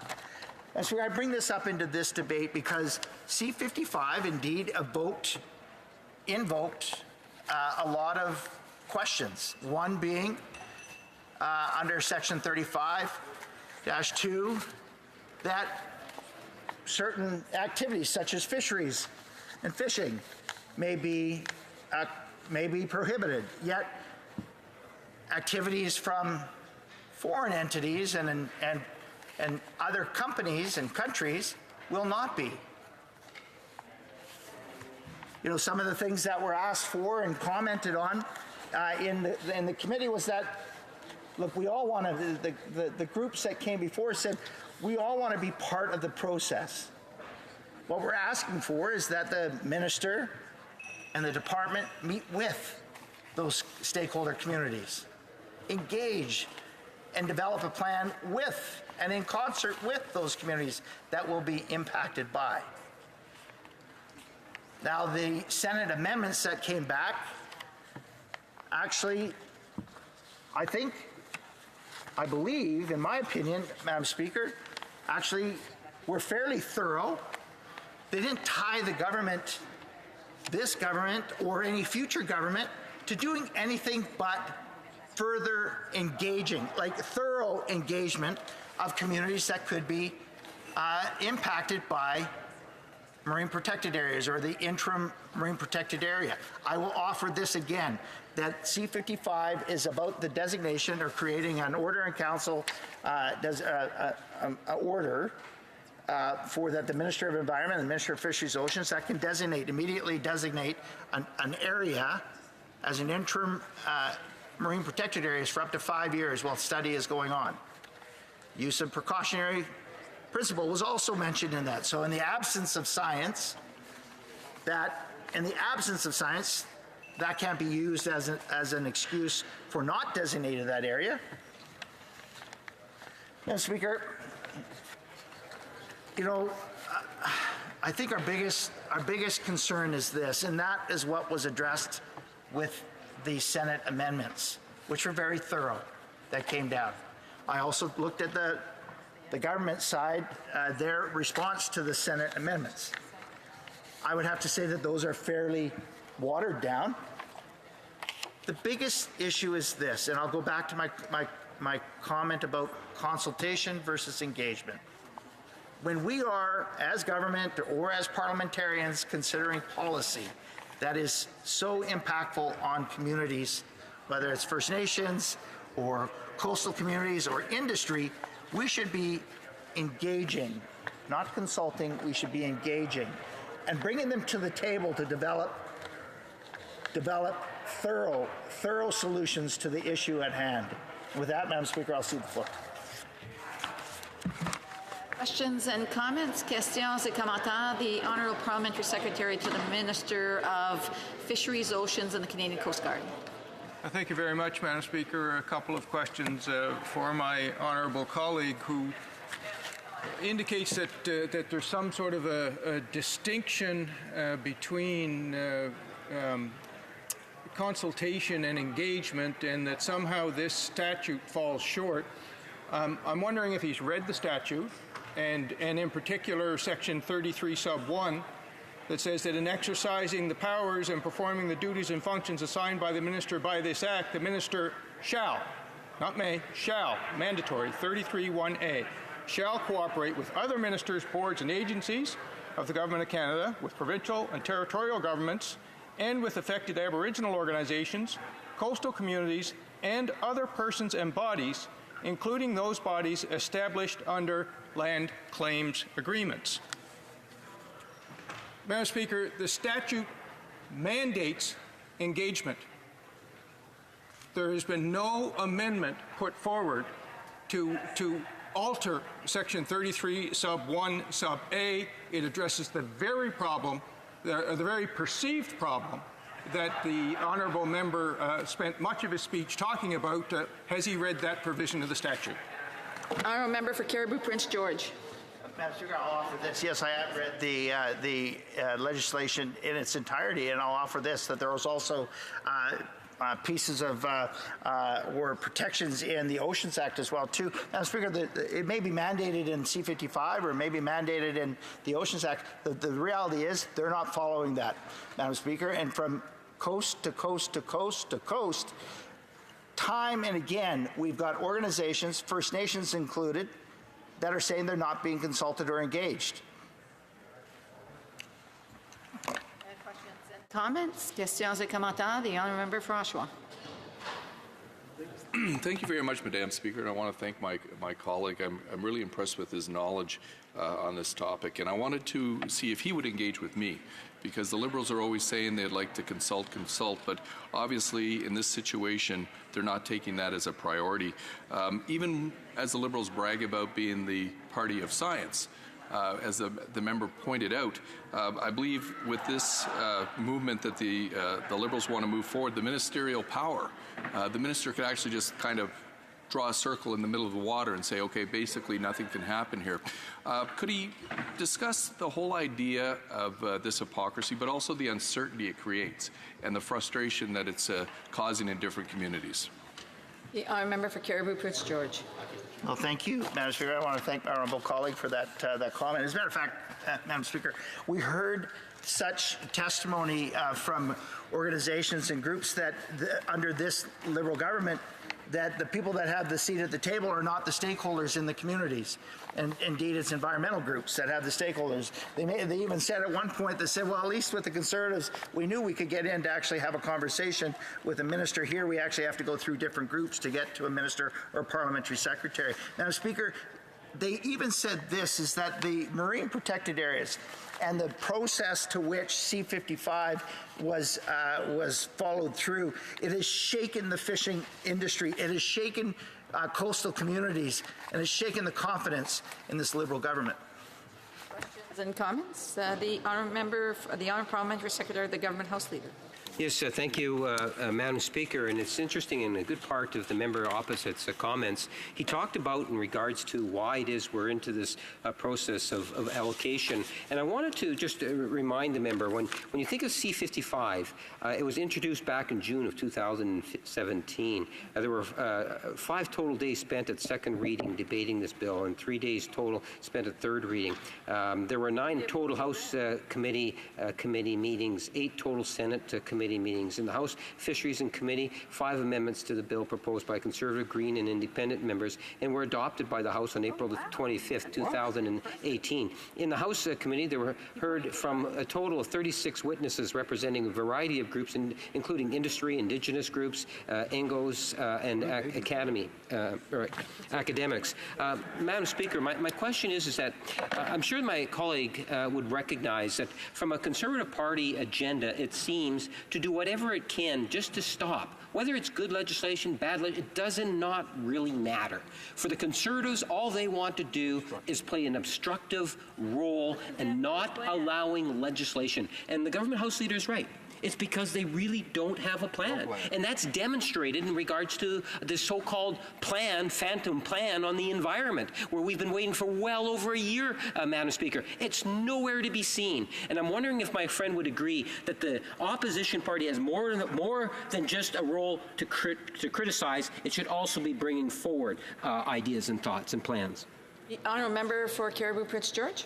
Well, Mr. Speaker, this is a little rich coming from a group that when they unveiled their plan, it was 2 weeks before or 2 weeks into the 2015 election, Madam Speaker. Madam Speaker, the honourable colleague, and Canadians don't need to believe me, let's put it in the voice of fishers, which fishers and First Nations really are the ones that, and those coastal communities are really the ones that matter. Here's a quote. Canada should be a leader in listening to its people and taking the time to listen and spend the money to do proper science before coming to a huge decision, such as establishing SBAs and MPAs supposedly based on science. These decisions will take time, but they should be Canadians' decisions based on Canadian timelines, not offhand commitments made to international arenas, void of any voices of those who will be impacted most and who are most informed on their decision. Madam Speaker, I offer you this, and that was from Jordan Nickerson, a fish harvester. I offer you this, and I said this earlier on in my comment, is that C-55 is really a vehicle or a mechanism for this government, the Liberals, to be able to make their international targets, which they announced on the world stage. Canada has the largest geographical coastline. And to make or to reach these targets, it is the coast of, or the west coast, it is the northern coast are going to suffer the most or be most impacted by what this government is doing. And without proper engagement, Madam Speaker, it will be to the detriment of those coastal communities and the fishing groups that depend so critically on those waterways and those areas. Comments? The honourable member for Dauphin, Swan River, Nipawin. Thank you, Madam Speaker. I have a strange philosophy regarding environmental policy, in that environmental policies and environmental spending should actually have an environmental outcome, a measurable environmental outcome. But this Liberal government, they're more about show and talk, studies, endless meetings, and spending all these resources on activities that really do not generate an environmental benefit. In fact, they go so far as to almost destroy some coastal communities with needless regulations and laws that really don't make any environmental sense. I would like to ask my honourable friend, the fisheries critic, Shadow Minister, why is it that the Liberals prefer show over substance when it comes to environmental and fisheries policy? The honourable member for Caribou Prince George. Well, it's all the pomp and circumstance, Madam Speaker, is to put your hand on your heart and say that we're pledging all this, we're going to do all this, and then the reality is there's no delivers. There's nobody there actually going to be able to say, hey, how did all that that pomp and circumstance work out for you? And again, Madam Speaker, you don't have to believe me. I'll go to another comment that we had at committee, where he said, MPAs aren't likely to be effective scientific tools either. They're not easily replicated. When you put in an MPA, it's subject to a high degree of what we call location and time effects. You just can't create a nice experiment where you have 3 of the same type of MPAs in one place and then 3 controlled areas in another place. You just can't do that. They're wide open to outside perturbations, environmental changes that are not within our control. If you want to build a process of trust and goodwill, you don't then ignore what your stakeholders say and consult on only a minority of the protected areas that were being recommended. Fish don't follow boundaries. They're fluid. So are the conditions and what impact fish, Madam Speaker. Who said that? Sean Cox, professor of Simon Fraser University. Madam Speaker, even the academics are coming out against what the federal government and this minister is doing with C-55. All we are asking is to put thorough protections in terms of consultation, thorough consultation, regardless of what the mandate is. It needs to be put in here under 35. What we're asking for under Clause 5, that it be amended to include thorough consultations, including what the piece of legislation is protecting, where it's going to be designated, and all the areas in consultation that led up to that interim marine protected area being levied. Thank you. Resuming debate. Reprise de débat. Are you up? The honourable member for Bonavista, Burren, Trinity. Thank you, Madam Speaker. Before I begin, I would like to inform you that I will be splitting my time with the member for St. Catharines. Madam Speaker and honourable colleagues, we're talking today about Bill C-55. A bill will amend the Oceans Act and the Canada's Petroleum Resources Act. Bill C-55 is an important element of our marine conservation agenda, and one of the proposed amendments provide another tool for us to meet our international commitment to increase protection of Canada's marine and coastal areas to 10% by 2020, our government's objective is first and foremost to protect sensitive and important marine and coastal areas for the benefit of present and future generations of Canadians. Decades of experience in establishing marine protected areas has shown us that too many delays occurred during the establishment process. And through this experience, we have learned there are some circumstances where greater harm to sensitive marine areas can occur during the time it takes to establish a marine protected area, sometimes up to 10 years. The interim protections proposed under Bill C-55 address this gap in conserving our marine biodiversity and would give us the option to establish interim protection where initial science and consultation tells us we need to afford the extra precaution. While I thank the other place for the attention paid to the bill, the new amendments will negatively impact the government's ability to apply the precautionary principle and could put sensitive and important ecosystems at risk. While we are rejecting the amendment from the other place, we are proposing to replace it with an amendment that captures the intent of the changes sought by members of the other place. Indeed, we understand the concern that was shared by various senators regarding the consultations and ensuring the communities are not negatively impacted by interim protection orders. We agree that consultations are important. In fact, they are the cornerstone of the development of marine protected areas. And that is why we are proposing an amendment that will require the geographical location and relevant information as well as consultations that were undertaken to be published when an order for interim protection is made. This amendment will ensure that communities get the information they need and that we undertake the comprehensive consultations that are outlined in existing legislation in the designation of interim protection. This amendment will allow us to continue to apply the precautionary approach which underpins the objectives of this bill. Much of the discussions held during the Senate review of Bill C-55 have focused on transparency and consultations. I would like to provide an example of how the Government of Canada is demonstrating our commitment to work with many of our valued partners in an open and collaborative manner. Mr. Speaker, or Madam Speaker, this government has been working steadily to build a partnership with the Government of Nunavut and the Kekitani Inuit Association and to advance protection of Canada's high Arctic marine environment. And we have been engaging directly with northern communities and conducting scientific studies to better understand this ecosystem and its linkages to food security for Indigenous peoples. This area is of particular ecological importance as it maintains a relatively constant cover of old, thick, and multi-year pack ice.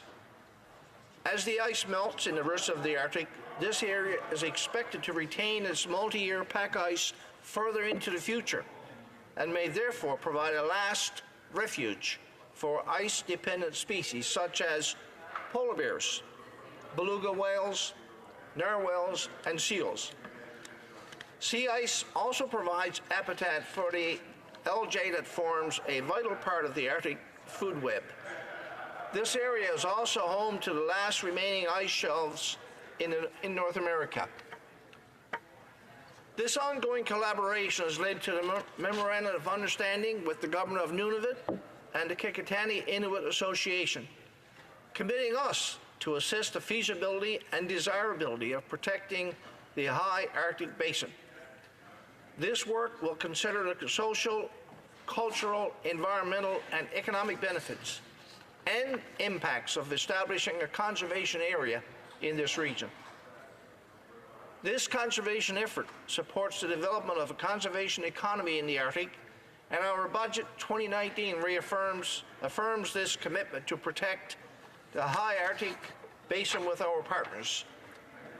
Madam Speaker, the ability to provide early interim protection to the high Arctic basin depends on royal assent of Bill C-55 in a manner that does not contradict the fundamental spirit and intent of the bill.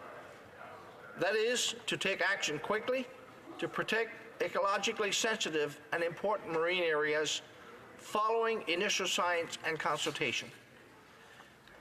In a recent letter, the Kekitani Inuit Association, which represents over 15,000 Inuit, has expressed serious concerns about the amendments provided by the other place.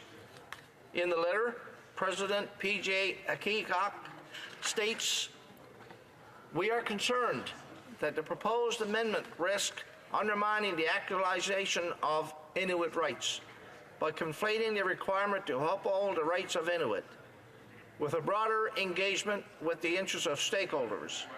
The current version of Bill C-55 sets out the appropriate hierarchy. Interim measures allow parties the opportunity to commit to determining the final details required to establish protected areas. This important step is key to successfully ensuring all parties' interests are taken into account prior to final establishment. The KOIA further submits that striking a broader consultation after an interim order is appropriate and effective to assess whether formal designation of part or all of an area under the interim order should be recommended to be designated as a permanent MPA by regulation. Mr. Speaker, the Government of Canada respects the rights of Indigenous peoples, and we are committed to consulting, collaborating, and partnering with the very governments and groups who are essential to interim protection and longer-term protection. With the support of our Inuit and Northern partners, we intend to establish an interim marine protected area for the High Arctic Basin. Following this step, Fisheries and Oceans Canada and Parks Canada agencies will continue to work with the Government of Nunavut and the Kekitani Inuit Association and others to continue important scientific work and explore the best ways of collaboratively protecting and managing this area through permanent protection measures. Madam Speaker, on April 25th, at the Nature Champions Summit in Montreal, the government announced new protection standards for marine protected areas. While these standards apply to future federal marine protected areas that are permanent and not to interim protection, the government's commitment to high protection standards was applauded here in Canada and by the international community. Marine conservation has always been and will always be an all-in effort. To date, we have protected 8.27% of our ocean estate. We did not get here alone. This tremendous achievement is the result of many protected areas established by provinces, territories, and the federal government. It also includes the contribution of other conservation measures like marine refuge, which have been developed in collaboration with many parties, most notably fisheries groups. Reaching our target has been a high priority for this government, and we are committed to achieving it together with our partners. We can no longer take our rich endowment of marine biodiversity for granted. We have been drawing economic benefit from our oceans for generations, but we need to invest in protecting our oceans to ensure the ecosystem services they provide can be maintained into the future. Healthy marine ecosystems provide a range of vital benefits. We support climate regulation, provide nutritious food and support seafood industries and many other marine economic sectors, provide habitat needed to support species abundance. Madam Speaker, Bill C-55 has been reviewed by Parliament for nearly 2 years. With interim protection, we will be able to act quickly and collaboratively to protect our oceans from coast to coast to coast. Bill C-55 is based on a vision to protect our oceans for future generations, and its success depends on partnerships. We must act today and pass this bill as the House intended. Thank you, Madam Speaker. Questions and comments? The honourable member for Dauphin, Swan River, Nipawin. Thank you very much, Madam Speaker, and I commend my colleague for his speech. I served with the member for Bonavista Vista Bureau and Training on the Environment Committee and enjoyed interacting with him very, very much. But I do recall a discussion we had on Bill C-69 in the Environment Committee where he expressed grave concern about the oil industry in Newfoundland, the offshore oil industry. And the fact that Newfoundland's deficit, the economy's in tough shape, and the oil industry is offshore oil industry is one of the major employers in Newfoundland. And again, the badly placed MPA, where drilling is prohibited, could have serious local effects on the local economy. Is he concerned about the oil industry in Newfoundland and the possible effects of this and other pieces of legislation on that economy? The honourable member for Bonavista, Burin, Trinity. Thank my honourable colleague for his question. Indeed, I am always concerned about balancing the two. We know that the fishery is vitally important to the long-term viability of our province. Is going to be there for a long time into the future. Hopefully, it'll be sustainable and certainly provide lots of economic opportunities for the province. As well, understand the importance of the oil industry. But at the same time, I believe that the minister recently made some announcements regarding MPAs and suggested that both these industries can work in balance and provide great benefits for the province of Newfoundland and Labrador. And if they're properly and managed and sustainably managed for the future. Thank you, Madam Speaker. Questions and comments? The honourable member for Edmonton Strathcona. Thank you very much, Madam Speaker. And I too enjoyed serving on the Environment and Sustainable Development Committee with the honourable member. And I and my colleagues are going to be supporting this bill and the change to the Senate amendment, which we think is much more supportive of protection of marine areas and the species that may be at risk. But the question I have to the member through you, Madam Speaker, would be this. There used to be a fantastic program called the Arctic Environmental Strategy. When I was Assistant Deputy of Resources in Yukon, I participated in that body, and they did a lot of cooperative work about the necessary science in the north. But under the Conservatives and then still under the Liberals, my understanding is also the Polaris project, which was fantastic, supporting Canadian researchers in the Arctic, that hasn't been continued. It's absolutely critical that we cooperate with other countries, including through the Arctic Council. And does he not think that, in addition to designating these marine protected areas, that we should be also investing more heavily in science and not just in gauging the shelf to determine where the oil and gas is and that we could claim? Honourable member for Bonavista, Burin, Trinity. Again, I'd like to thank the honourable member for the question. Certainly, I think the Kekatani Inuit Association, representing 15,000 members, speaking in support of this particular bill. And obviously, we're all concerned about making sure that we do the correct amount of science and consultation, which I think has been ongoing and will continue to be ongoing once this bill is in place. Thank you, Madam Speaker. Time for a brief question. The honourable member for the Honourable Parliamentary Secretary to the Minister of Oceans, Fisheries, Oceans and the Canadian Coast Guard. Thank you, Madam Speaker. I also would like to thank my colleague for his speech and for his work on the Fisheries Committee. As a Newfoundland and Labrador Member of Parliament, he would be abundantly aware that there were recently negotiations successfully concluded between the Government of Newfoundland and Labrador and the Government of Canada with respect to the Atlantic Accord, including the designation of the Laurentian Channel Marine Protected Area. Could he speak to what he's hearing from his constituents with respect to the level of consultation, the level of engagement between the respective governments and the stakeholders for this to be allowed to happen? A very brief answer from the member for Bonavista, Burin, Trinity. Thank you, Madam Speaker. Based on the conversations I've had with some different sectors, the most recent announcement that the Parliamentary Secretary refers to seemed to be well received. And, you know, as I said earlier, the fishing industry, obviously, and the oil and gas industry need to be monitored for a balanced approach. How do we maintain both these industries so that we reap the economic benefits from both for the long term? Thank you, Madam Speaker. Resuming debate, the honourable member of St. Catharines. Thank you very much, Madam Speaker. I'm honoured to be speaking here on the motion today concerning the Senate amendments to Bill C-55, an act to amend the Oceans Act, the Canadian Petroleum Resources Act. As many members know, this bill was introduced June of 2017, and almost 2 years later, I believe it's time to pass this bill so we can better protect fragile marine environments.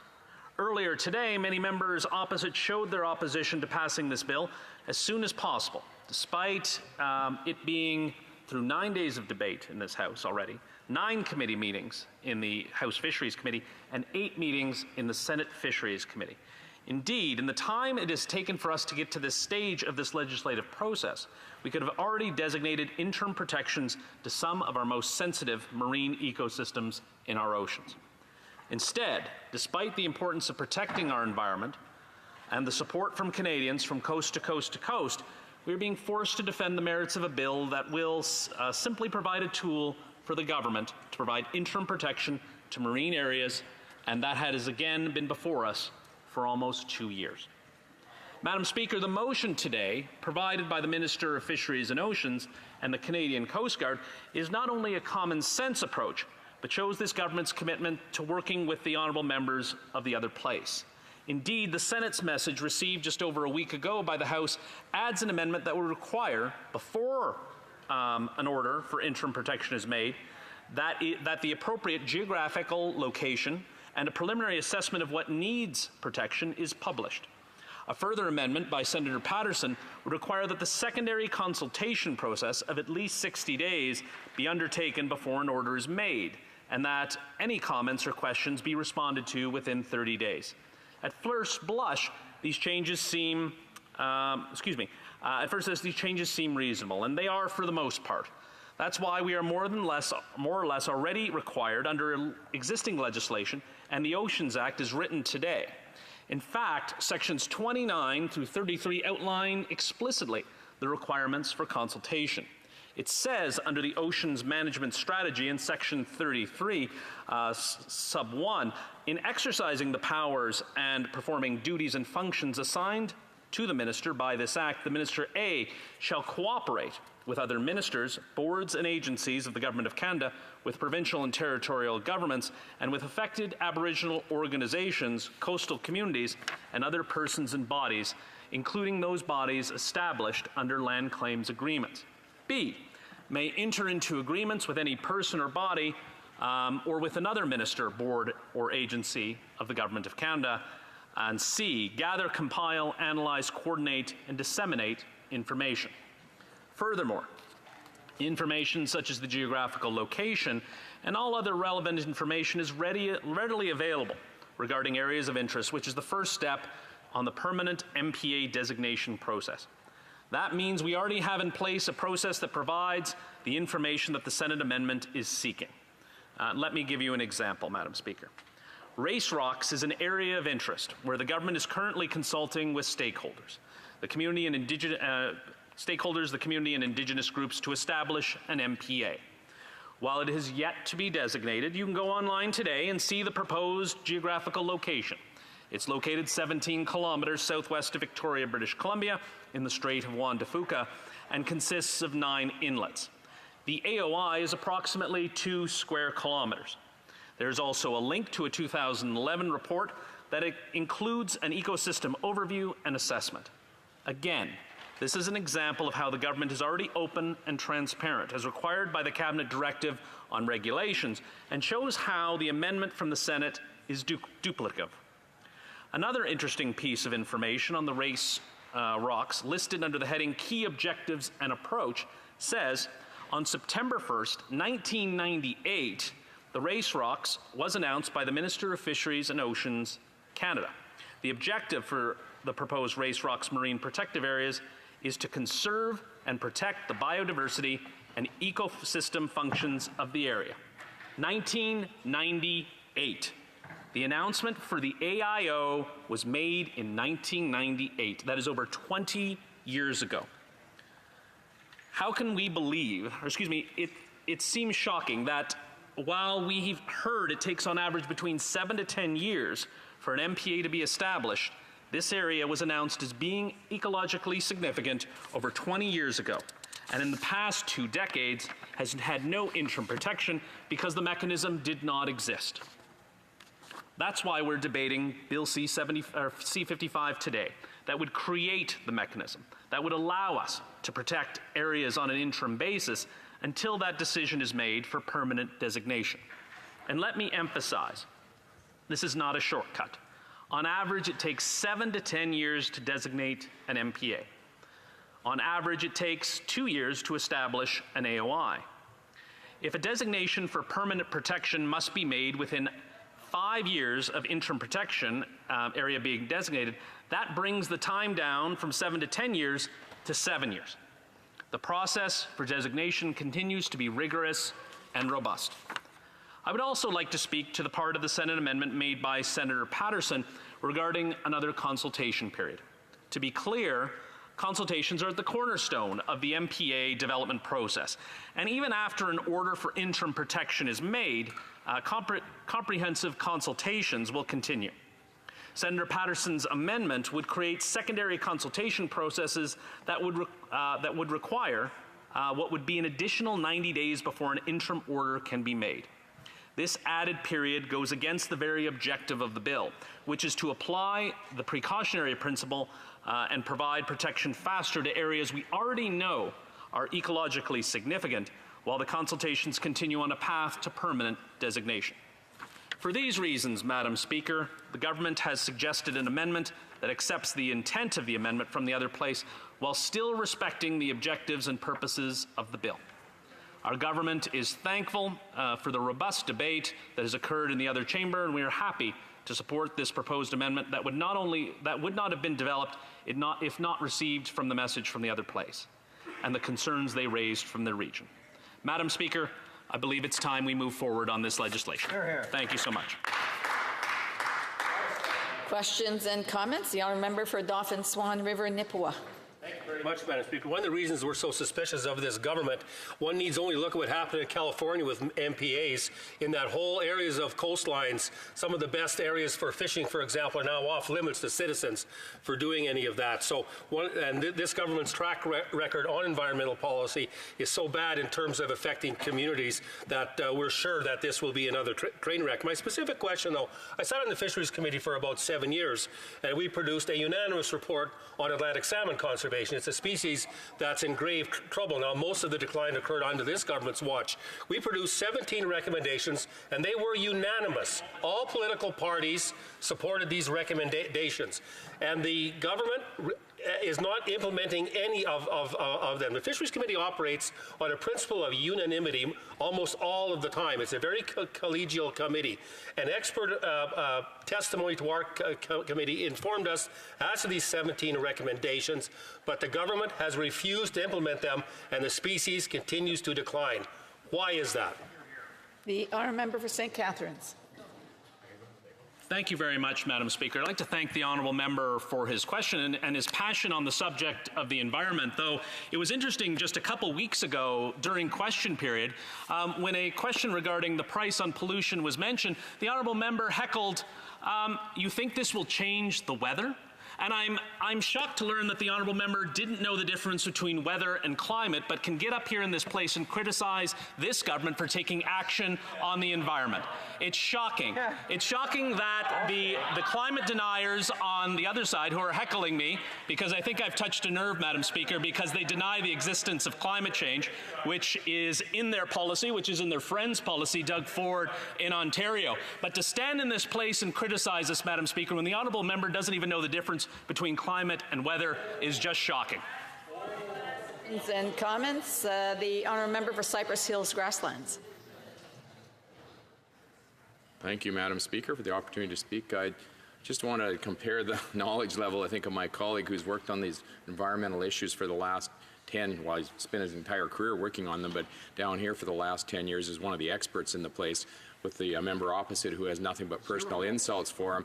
I guess maybe he could come back to answering his question. And one of the reasons I'd ask him to do that is because I had a project in my riding. It's focused around a pasture land that was Environment Canada or Ag Canada turned over to Environment Canada. The local people had a very collegial kind of project development thing going with Environment Canada until this government has taken over. Since then, Environment Canada has just basically taken it away from the ranchers and farmers who have spent 100 years on this ground and have protected it, and they basically have come to them and told them, we'll tell you how you're going to be accessing this ground, how you're going to be accessing this pasture from now on. And I'm just wondering, why is it that this government can't seem to learn from anybody, whether it's my colleague here who knows this file inside out or from the people on the ground? Instead, they keep coming back with these solutions that Canadians don't want that consist far more of a taxation policy than they do of an environmental policy.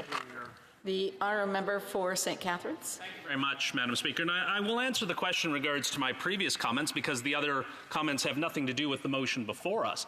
But it is shocking if the honourable member is an expert in environmental policy, not knowing the difference between weather and climate is a shocking issue. And I'm not going to retract that and hope that the honourable member gets up and retracts his comment, that he's willing to listen to the experts, that he's willing to listen to climate science. And it's clear not only himself, but the other members of the Conservative Party who are heckling me at this moment don't believe in climate change, don't have a plan for climate change, and support Doug Ford and his plan for the environment, which is in fact true.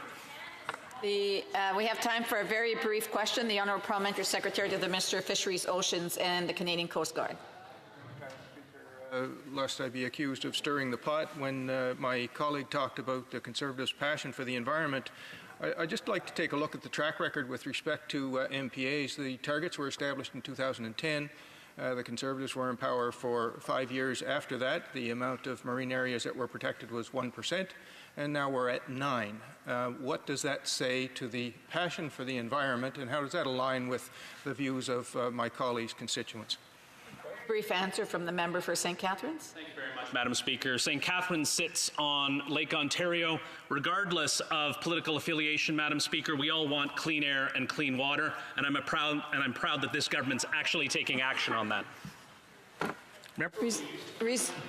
I just want to remind members, because there has been a bit of heckling going on, I do want to remind members that when somebody else has the floor, that person should have the respect of this House. And if members have questions and comments, they need to wait till I ask them for their input. So resuming debate, the honourable member for Dauphin, Swan River, Nipawin. Thanks. Just in response to my colleague's question over there, climate is what you expect, weather is what you get. That's the simple definition. What is a marine protected area? Well, obviously it's an area that is considered important and in need of some kind of protection. Unfortunately, the devil is in the details, and marine protected areas are actually quite difficult to do. They are three-dimensional columns of water where a lot of things are going on inside that column of water. By comparison, terrestrial conservation areas are much easier to deal with. I'd like to comment on what my friend from Cypress Hills Grasslands said a minute ago. He talked about stewardship, and when it comes to environmental conservation, local people on the ground conducting stewardship activities using the knowledge they've learned over generations is by far the better way than the top-down environmental regulation that this government prefers. So what are some of the problems with marine protected areas? So for example, what are they actually going to accomplish? My colleague across the way talked about this area off Victoria, the Race Rocks. They were designated some 20 years ago as an important area, yet they are still in place now, and the discussions are ongoing. So for 20 years, they had been de facto protected.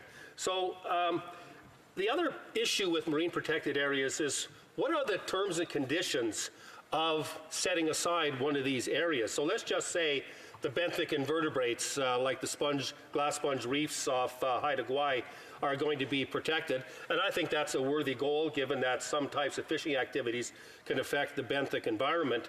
But would ships passing over top of this area have any effect on the primary reason for the MPA? And the thing is, so for the Minister of Environment, Minister of Transport, and Regional Economic Development Ministers, I think it's going to, and other Regional Economic Development Ministers, it's going to be critical for them to look at what are the terms and conditions of an MPA. What most people think it is, it's an area that's set aside where there's no activity at all. But the point is, if an MPA has an important benthic environment, for example, that happens to be on a shipping lane, you can restrict bottom trawling, for example, to protect the benthic environment while still allow shipping. So again, it's a balancing act that I think needs to be done. And again, this isn't a partisan issue at all, but the terms and conditions, I think, are very important. And again, in terms of marine protected areas, as was mentioned by the Shadow Minister for Fisheries, many of the fish species are migratory, and they go in and out of these marine protected areas. And when one looks at the two great fisheries tragedies off the East Coast in the last little while, the Atlantic cod and the Atlantic salmon right now, it's hard to see what a marine protected area would have done for these highly mobile species.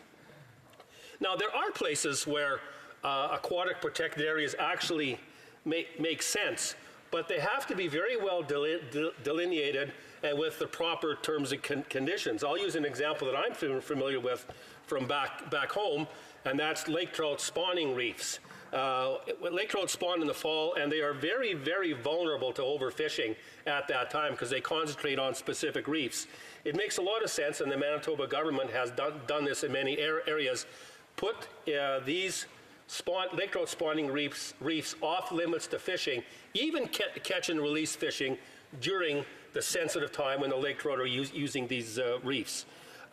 So again, the devil is in the details, and it's far too easy to call an area as quote-unquote protected when really that protection doesn't do a lot.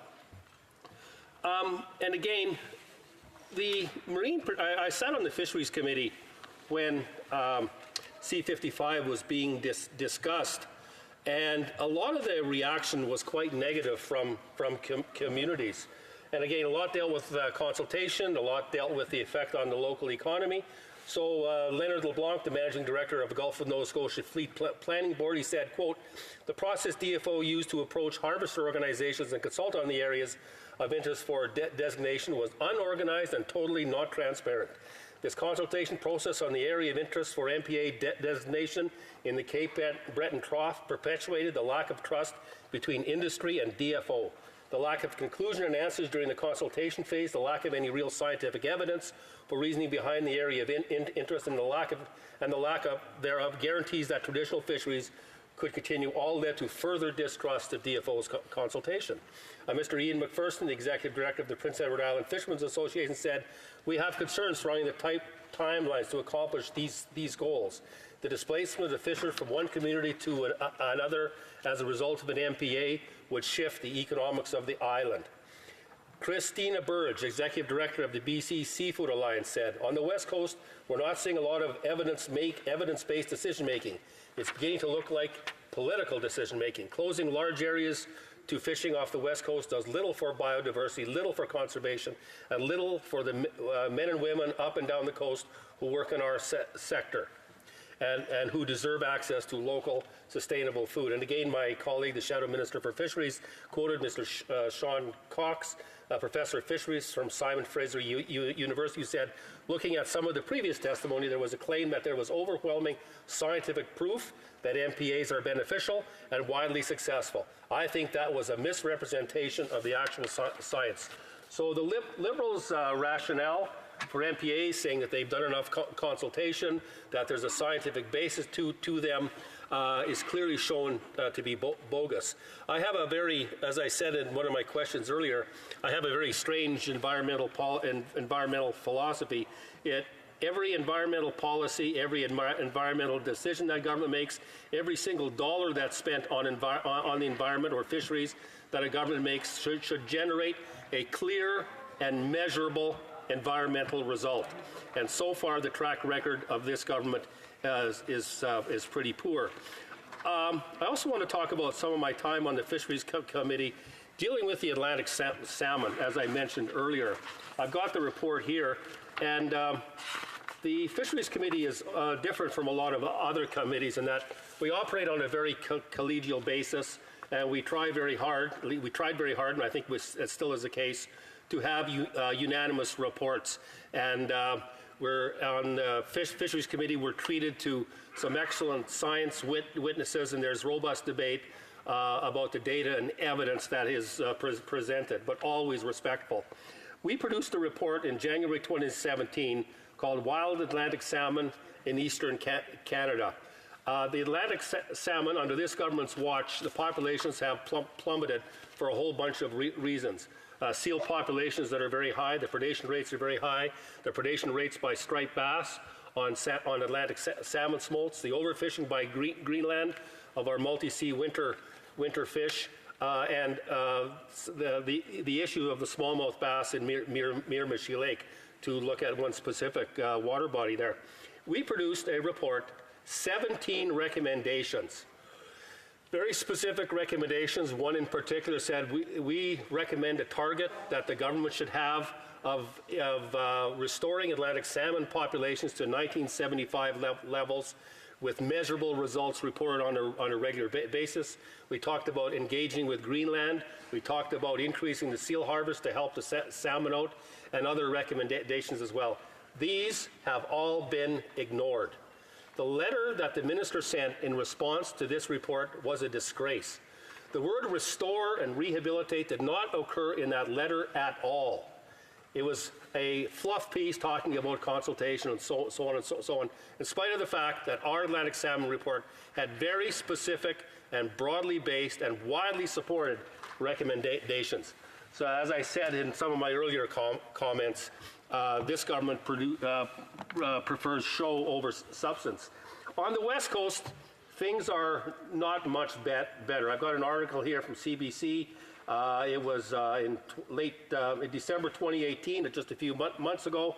More than a dozen BC Chinook salmon populations in decline. And there's only one population in the southern group that is doing well. In fact, this article reports that there's one population that is down to 200 fish, all on this government's watch. This government is doing nothing to deal with some of the crises in our fish stocks right now. In fact, I go back to my point about generating real and measurable environmental results. We had a program when we were in government, the Recreational Fisheries Conservation Partnership program, that over the life of the program, when we were in government, some 800 projects were funded. And indeed, in 1 year, for example, the first year, 380 partners undertook 94 habitat restoration projects, 1,700 volunteers donated their time, 2.4 million square meters of habitat restored, 200 linear kilometers of recreational fisheries habitat enhanced, a real and measurable environmental result. In fact, it was unanimous at the Fisheries Committee that the government continue funding, the Liberal government continue funding the Recreational Fisheries Conservation Partnership program that delivered real and measurable environmental results. Guess what, Madam Speaker? They killed the program. And the hopes and dreams of many small communities who depend on fisheries. One of the programs that I'm very proud of that the Recreational Fisheries Conservation Partnership program funded was in a nearby constituency of mine, the constituency of the member from Brandon Souris, Pelican Lake. Now, why am I mentioning this? The reason is this was a project funded by the Recreational Fisheries Conservation Partnership program. This particular lake, winter killed, it was this community is partly based on tourism. Sport fishing is very important. For a very small grant from the Recreational Fisheries program, aerators were installed on Pelican Lake. And now that particular lake, the fish population has been conserved. They don't winter kill anymore, and the economy is booming because of it. So again, a real and measurable fisheries result from a program, something that this government simply does not do. It doesn't deliver results, and it doesn't measure any results. In terms of the effect on local communities, I know this government wants to talk up a good line in terms of conserving marine mammals, but recently they implemented new whale watching regulations. And I happened to be in Churchill last summer, and if many of you have had the pleasure of going up to Churchill, I know some of you have, it is an unbelievable experience. I was there in July, and at that particular time of year, thousands of beluga whales crowd into the estuary. Well, the new marine whale watching regulations have minimum distances, and you can't approach the animals. Well, it's clearly ridiculous for Churchill, because the minute you launch your boat from the shore, the whales come up to you, and you are now technically illegal. Now, DFO's concern should be the sustainability of populations. The populations of beluga whales in the west coast of Hudson's Bay numbers around 55,000 individuals. That's the population estimate. And they're slowly increasing. That trend continues. So here we have a population of animals, the beluga whales, that's thriving, yet for no conservation reason at all, DFO is imposing these whale watching regulations on a community that's a tourism-dependent community on an activity that generates millions of dollars per year for that community. So again, this government's unthinking approach to fisheries and environmental policy is having the effect of hurting communities. I know that in the comments earlier, the minister spoke about the Fisheries Act. Well, I was there on the Fisheries Committee when we changed the Fisheries Act in 2012. And again, the Fisheries Act was written in 1898 and was in desperate need of modernization, given that what was designated as fish habitat, that definition kept expanding. So puddles in farmers' fields, drainage ditches, and so on were now considered fish habitat. And in 2009, for example, the Auditor General did an audit of the old Fisheries Act, the original Fisheries Act. And the auditor found out in 2009, after the act had been in place since 1898, quote, Fisheries and Oceans Canada and Environment Canada cannot demonstrate that fish habitat is being adequately protected, as the Fisheries Act requires. In the 23 years since the habitat policy was adopted, which was adopted in 1986, many parts of the policy have not been implemented, have been implemented only partially by Fisheries and Oceans Canada or not at all. The department does not measure habitat loss or gain. It has limited information on the state of fish habitat across Canada, that is on fish stocks, the amount and quality of fish habitat, contaminants in fish, and overall water quality. Fisheries and Oceans Canada still cannot determine the extent to which it is progressing towards the policy's long-term objective of a net gain in fish habitat. And that is why the Fisheries Act was so broad that it was ineffective. So the changes we made made a lot of sense. We had an issue in Prairie Canada, for example, when in the early 2000s, when DFO went hog wild trying to enforce this unwieldy and unnecessary act. They sent what we called the fish cops around, and it really riled up rural communities, and also delivered no significant environmental results. So I was very impressed by the testimony of a Mr. Ron Bonnet, who was president at the time of the Canadian Federation of Agriculture. And he testified, quote, the experience that many farmers had with the Fisheries Act, unfortunately, was not a positive one. It was characterized by lengthy bureaucratic applications for permitting and authorizations and a focus on enforcement and compliance measures taken by officials. Many farmers were then relieved when the changes that were made just a few years ago by the Conservative government drastically improved the timeliness and cost of conducting regular maintenance and improvements to their farms, as well as lifting the threat of being deemed out of compliance. So Mr. Bonnet went on to point out, quote, there are also many accounts of inconsistency in enforcement, monitoring, and compliance across Canada, with different empowered organizations, which led to a confusion and indiscriminate approach to enforcement and implementation. Even at the individual level, there were different interpretations of the Act based on one's familiarity with agriculture. It is CFA's position that a complete revert to reinstate all provisions of the Fisheries Act as they were would be unproductive, would reestablish the same problem for farmers, and would provide little improvement in outcome for the protection and improvement of fish habitat. Human-made water bodies such as drainage ditches simply should not be treated as fish habitat. He also noted the current streamlined approach is working far better for all, and efforts should continue. And then he made this incredible quote that backs up what I've been saying earlier. Overall, any changes to the current Fisheries Act 2012 should be considered as to how they will support outcomes-based conservation rather than a process-oriented approach. I would note that on his own farm, Mr. Bonnet is legendary for his conservation work in terms of keeping cattle out of streams, and working very well with the conservation community to enhance and protect all kinds of habitats. So in terms of the Senate amendments, it's very important. I do support them. It's very important that you get this right. And the Senate amendment, how much time do I have, Madam Speaker? 2 minutes, just a little. Okay, great.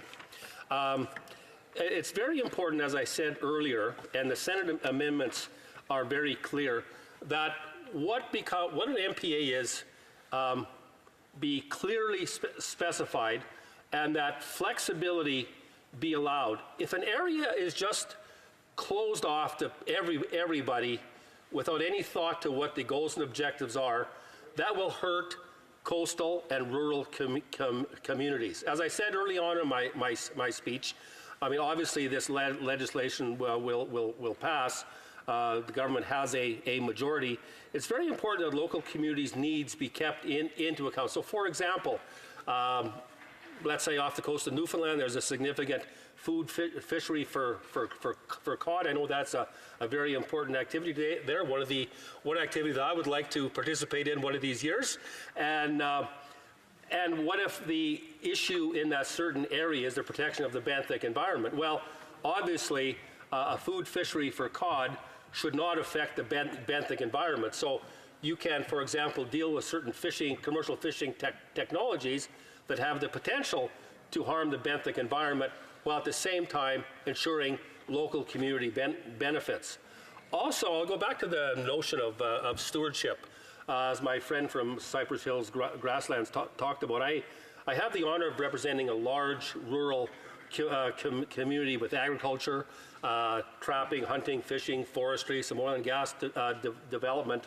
And the environment in my particular constituency is extremely high quality. And that is because of the conservation efforts by people who are on the ground, who have years and years of experience and actually know what they're talking about. They will deliver environmental conservation on time and under budget in a way that benefits the environment for all of us. Thank you, Madam Speaker. Questions and comments? The Honourable Parliamentary Secretary to the Minister of Fisheries, Oceans and the Canadian Coast Guard. Thank you very much, Madam Speaker, and I'd like to thank my colleague for his speech and for his passion for this topic. It's very clear that he has an extensive background and experience in these matters, as we heard in his speech. And there were actually a couple of things in there that I could agree with. When he talks about how important the terms and conditions are, he's absolutely right that in any marine protected area, the restriction on any activities is tied to the conservation objectives of that marine protected area, and they're not uniform. There was a couple of things in particular that I wanted to ask him about. One, he seemed to indicate that if this act passes, that it will be possible for the government to shut down everything. Well, no. What this bill does is it gives the minister the power to make an interim protection order. What that order does is it freezes the footprint. So everything that was allowed in that area the day before the order is allowed the day after the order and for the next 5 years. So this suggestion that everything can be instantly shut down with the stroke of a pen is dead categorically wrong. The other thing that he said is that the government's going too fast on this. Now, the average time for the establishment of a marine protected area in this country is 7 to 10 years. Is that too fast? For Dauphin, Swan River, Nipawin? Well, it's fast for government time. So I appreciate the Parliamentary Secretary's comments, and again, as somebody who's done a little bit of work in the fisheries field, I had talked about the lake trout spawning reefs. So the notion of specific protections for highly sensitive areas that are clearly defined, I call them, for example, fish sanctuaries, that has been used with great effect in New Zealand to support their commercial fisheries. So in my own case, I'm not intrinsically opposed to all of this activity. It's just very important that it be thought out very carefully, and given the track record of some governments. What they promise one day often doesn't happen on the ground. And I go back to the issue of California. It all started out, well, we're going to protect these fisheries and everybody's going to benefit and so on. But there was mission creep in this particular case, and more areas were deemed off limits to citizens. So having said that, it's important to get this right and get the local communities on board and involved with the conservation programs, because they're the ones that know what's really going on out there. Jensen, comments? The honourable member for Vancouver Kingsway. Is still allow extractive fishing activity, and one allows oil and gas exploration currently, and we know the government recently announced that it will now prohibit oil and gas activities, mining, dumping, and bottom trawling in MPAs, but they stopped short of creating no-take areas, which have long been the recommendation of conservation groups. So I'm wondering if my honourable colleague has any comments on that, given that if we think of a national park, we certainly don't allow extractive hunting to occur in national parks. Why would we allow extractive fishing to take place in marine protected areas? Does he have any thoughts on that? The honourable member for Dauphin Swan River Nipawin. Thank you, Madam Speaker. I appreciate the question. I live right next to a national park, and the interaction between the national park and the local community sometimes has been very rocky, but having said that, most of us moved there because of the national park. I happen to be an avid angler, and one thing I'm very proud of the angling community is how the catch and release ethos has taken root. And based on studies, the hooking mortality of fish is about 5%.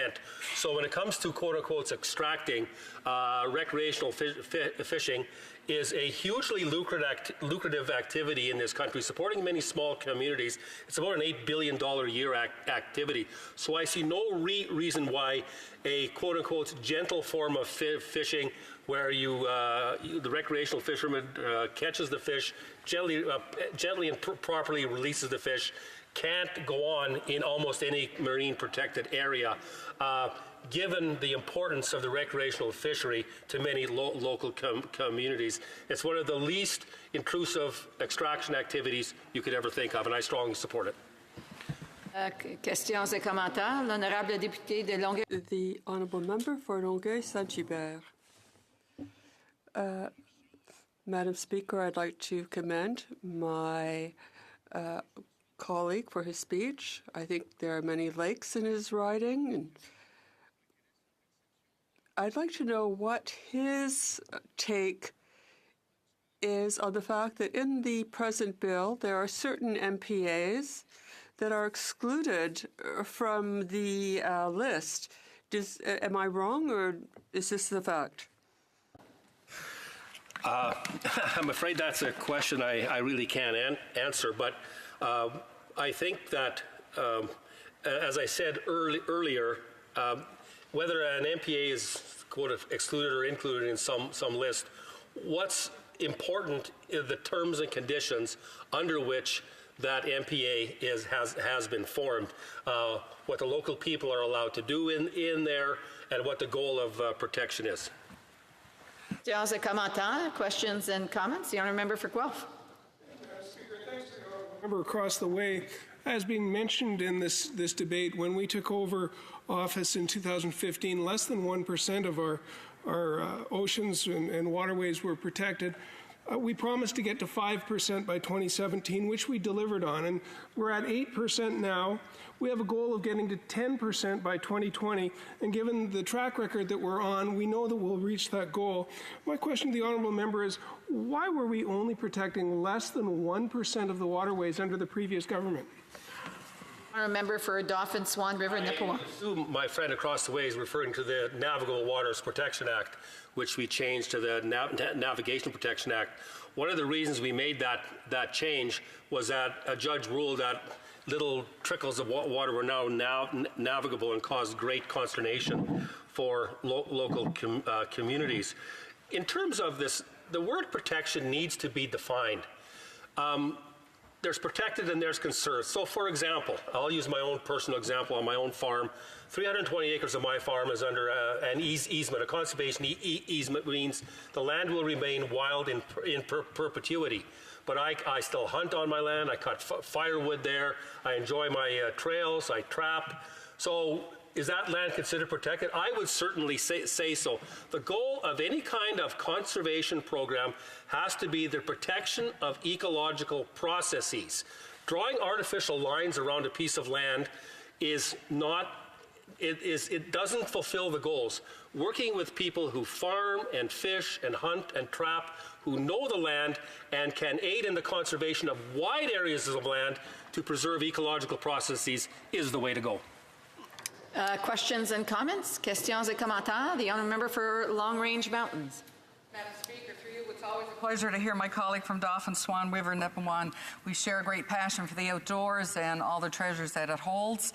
As he knows, Newfoundland and Labrador, I'm sure he knows, has over 18,000 kilometres of coastline, and with that, of course, many coastal communities, of which I have about 200 in my riding. His comment about the food fishery in our province, trust me, the MPAs that we're speaking about today will not impact the food fishery or any legitimate fishery and sustainable fishery. But I have a question to the honourable member, because I've seen it in my riding many, many times in not only the past 4 years that I've been here, privileged to be here, but in the many, many years before, how climate change is really having an impact on our coastal communities and our coastal fisheries. You're seeing the water temperatures change, you're seeing water levels rise, and that's having a huge impact. So I'd love to know my honourable colleagues' comments on how climate change is also having an impact on our fisheries, and how maybe perhaps through MPAs we can have an impact there as well. The honourable member for Dauphin, Swan River, Nipawin has 1 minute to respond. Sure, I very much appreciate my colleague from Long Range Mountains. We often have quiet little chats about the things we care about, and we actually think more alike than we differ on most things. Again, as I said, the MPAs, I'm very pleased to hear as well that the government is not going to affect the food fishery in Newfoundland, and hopefully that will apply all across the country. As I said, MPAs need to be very clearly thought out. So if it's a benthic community that needs to be protected, of course, those things don't move too much, so that makes sense. Or a specific spawning area that's critical and rare, that makes sense. But again, how these are set up and the terms and conditions of how they're set up is what's important, and very important, and I know that it'll be true. Her communities will participate in the development of any MPA. Thank you, Madam Speaker. Excuse me. Resuming debate. Oh, just 1 second. Order, it is my duty, pursuant to Standing Order 38, to inform the House that the questions to be raised tonight at the time of adjournment are as follows. The honourable member for Bow River, International Trade, l'honorable député de Saint-Hyacinthe. The honourable member for Saint-Hyacinthe-Bagotte, Infrastructure. And Foreign Affairs. Resuming debate, reprise de débat, the Honourable Parliamentary Secretary to the Leader of the Government in the House of Commons. Thank you, Madam Speaker, and it's always a pleasure and privilege to be able to rise in this chamber and share a few thoughts on what are really important issues. And I would suggest to you that this is indeed a very important issue. I've had the opportunity now to listen at great length as we've been attempting to get this bill through the House of Commons and ultimately even receive royal assent for a good number of months, in fact, close to 2 years now, Madam Speaker. And I think we're getting closer to that point, or at least I sure hope so, because I believe that many of the objectives of what is being proposed through this legislation will have a very positive impact on our oceans and surrounding areas, Madam Speaker, and in fact our planet. And as such, I look forward to its ultimately receiving royal assent at some point in the not too distant future. You know, I listened, as I say, to some of the debates, and it's interesting when you get, in particular, members from different coastal regions. Different members have different types of interests and so forth. And Manitoba is not a landlocked province. We have Churchill. And as the previous speaker talked about Churchill Bay, and I think of the beluga whales. Arctic char, which is a fabulous world-class fish, I would argue, Madam Speaker, is a part of that coastal region. When you think of individuals on the coastline, you know, the member from Long Range Mountains. It's truly amazing how one member of Parliament, such a strong and powerful advocate, representing over 200 fishing communities. When you think of our oceans, you have to think about our heritage, our culture, the economics. There's many other things that we need to take into consideration when we have legislation of this nature.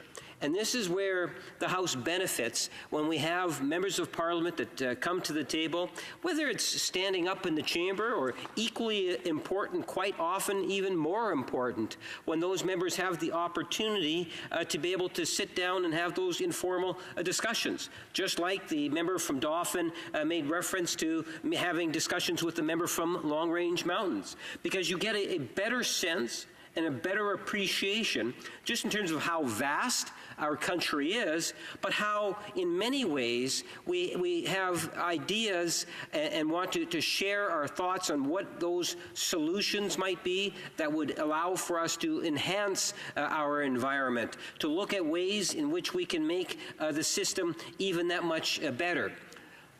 Because I think it's really important that we recognize that Canadians, no matter where they live in our country, are all connected to our oceans in one way or another. And our oceans are connected, obviously, make up, I believe it could be, I'm not too sure of the actual percentage, Madam Speaker, but I believe it's getting close to 90% of the planet. And I look over to my colleague across the way, thinking he might, 75% of the planet is covered by ocean. And, you know, it is a responsibility. Canada does have a responsibility to play here. And I don't say that lightly, because we have the Arctic in the north, we have the Pacific on the west, and the Atlantic on the east. And if you were to add up all of our coastlines following those three ocean bodies, you will see that we have the longest shoreline as a nation than any other country in the world. And when you think in terms of protected waters, Madam Speaker, I would argue that there is no country in the world that has the potential to play a strong leadership role than Canada. We might be a country of 37, getting close to 37 million people, Madam Speaker. When you take a look at the overall population of the world, we have a great deal of clout. And I would suggest to you that there's certain areas in which we can demonstrate just how much clout, how much leadership we can actually bring to the table. I like to think that this legislation is a part of the puzzle that assists Canada going forward in demonstrating some of that leadership. We recognize, I believe it was in 2010, and listening to a number of the questions that have been brought forward, 2010, when it was determined, let's set some goals for 2020 as a world. Can we get 10% of our areas of responsibility? And Canada's got the largest. Can we hit 10% where it is marine protected areas, Madam Speaker? That was back in 2010. We're only a year away from 2020. I know in the last federal election, as the Liberal Party made a commitment to achieve 5% by 2017. And we achieved that goal, Madam Speaker. My understanding is we even went beyond that goal. Today we're almost at the 9% mark, or we might even, as of today, be at the 9% mark, Madam Speaker. If not, we're really close to that 9%. This is a government that will, in fact, hit that 10% sometime in 2020. And I believe if you do a comparison, in what we have been able to accomplish on that front in the last 3 years, that you would see that it is significant gains. Because if you look at it back in 2010, when Stephen Harper was the Prime Minister, to 2015, they barely achieved 1%. And before the writ is dropped in 2019, we will have brought it up from 1% to 9%, Madam Speaker, within 4 years. And we are providing the assurance that we're not stopping there, that we're going to take it to the 10%. And I think that that is something in which collectively we can all be fairly proud of.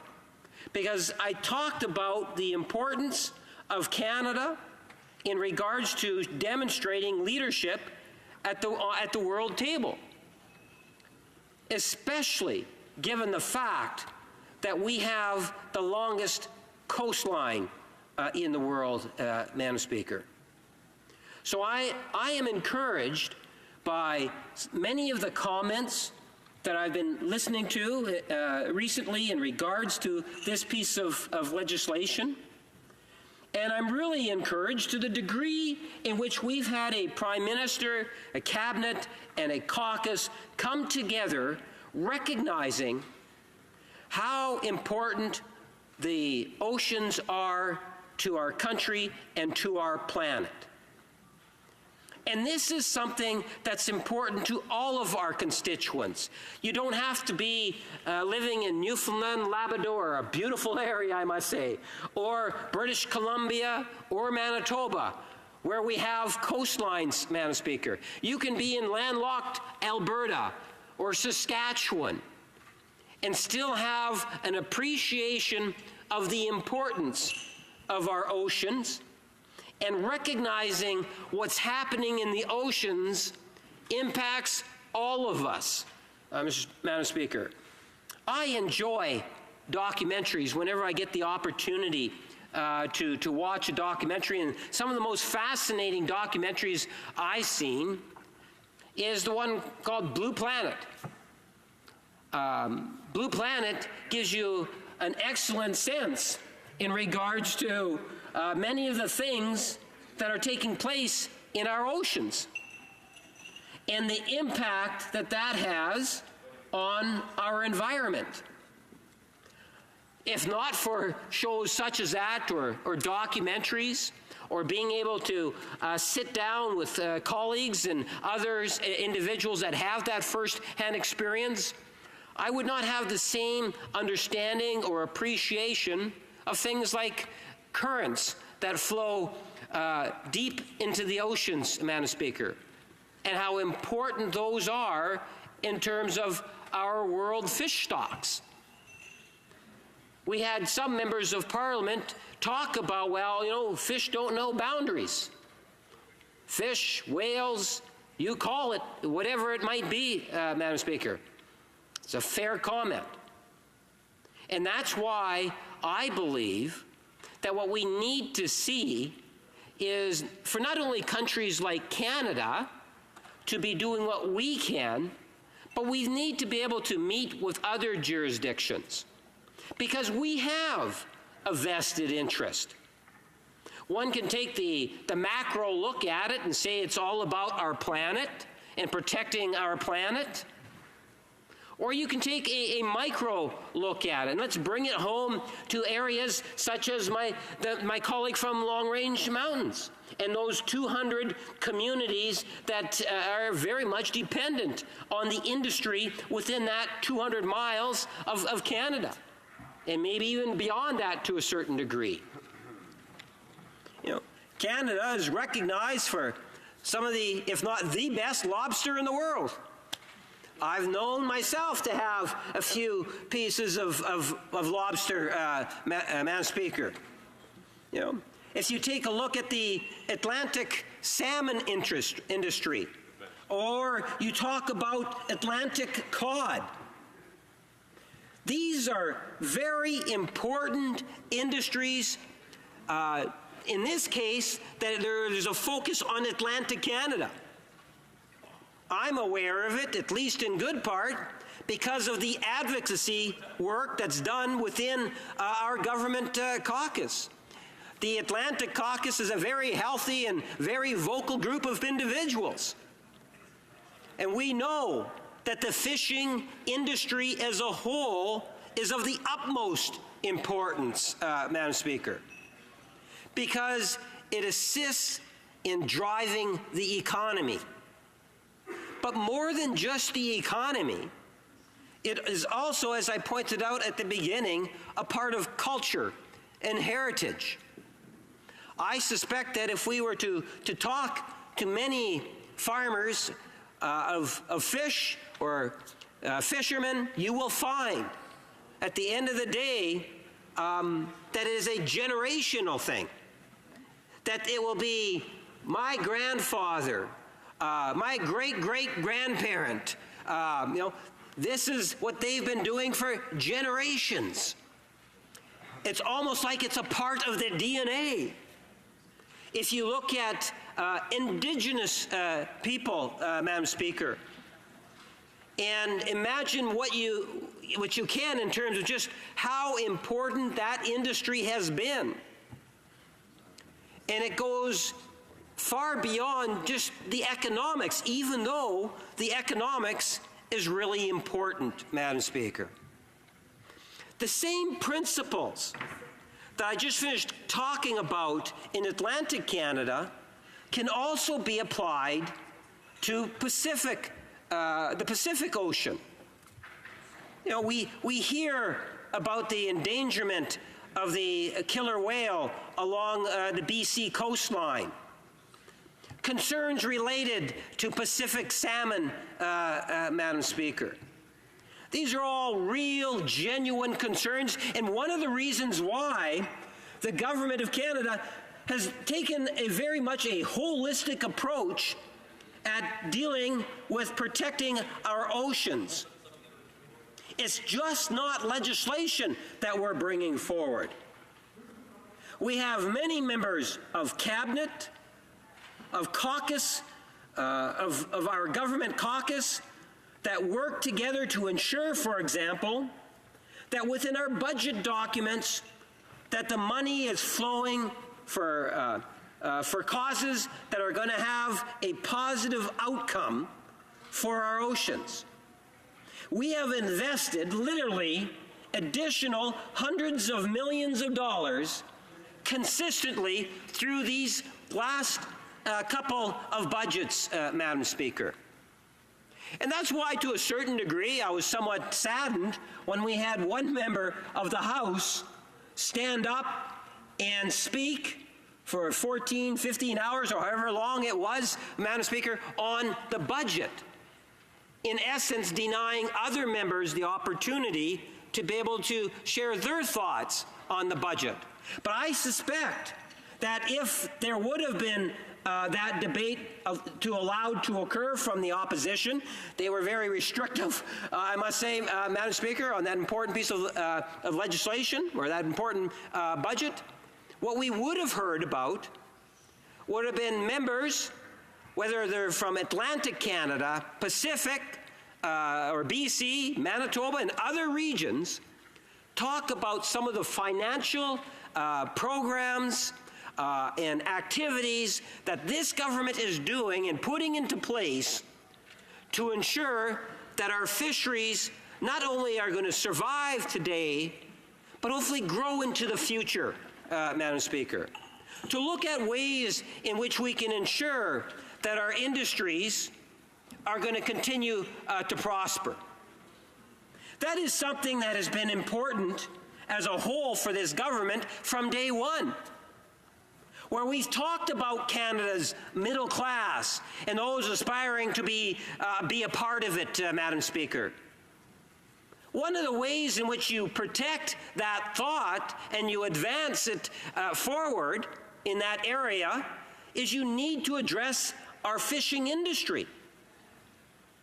And this is the type of rationale I would ultimately argue is why the government is not just going to settle for a piece of legislation, but also to take that more holistic approach and factor in the importance of a budget that complements legislation and vice versa.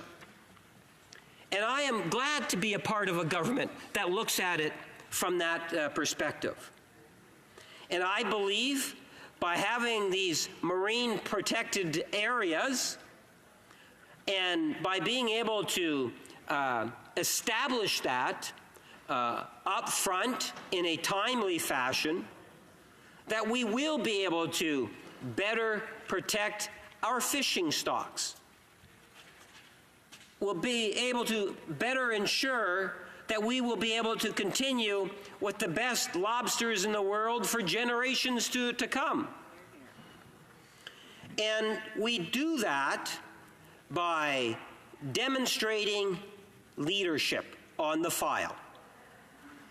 And that is why I think if you have listened to a number of the questions, in particular the parliamentary secretary for this legislation, where he talks about that 1% versus 10%, people should really take note. Because for far too long, while I and my friend from Charlottetown, who has done an outstanding job, were sat in opposition party, in the third party, we wanted a government that would listen and take actions that would in fact make a difference. And after listening to the Stephen Harper, from 2010 to 2015, move it from 0% to 1%, it is really quite gratifying to see how it is that we have been able to take the issues that Canadians have brought forward to us as individual members of Parliament, brought it through our infrastructure, whether it's through our party, through government, and ultimately, by working with Canadians, we have now achieved 9% in terms of marine protected areas here in our shorelines, Madam Speaker. And that is a significant achievement, and I see that my time is quickly running out, Madam Speaker, but to emphasize that we're not going to stop there. We're not settling on that, Madam Speaker. We are committed by 2020 to get it to that 10%.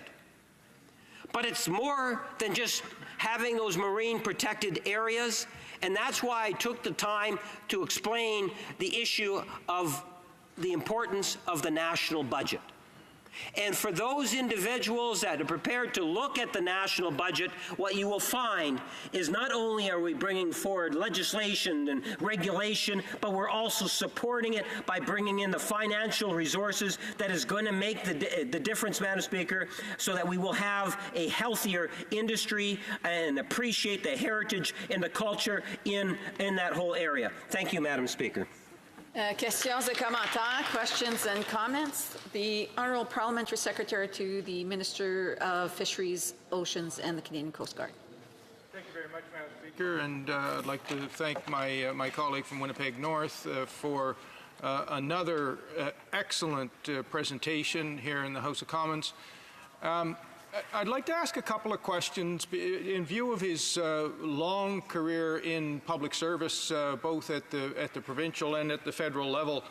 I'd like to ask a question that really is an alignment of what our government is doing with Canadian values right now. We went through a period under Stephen Harper where science was cut, science wasn't respected, scientists were muzzled.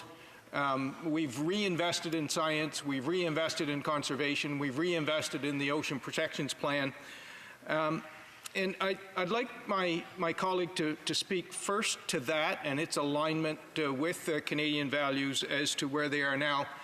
And tied to the same to that same theme, Madam Speaker, The fact that Canada, as an international player in 2010, committed to these targets and in the last 5 years has made such remarkable progress, if you could tie that in as well. Thank you. The Honourable Parliamentary Secretary. Yes, thank you, Madam Speaker. I thank my colleague for the question. And, you know, if I were to try to summarize that particular point, I would say something to the effect of that science really and truly does matter. And for the first time in a number of years, we have a government that has actually recognized the importance of science. And when you are going to make decisions based on science, a part of that recognition is to allow scientists and others like Stats Canada to really get engaged, understand the numbers, understand the science before you start to make the decisions. And if, in fact, you do that, I would suggest to you that you will have better public policy, better government policy.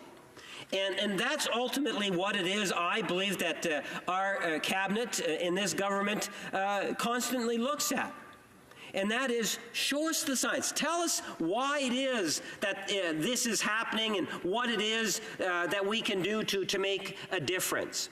And if we do that right, I believe that you will see the decisions that we are making will, in fact, reflect what Canadians really and truly want us to be doing as government, Madam Speaker. Comments, questions, et commentaires. The honourable member for Guelph. Speaker, and thanks to the honourable member for his interventions this afternoon. He ended off talking about science, but also in his speech he talked about the budget and how important it is to really put your money where your mouth is when it comes to policy development, that we have to put budgets behind our policy. In November 2016, we launched the $1.5 billion National Oceans Protection Plan to improve marine safety, responsible shipping, protect our marine environment, and also to offer new possibilities for Indigenous and coastal communities. We also then, the honourable member across the way in his remarks to me was talking about inland waterways. And in Budget 2018, we invested $1.3 billion over 5 years, looking at protecting 17% of our inland waters and land by 2020. So we're looking at trying to protect water, whether it's inland or whether it's coastal, and providing budget room for that to happen, and really investing instead of cutting. Could the member maybe comment on the importance of investing rather than cutting our way to success? The Honourable Parliamentary Secretary. Yes, thank you, Madam Speaker. It's an excellent question, and it's one of the reasons why I said, in addressing this legislation, that we need to look in terms of how it is that the government has overall been addressing our waterways. It's not only our oceans, but it is like Lake Winnipeg is a massive body of water and provides all sorts of opportunities. And whenever we talk about, as I say, the opportunity for commercial fishing or recreational fishing, that we're talking tourism industries, we're talking providing food for the world, and in many times, quite often, we're talking about, as I say, the cultural values and a part of who we are. How can we not recognize the true value to our Canadian society and, in fact, the planet by just talking about it and not being prepared to invest in it? This is a government, and my friend made reference to just over $1 billion. There has been new money, literally hundreds of millions of dollars, that we have brought to the table in order to protect our oceans, to be able to ensure that there's more protection for different types of species and so forth. Madam Speaker, this is all important things to be doing, and as a government, we're committed to doing just that. Questions and comments? Questions et commentaires. The honourable member for Red Deer, Mountain View. Well, thank you very much, Madam Chair. And having listened to the member, he did talk about the bluing of the blue planet, and I think we're getting a good start here in Canada at the provincial level. at this point in time. We're starting to see some changes, but we're also looking at those changes because of some of the attitudes that has taken place with this particular government. And you know, when they're discussing some of the changes, they're not actually taking a look at what is happening on the ground. So what we have in northern Alberta, we're looking at the tailing ponds and how we've been able to manage those. And we look at all of those environmental aspects. And we had, when there was money that was in the oil and gas business, we were able to invest in all of those types of new research programs, and that was what we could sell around the planet. So we had also talked about the planet and what we're doing. So as we bring in oil and gas, as we have tried to shut it down here from a Canadian perspective, we bring other oil in and gasoline from other places in the world to replace what we have. I wonder if he perhaps can understand why Canada is starting to be blue on its own. The Honourable Parliamentary Secretary. Yes, Madam Speaker, and I want to be sensitive to the question. I like to think that when we think of our oceans and our waterways, that we need to recognize that there are opportunities, and you don't even for landlocked provinces to be able to develop an industry. And when I talk about industry, I think of, for example, in Atlantic Canada, we have a great recreational Atlantic salmon industry, and that is a recreational aspect to salmon. In other areas, it might be more of a commercial type of use. You know, if we take a look at it from a tourism, from a commercial, I think that there's differences that are there. I like to think that Alberta has the opportunity to diversification. I'm very much interested in science in terms of how we might be able to look at certain industries. I don't want to claim to understand the ponding issue. I do know that it's a growing industry. I know in particular in the province of British Columbia, and I've even heard many different thoughts on how it is that we could do more commercial type of fishing in the province of Manitoba.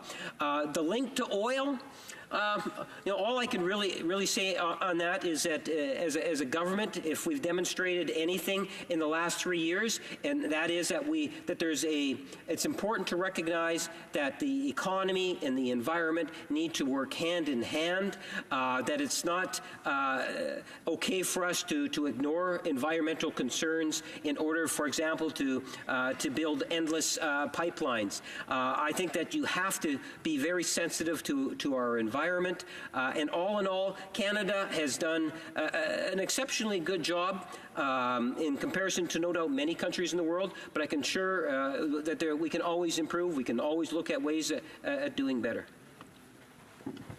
Resuming debate, reprise de débat, the Honourable Member for Vancouver Kingsway. Thank you, Madam Speaker.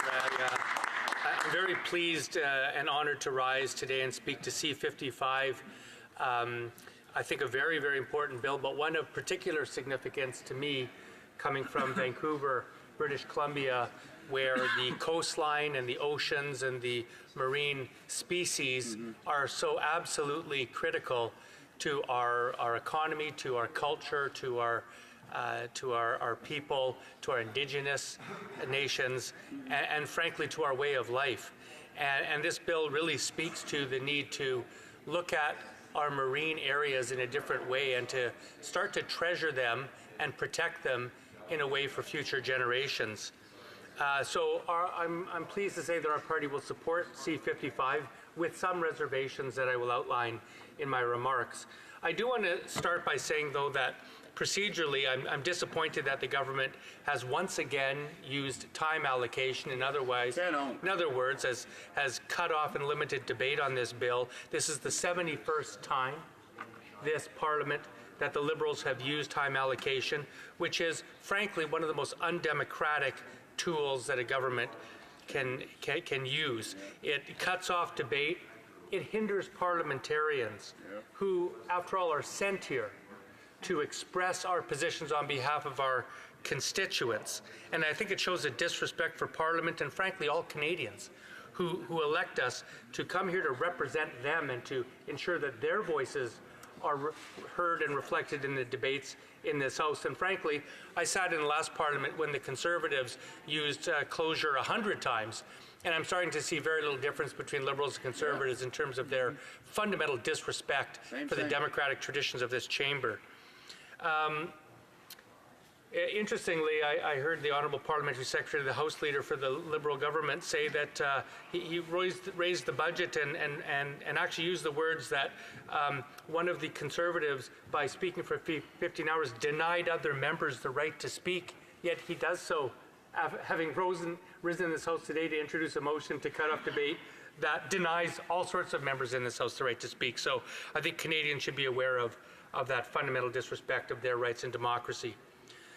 Now, in British Columbia, as other areas of the country in the north and the Atlantic coast, our coasts, our watersheds, our oceans, our sea life, the preeminent species that reside on our coast, the orcas, dolphins, of course the iconic salmon, sea lions, eagles, and all other species are of absolute critical, profound importance to our entire ecosystem. And when we say ecosystem, we're not just talking about ecology, but it's part of our economy as well. And I know the Liberals are fond of saying that we have to balance the environment and the economy. Actually, I think we need to go farther than that. We need to recognize that the environment provides the fundamental capital by which all economic activity is possible.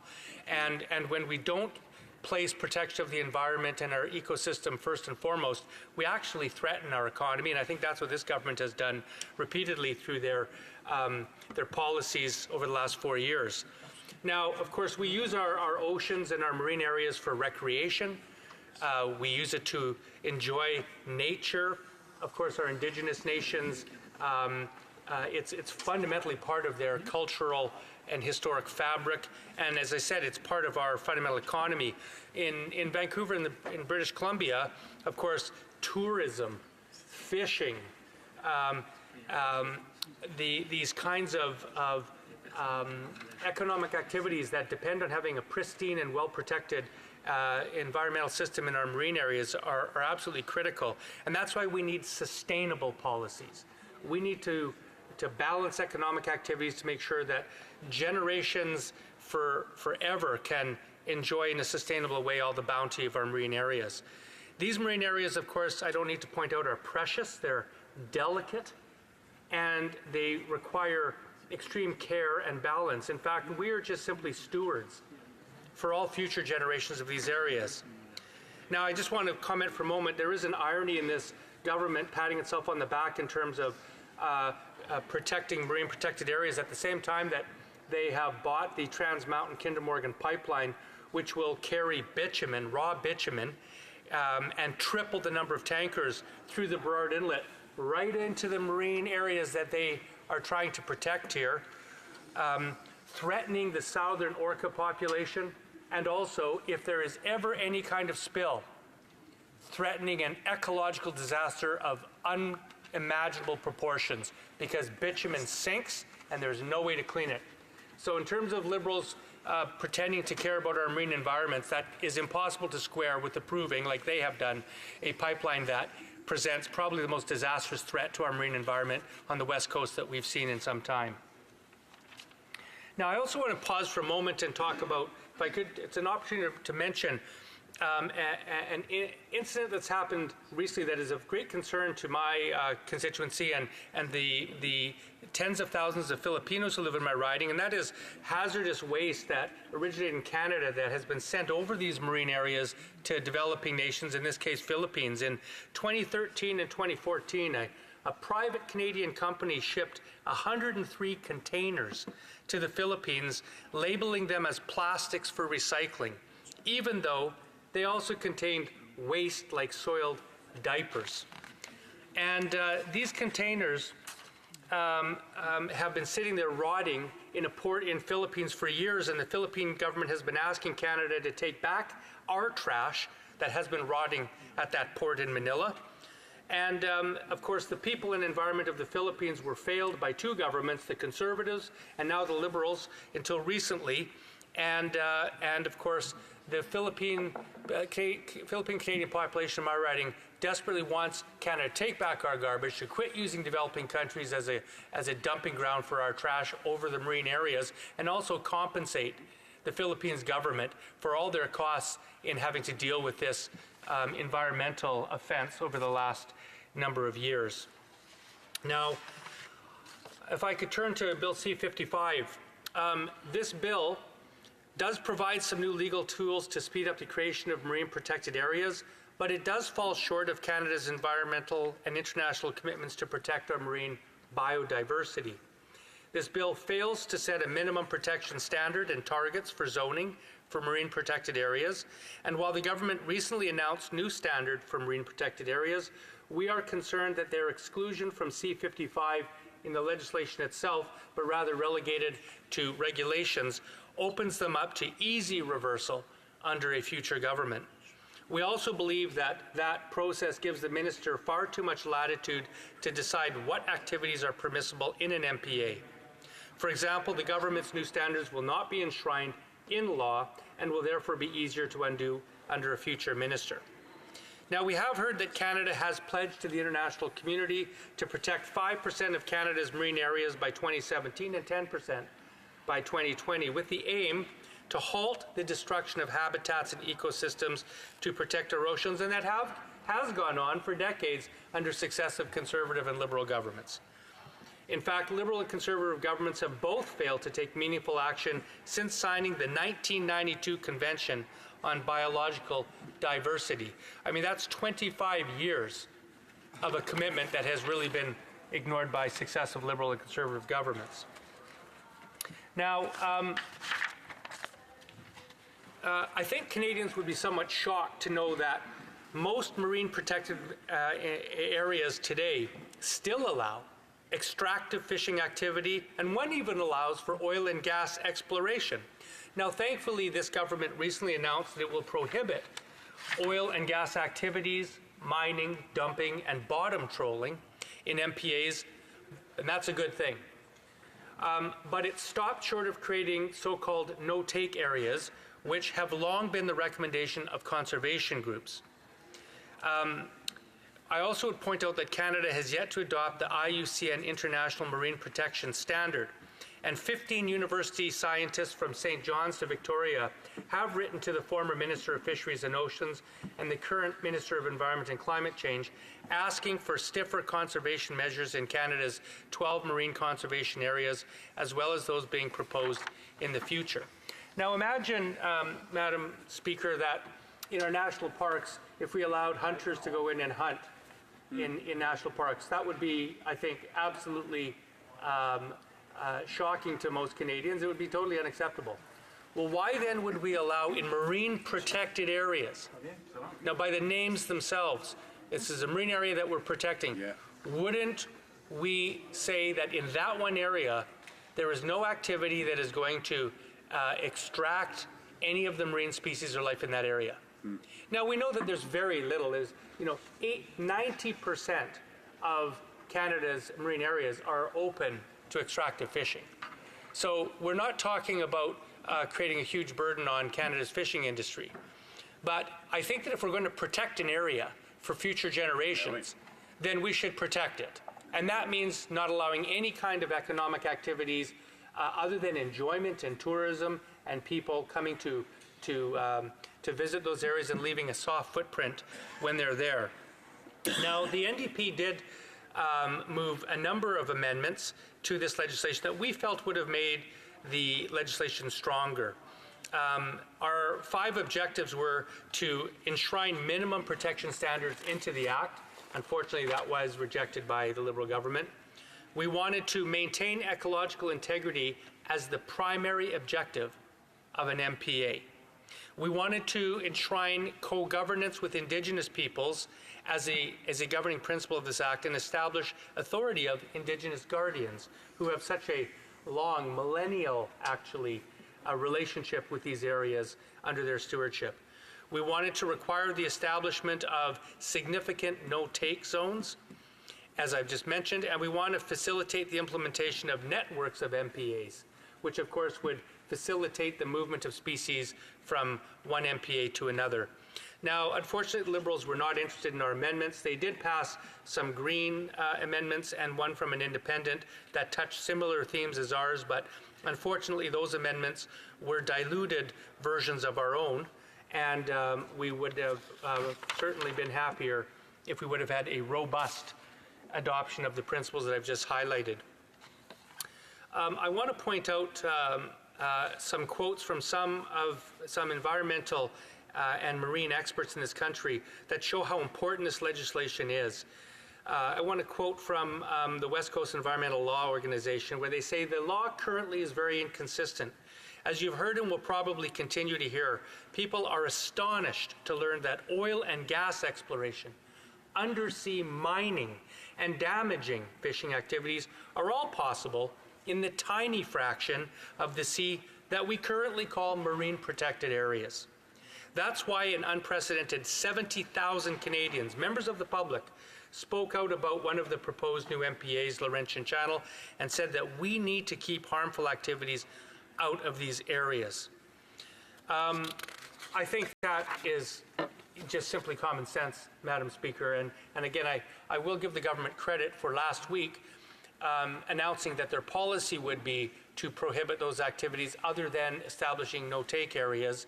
And I think that's a very important development. Again, I'm curious why this government did not see fit to enshrine those standards into the legislation itself, where it would have been far more entrenched and far more difficult for any future government to unwind. I mean, we did see in the previous government, the Conservatives, I think, did massive damage to our Navigable Waters Act and to ecological principles, not only on water, but on land and in air as well. Now, also, I want to comment for a moment on how important it is that we are going to prohibit bottom trawling.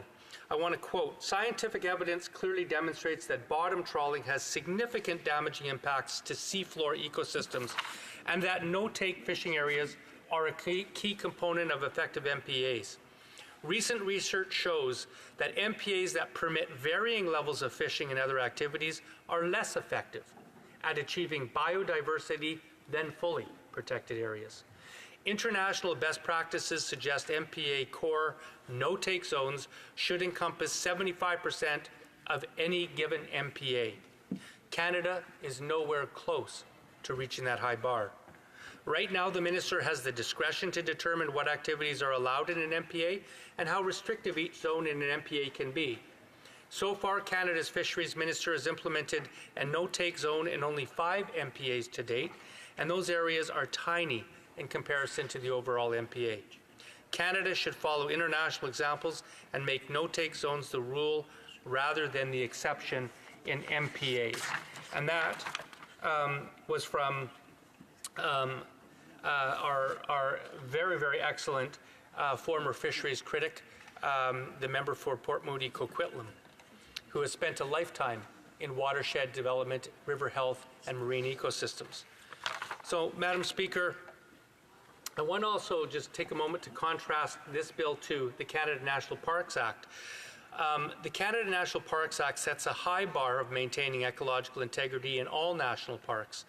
Marine protected areas, however, lack clear minimum protection standards that terrestrial parks benefit from. Now, the federal government recently announced a national advisory panel would be established to provide the Ministry of Fisheries, Oceans, and the Canadian Coast Guard with advice on minimum standards for future Oceans Act MPAs.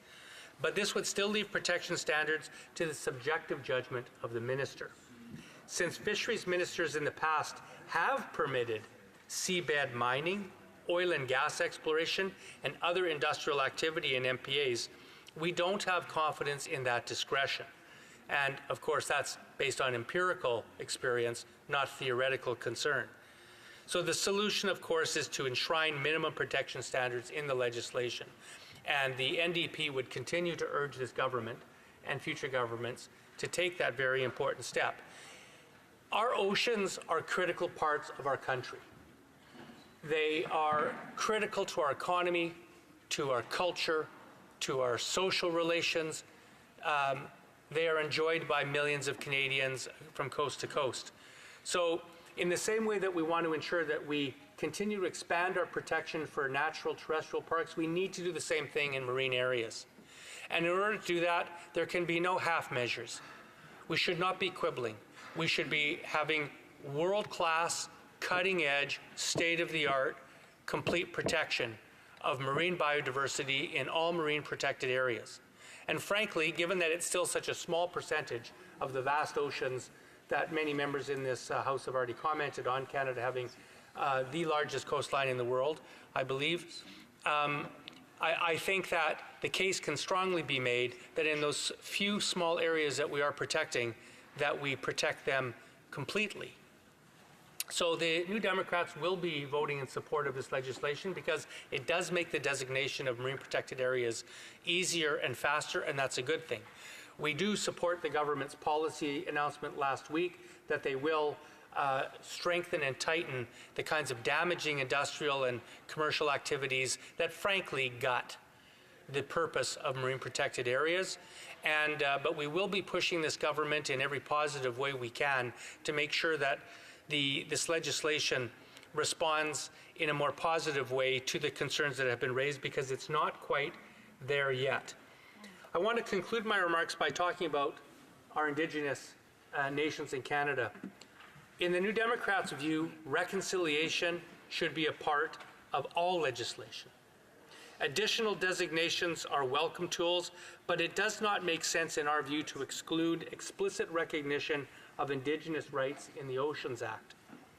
Given the implications of MPAs on Indigenous constitutional rights, we believe this omission is irresponsible and frankly inconsistent with this government's stated objective of pursuing reconciliation. The federal government's commitments to implementing the United Nations Declaration on the Rights of Indigenous People and working in true nation-to-nation relations with Canada's Indigenous peoples is something that we need to make a reality. And every opportunity that we see that this government introduces legislation that does not make explicit and strong reference to those Indigenous rights, we think is a missed opportunity, and frankly, evidence that this government's commitment to reconciliation is more one of words than of action. Where I'll conclude, Mr. Speaker, is British Columbians are very, very proud of our West Coast, and New Democrats are very proud to be strong defenders of those coasts and all of the species that live within them, and that's why we're going to continue to fight hard against irresponsible pipeline decisions that threaten our coast. We're going to fight for strong environmental protection of all marine areas and expansion of those areas and 100% protection of those marine protection areas so that all species that live, from the orca to the salmon to the humans who enjoy those areas, can continue to enjoy those for millennia to come. Thank you, Mr. Speaker. Questions and comments? The Honourable Parliamentary Secretary to the Minister of Fisheries and Oceans. Thank you very much, Mr. Speaker, and I'd like to thank my colleague from Vancouver Kingsway for his intervention. He can always be relied upon to provide a thoughtful and thorough presentation, and this one was certainly no exception. I appreciate that he challenges the government to be bolder, to ensure that some of the measures that we seek to put in place cannot be reversed by a future government. That we consider some of the specific matters that he raised. I want to raise two specific points and ask him whether he agrees with them. Without this legislation, there is no protection until there is full protection. And one of the things that this legislation does is it allows for an interim protection order that effectively freezes the footprint.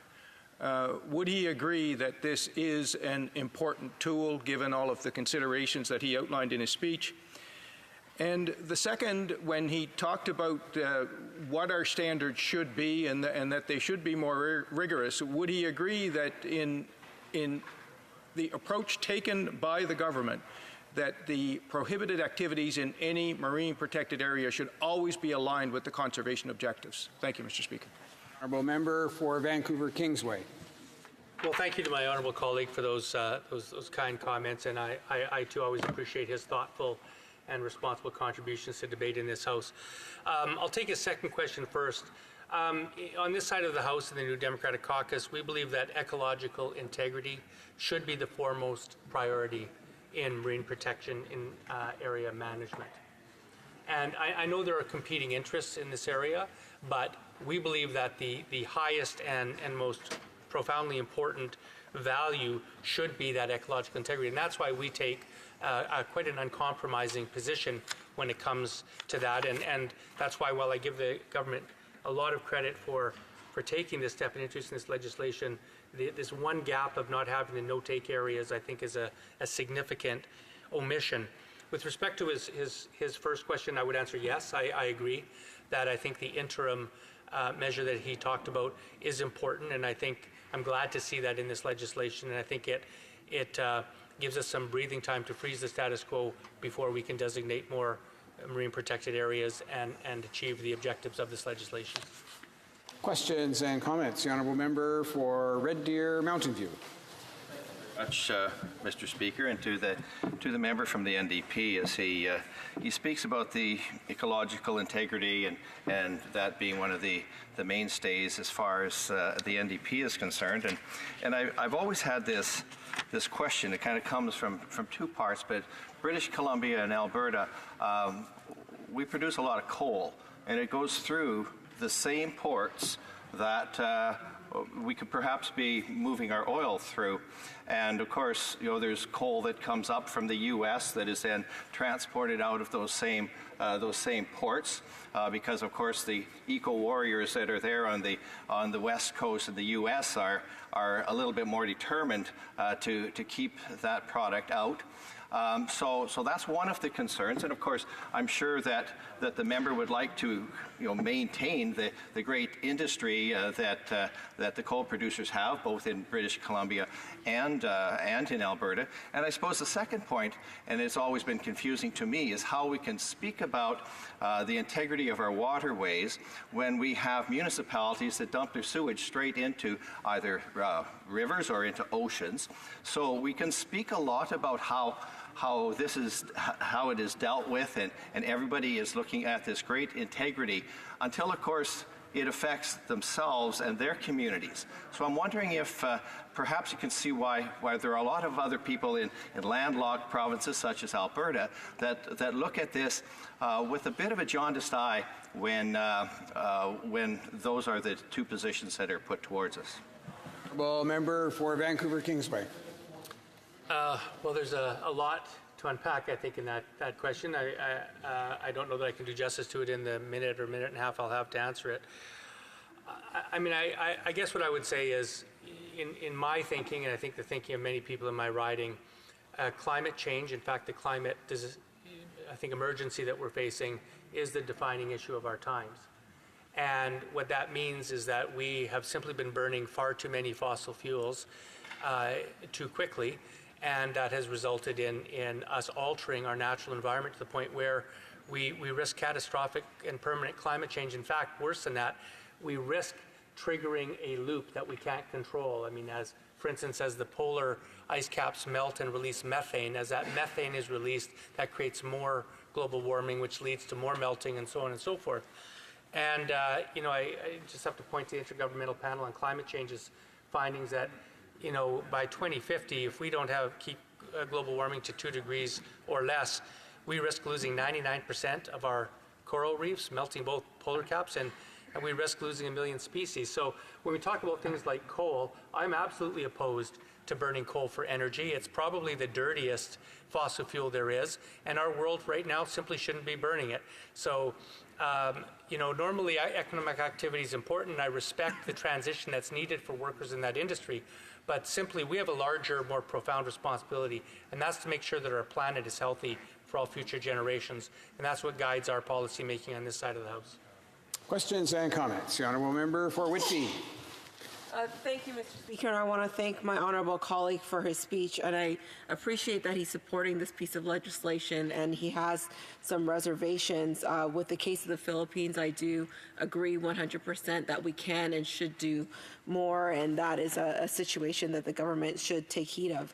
But, Mr. Speaker, I am I'm wondering in terms of when we look at the international perspective and this piece of legislation in terms of Canada's leadership around oceans and ocean protection, and when we look at the Sustainable Development Goals and our Agenda 2030, does he not think that this is a good first step? The Minister of Fisheries and Oceans has stated earlier that they want to look at what can be done in the future to make sure that this piece of legislation goes forward and has a more robust effect. But does he not think that this is a good first step in terms of Canada's leadership on the international stage and the work that we're doing to protect our oceans from coast to coast to coast to ensure that we're meeting our Sustainable Development Goals and meeting our objectives for Agenda 2030? The Honourable Member for Vancouver Kingsway. I'd like to thank my honourable colleague for that question. I think this is positive legislation, and I congratulate the government for moving forward on this. It is a first step. I guess what I'd like to see is a quicker step. Canada did sign on to the Convention on Biological Diversity in 1992. So here we are talking 24 years or 25 years later. My math is bad, whatever 27 years later. A couple of decades. So I would like to have seen this go quicker. Of course, the previous Conservative government, I think we're at 1% of protecting our marine areas. So, I mean, that was a terrible time, I think, in Canadians' history in terms of advancing our international commitments, as the Honourable Member just commented.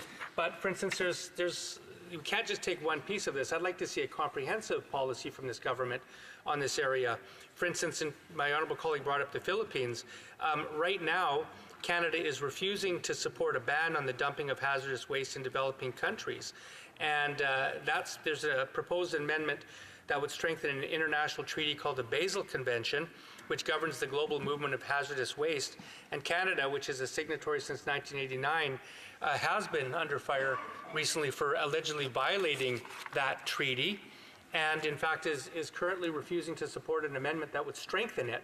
And to come back to the Philippines issue, you know, Canadian businesses cannot be allowed to dump our trash in developing countries who are even less able to deal with the recycling and the other issues, the toxicity of those issues.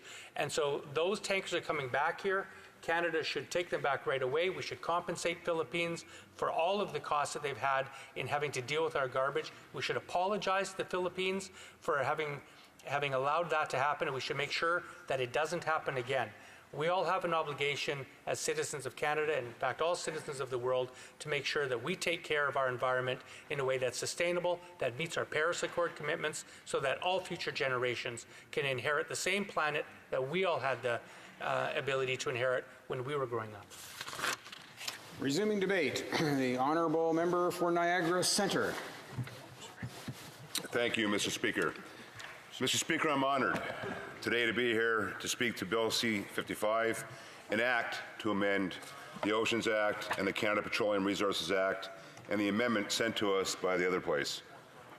Our government is in fact committed, Mr. Speaker, to increasing the proportion of marine and coastal areas that are protected to 10% by the year 2020.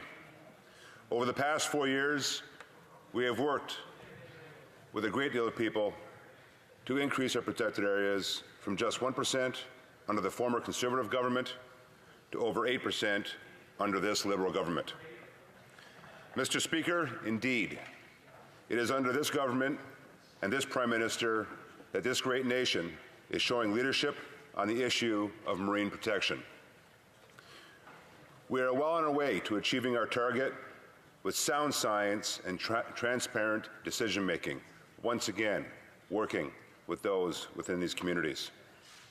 We are actively engaging with our partners in both provinces and territories, Mr. Speaker, and with Indigenous groups, marine industries, and all Canadians to increase protections and meet our targets while supporting a healthy oceans economy. An important part of meeting those targets, Mr. Speaker, is this Bill C-55. As many of you already know, this bill seeks to provide a new authority for the Minister of Fisheries and Oceans to designate an area for interim protection.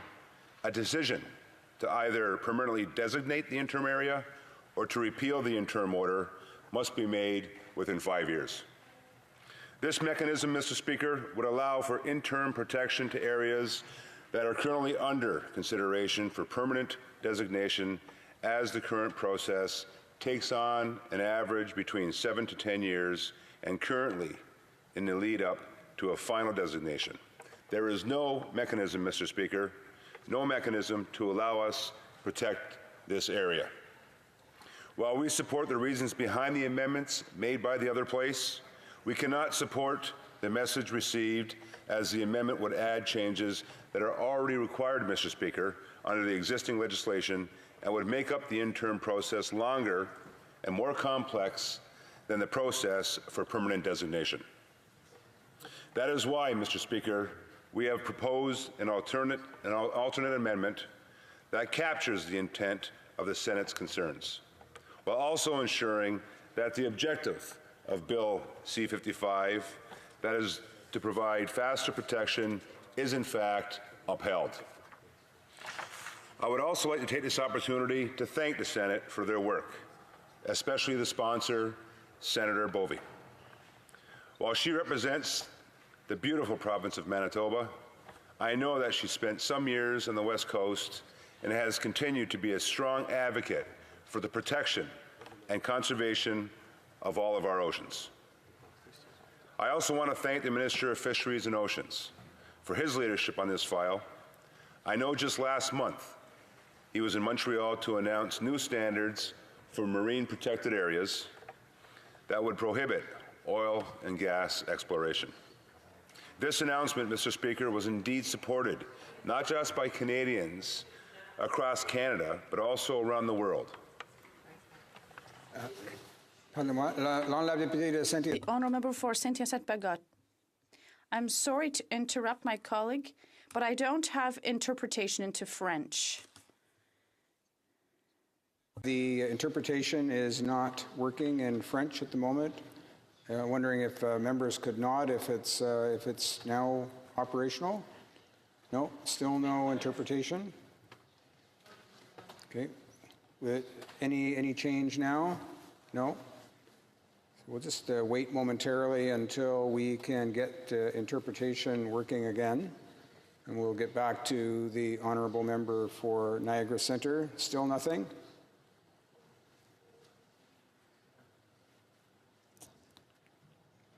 No changes there yet. Members could turn to a French translation. Is it working now? Operational? Okay. We're going to go back.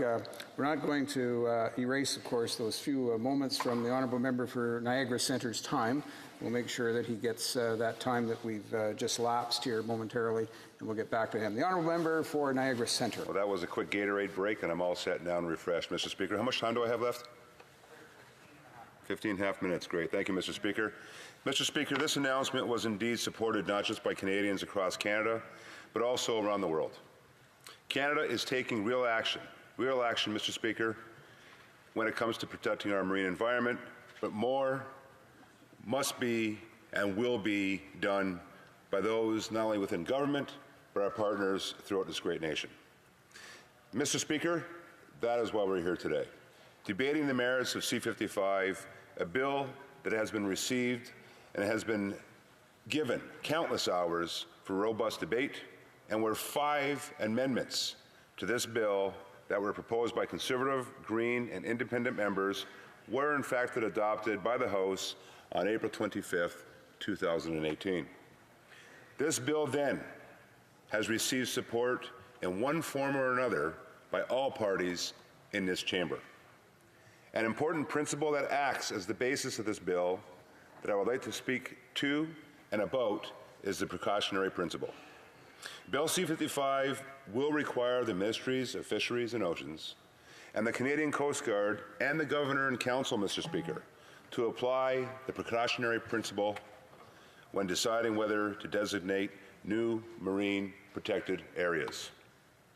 This will facilitate the decisions to designate a marine protected area, and the principle recognizes that the absence of full scientific certainty shall not be used as a reason for postponing decisions where there is a risk of serious or irreversible harm. Indeed, Mr. Speaker, if information such as the recent report by the United Nations on the collapse of biodiversity has told us anything, it is that we cannot wait to take action to protect our environment. While many of the members opposite want to sit in their seats and wait for more species to go extinct and for weather conditions to worsen because they have no plan for the environment or our marine areas, Canadians can be certain, absolutely certain, Mr. Speaker, that the members sitting on this side are in fact listening and responding accordingly. We are listening and we are taking action, Mr. Speaker, because we know that we cannot simply wait for our fish stocks to collapse before that is enough evidence to do something about it.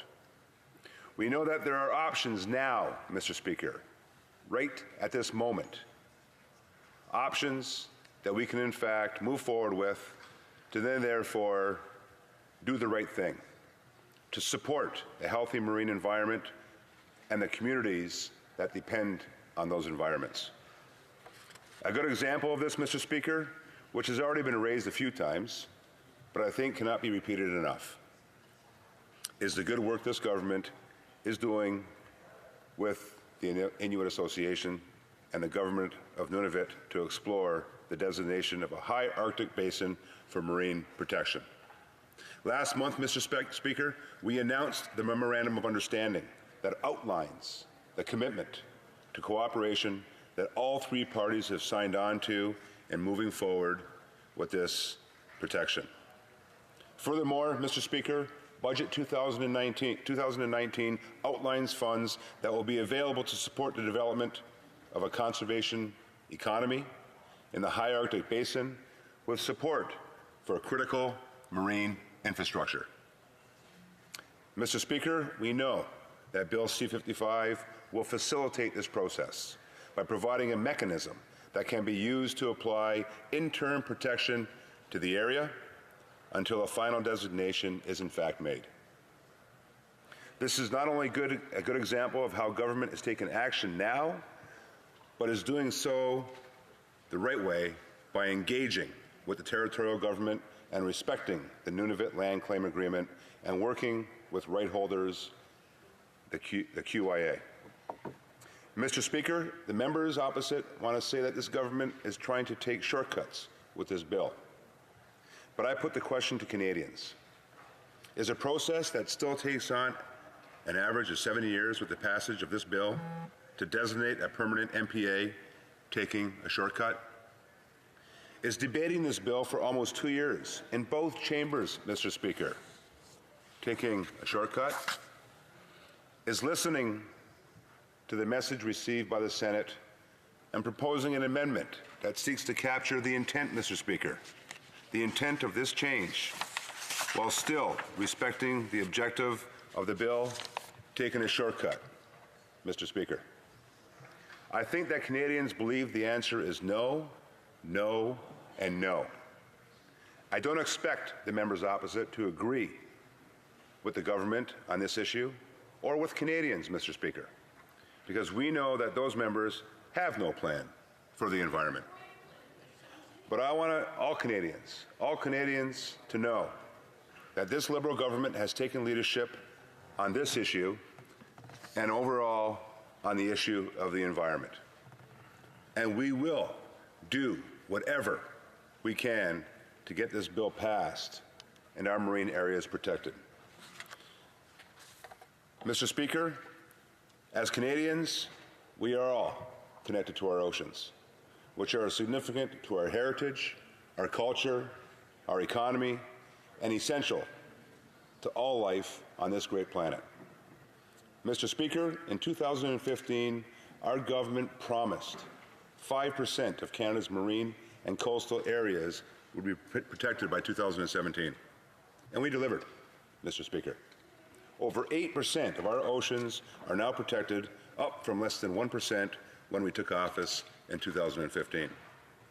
Now, our government is committed to reaching our international target of 10% by 2020, as I mentioned earlier. We will do this with sound science and transparent decision-making, working with our provinces, working with our territories, working with communities that have a direct interest in the decision-making process. One of the forms of protection is a marine protected area, the MPA, under the Oceans Act, where unique species and their habitats are conserved and, in fact, protected. We have examined how the Oceans Act can be updated to facilitate the designation, Mr. Speaker, the designation process for MPAs without sacrificing science or the public's ability to provide their input, their thoughts, but most importantly, their interests in a process that considers the consequences of the decisions being made. The current process, as I mentioned, Mr. Speaker, and I will be repetitive, the current process for a designated and marine protected area is lengthy. These proposed amendments to the Oceans Act would shorten the time required to put protection in place while ensuring that shortcuts are not taken when it comes to these consultations.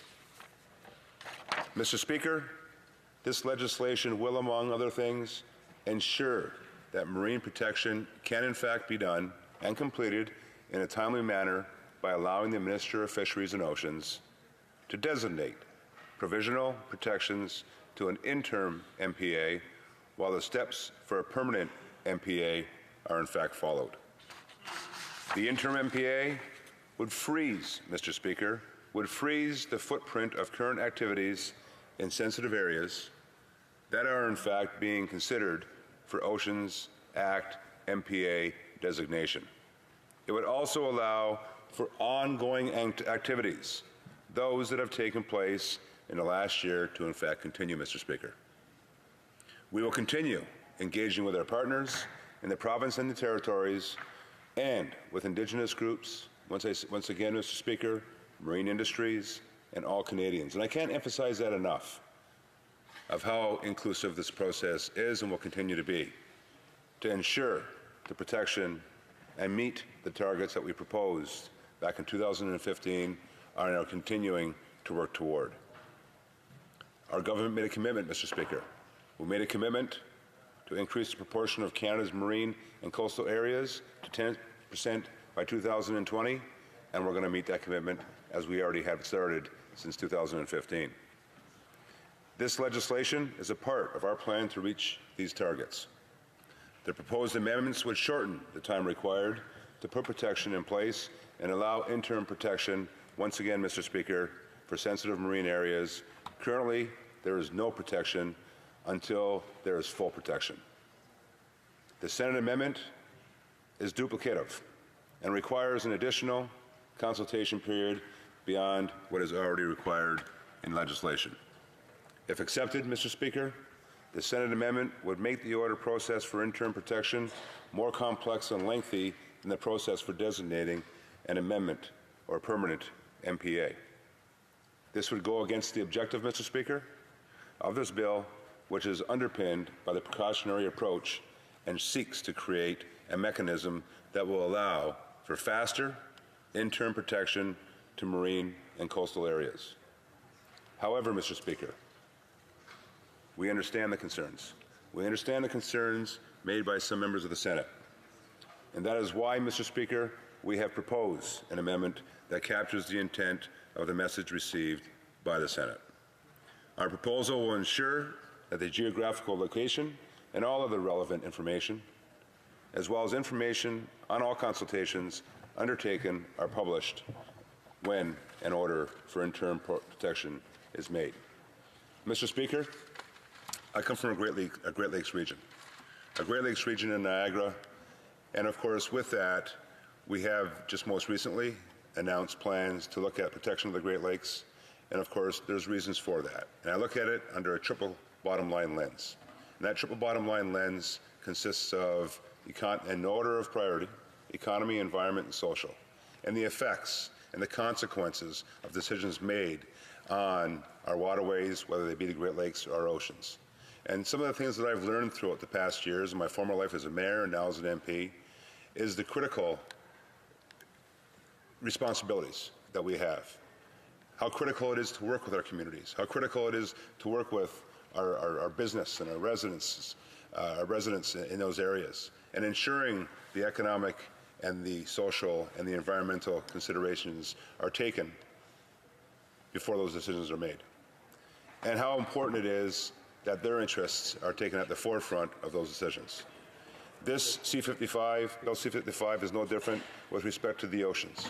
And of course, the areas that we have to preserve to ensure that future generations, not just 5 or 10 or 15 years down the road, but 20, 30, 40, 50 years down the road, that those generations are looked after when it comes to our environment and, of course, what's attached to our environment. So, Mr. Speaker, in closing, I would like to say this, is that although we here in Parliament sit in 4-year terms, it's important that that vision goes beyond those 4 years and looks at 20 to 50-year thoughts and, of course, priorities, responsibilities, and therefore strategies. Bill C-55 does that.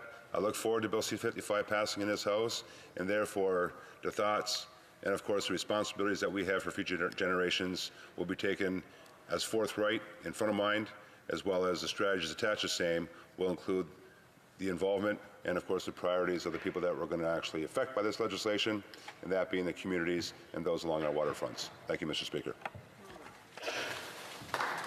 Questions and comments. The Honourable Member for Edmonton Strathcona.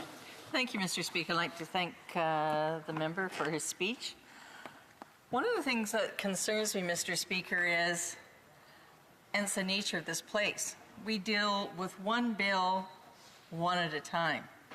And when we're dealing with something like the oceans or potential environmental impacts or conflicts between different resource sectors, fisheries maybe, offshore oil development, the transport of oil or other hazardous waste through the oceans, we're not taking into consideration. I've heard over and over from the Liberals here, well, it's a first step.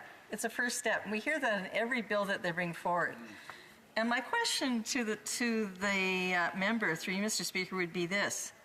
Right now off the coast of Newfoundland, there's consideration to experimental deep water drilling that other countries have not been willing to pursue. And so is he confident that this legislation that we're bringing forward will also ensure that whatever other activity that the governments are reviewing are not going to impact on these marine protected areas that we set aside? There was a lot of consternation in the review of C-69 that the offshore boards had a conflict of interest. They have one interest, which is to extract and gain revenue from the offshore resources, and the other is to consider the impacts. So I wonder if you could speak to that issue of whether or not I think it's important for us also to look at all of these pieces of legislation together to make sure that one is not impacting the other. Honourable Member for Niagara Centre. Thank you, Mr. Speaker, and I thank the member for the question. One of the things that this government has done, unlike others in the past, is we put in place a new ministry, the Ministry of Intergovernmental Affairs. And that ministry, quite frankly, is there to facilitate, to listen, and ensure that when we have issues, when we have projects that are being considered, that in fact the cross-ministerial communication is going to happen. There's many issues that we deal with, as the member will know, that do have effects on other bills, other ministries, and then therefore future projects or current projects that might be underway. So in direct answer, the answer is we look forward to when these situations do in fact present themselves, and they do have an attachment to other ministries, or issues that in fact the minister and his great staff, Intergovernmental Affairs, will facilitate that communication, will facilitate that discussion, and therefore the decisions that are being made will in fact be consistent with the ultimate priority of this government. Thank you, Mr. Speaker. Questions and commentaires. Questions and comments. The honourable member for Whitby. Hey. Yes, okay. Thank you, Mr. Speaker. I'd like to thank my honorable colleague for his speech. He certainly is a great representative for his riding, and I certainly do appreciate when he adds his voice to the commentary here in the House. I wanted to ask him, as he knows, Canada represents a number of small islands in the Caribbean in particular. Everybody knows I'm from Grenada. Small islands in the Caribbean on a number of different international multilateral bodies. And with this piece of legislation, especially when we're talking about oceans and protecting our oceans, we all know that the Caribbean wants to be one of the first regions in the world to be climate resilient. I'm wondering if you could tell us how this piece of legislation lends to Canada's credibility as a leader in the international community around protecting our oceans and more broadly being a leader in climate change. The honourable member for Niagara Centre. Thank you, Mr. Speaker, and I thank the member for the question. And it's a great point. The world does need more Canada. And when we look at a lot of the issues and initiatives that we've embarked on, especially in the last 3 years, showing great leadership with respect to those very issues. Let's face it, we have oceans that do extend past our boundaries. And of course, with that said, the issues that are attached to those oceans do cross those jurisdictional lines. So we do look forward to not only here within this great nation to look at protections of our oceans, but there's an expectation there that through that leadership, that in fact it'll go beyond our jurisdiction and into other jurisdictions, so and therefore it can be consistent not just here in our area, but also more internationally. Questions and comments. The Honourable Parliamentary Secretary to the Minister of Fisheries and Oceans. Mr. Speaker, and I want to pick up on the theme raised by the member from Whitby. Canada recently co-hosted in Nairobi, Kenya, a conference on the sustainable blue economy. And this is something that requires international cooperation and collaboration, and it really is an opportunity for Canada to lead. I know the member from Niagara Centre is a very active supporter of the Marine Chamber of Commerce. There's probably no better poster boy for the economy and the environment going hand in hand with respect to marine matters than the member from Niagara Centre. I wonder if he could speak a bit about his work on the Marine Chamber and its relationship to a blue economy and the health of our oceans, which are all part and parcel of what we're debating here today. Thank you. One member for Niagara Centre. Thank you, Mr. Speaker, and I thank the member for the question. That's a great point, because not only are we leaders internationally with respect to our responsibilities when it comes to the environment, of course, with our oceans and our Great Lakes, but we can't do that alone. We have to be in this together.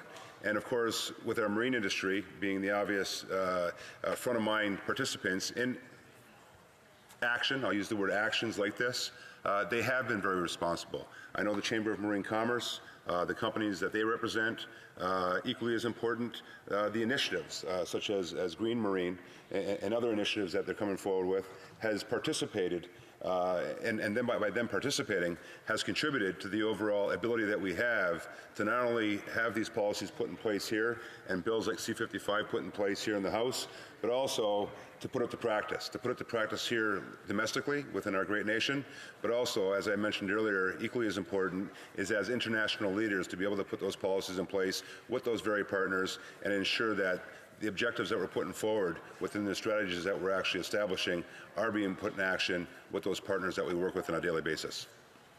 Questions and comments. The Honourable Member for Dauphin, Swan River, Neepawa. Thank you very much, Mr. Speaker. I always find it rich when Liberals brag about their environmental record, especially since shortly after they took office, they allowed Mayor Denis Coderre, the mayor of Montreal, to dump millions of litres of raw sewage into the St. Lawrence after our government had prevented him from doing that. But I have a specific question, though, related to Great Lakes water quality, a topic that I'm kind of interested in. We did a study of it on the Environment Committee back when we were in government, and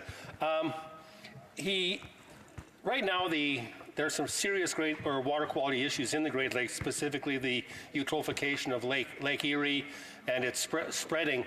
I wonder, we've largely solved the problem of point source pollution through our wastewater treatment plants and so on. But I was wondering if the honourable member could comment on how he would deal with non-point source pollution, basically, the runoff from cities and towns that is putting phosphorus into our lakes, especially the Great Lakes, at a fast rate. Honourable member for Niagara Centre. Do I have an hour, Mr. Speaker? Because that's the whole very point and strategy of many investments that we're making as a government, once again in partnership with our municipal government. We know in my former life as a mayor understand how much burden, financial burden, that's being placed on property taxpayers as well as water, wastewater ratepayers. On a yearly basis, every annual budget sees increases, especially in capital fixed costs. One of the main reasons, Mr. Speaker, why we're bringing carbon pricing forward is that currently, when you look at carbon-related pricing costs that are caused by climate change, the financial burden ends up on the property taxpayer or the water, wastewater ratepayer.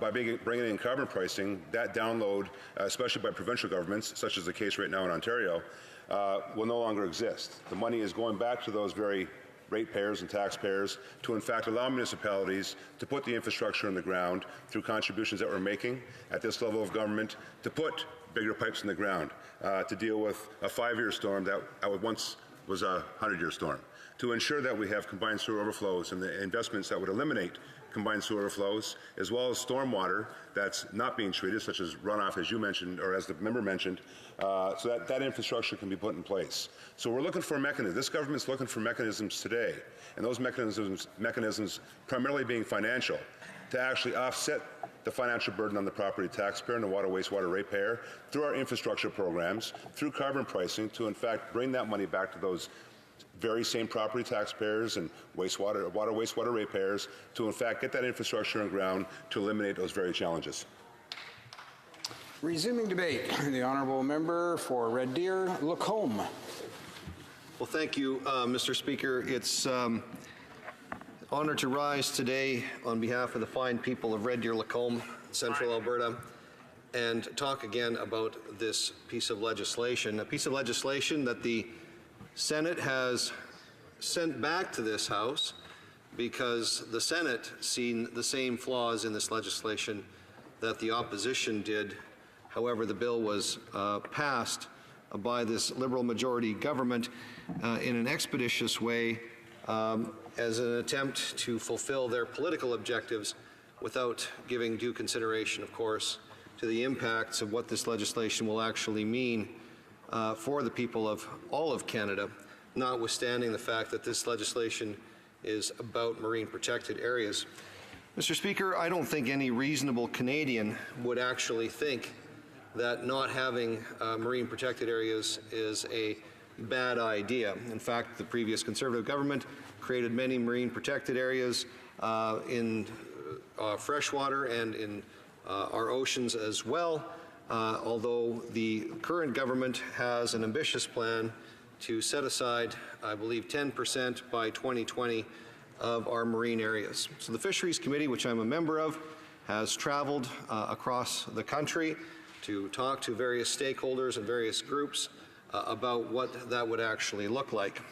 We heard loud and clearly from Aboriginal groups, particularly those who rely in coastal communities on the ocean or on the sea for their way of life, that they're concerned that the marine protected areas will actually interfere or infringe upon their lifestyles, whether they're the Inuit in the north who want to be able to have access to various estuaries for beluga harvesting or for fishing, whether it be our coastal communities that rely on shipping, marine traffic, then themselves, the Indigenous communities relying on salmon, halibut, clams, whatever the case might be, not only for their own personal use, but also for the socioeconomic interests that they have within their various bands.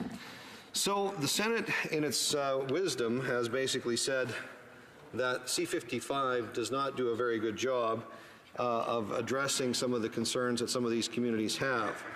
And in fact, Senator Patterson, with one of the amendments, Senator Patterson being a senator from the Nunavut territory, basically wanted to amend Clause 5 of the bill to enhance consultation and cooperation measures. Of course, this is a government that touts itself on one that wants to ensure that they have the consultative processes done, but the Senate, which is now dominated by appointees by this Prime Minister, has basically sided with Senator Patterson in saying that this bill needs to go back and have that particular clause reviewed. And the thing about it, Mr. Speaker, is there's nobody in my home province of Alberta, and it might be odd, people say, why is there this guy from Alberta that's so focused on fisheries, particularly on the West Coast? Why is there this guy from Central Alberta who's a farm boy always talking about fish and always talking about salmon? Well, it just happens to be something I know a little bit about. But I also understand that standing between the economic prosperity of the people that I represent in Central Alberta and their future lies the ability to ship energy products off of our Pacific coast. And there's nobody back home in my riding, Mr. Speaker, that actually believes that the current government actually has Alberta's best interests at heart, which is why traditionally Alberta, after the first Prime Minister that has the same last name as this Prime Minister was elected, has traditionally, the Liberal brand, especially at the provincial level, is virtually a non-starter in Alberta.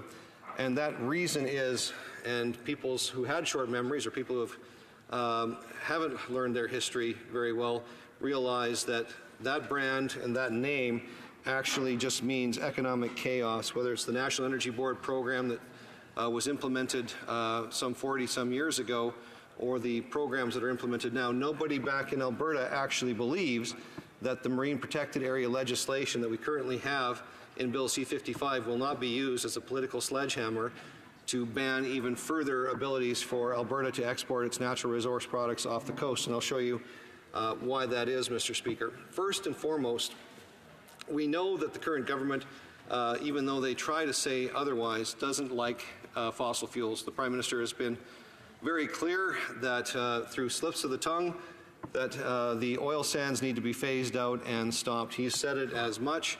He says in response to questions about the carbon tax that the increasing cost of energy and the increasing cost of fuel for Canadians is what we want. When I say we want, I'm using the Prime Minister's words. It's what the Prime Minister thinks that Canadians actually want.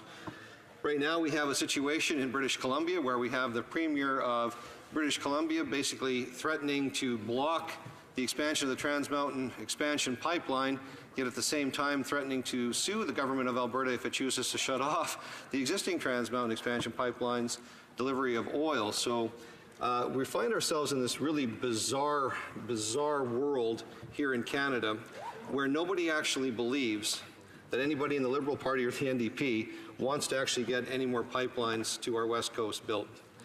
So we've got the carbon tax, we've had the regulatory changes, the outright cancelling of the Northern Gateway Pipeline by Enbridge, the changing of the regulatory process for Energy East. As a matter of fact, the very first thing this government actually published after, in November of 2015, was changes that it made to the consultation process on pipelines, further delaying Trans Mountain expansion, Energy East, and the outright killing of the Northern Gateway Pipeline.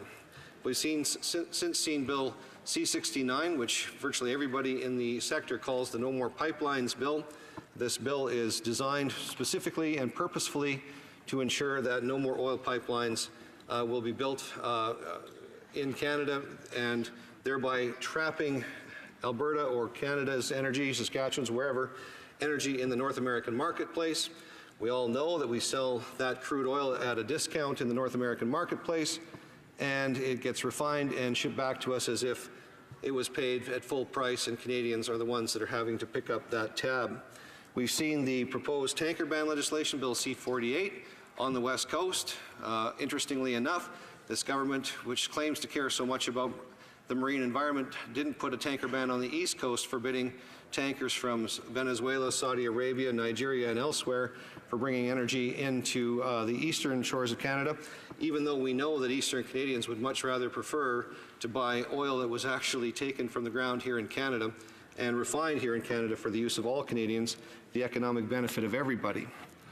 So, Mr. Speaker, it would not be a stretch in any way, shape, or form to believe that Bill C-55, the current sitting Minister of Fisheries and Oceans, or any version thereof that this government has had sitting in that chair, would use that legislation. And if you take a look at what the legislation actually does, Mr. Speaker, I have no reason as an Albertan to believe anything otherwise, that marine protected areas will be specifically designated and set up in those areas, not based on science or not based on where the marine protected area could do the most good for the preservation of species or the preservation of unique habitat or ecosystems, but it'll be set up specifically in designated areas to basically block the kinds of industrial activity that this government does not favor.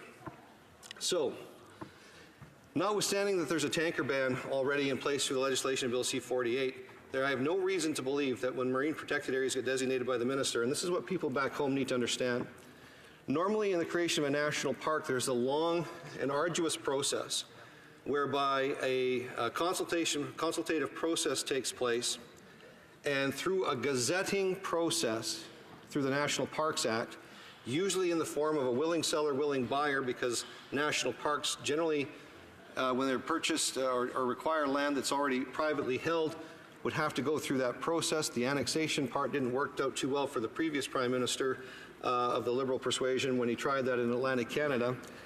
So here we find ourselves either using Crown land in the north, which is where most of the Crown land is. So anytime there's a new national park created, it's created on Crown land. But the oceans are owned by nobody. They're actually owned by Her Majesty the Queen. They're owned by the Crown. In right of the people of Canada. So the minister in this particular case, through Bill C-55, should it pass in its current form, will have the ability to designate a marine protected area wherever he or she sees fit. Wherever he or she sees fit. No legislative requirement at all for them to use best science. No legislative requirement at all for that process to be gazetted. Not one. This is the most powerful piece of legislation that I have seen that gives the minister the outright ability to take up to 10%, because that's the targets that the government is saying, up to 10% of our oceans and close them down in full or part, however the minister sees fit. That means that they can designate a marine protected area, he or she can designate a marine protected area that is completely closed from all activity. Right from the sunlit zone at the top of the water, all the way through the pelagic zone in the water, all the way down to the littoral zone at the bottom, if there's enough sunlight there to create that, or even down into the benthos or the layer where at the bottom of the seafloor or the ocean floor. And cease and desist all activity. And the minister can make any list of exemptions that he or she wants in order to accommodate whatever political agenda they have. They can deny fishing, they can deny trawling, they can deny tanker traffic, they can deny specific tanker traffic. They can simply say, just like Bill C-48 does, they can say, well, we'll let ships through here as long as the ship isn't containing products X, Y, or Z. And there's not a single thing, not an ability in this legislation at all for any recourse whatsoever. So I will bet anybody with a crisp $10 bill that wants to take me up on it.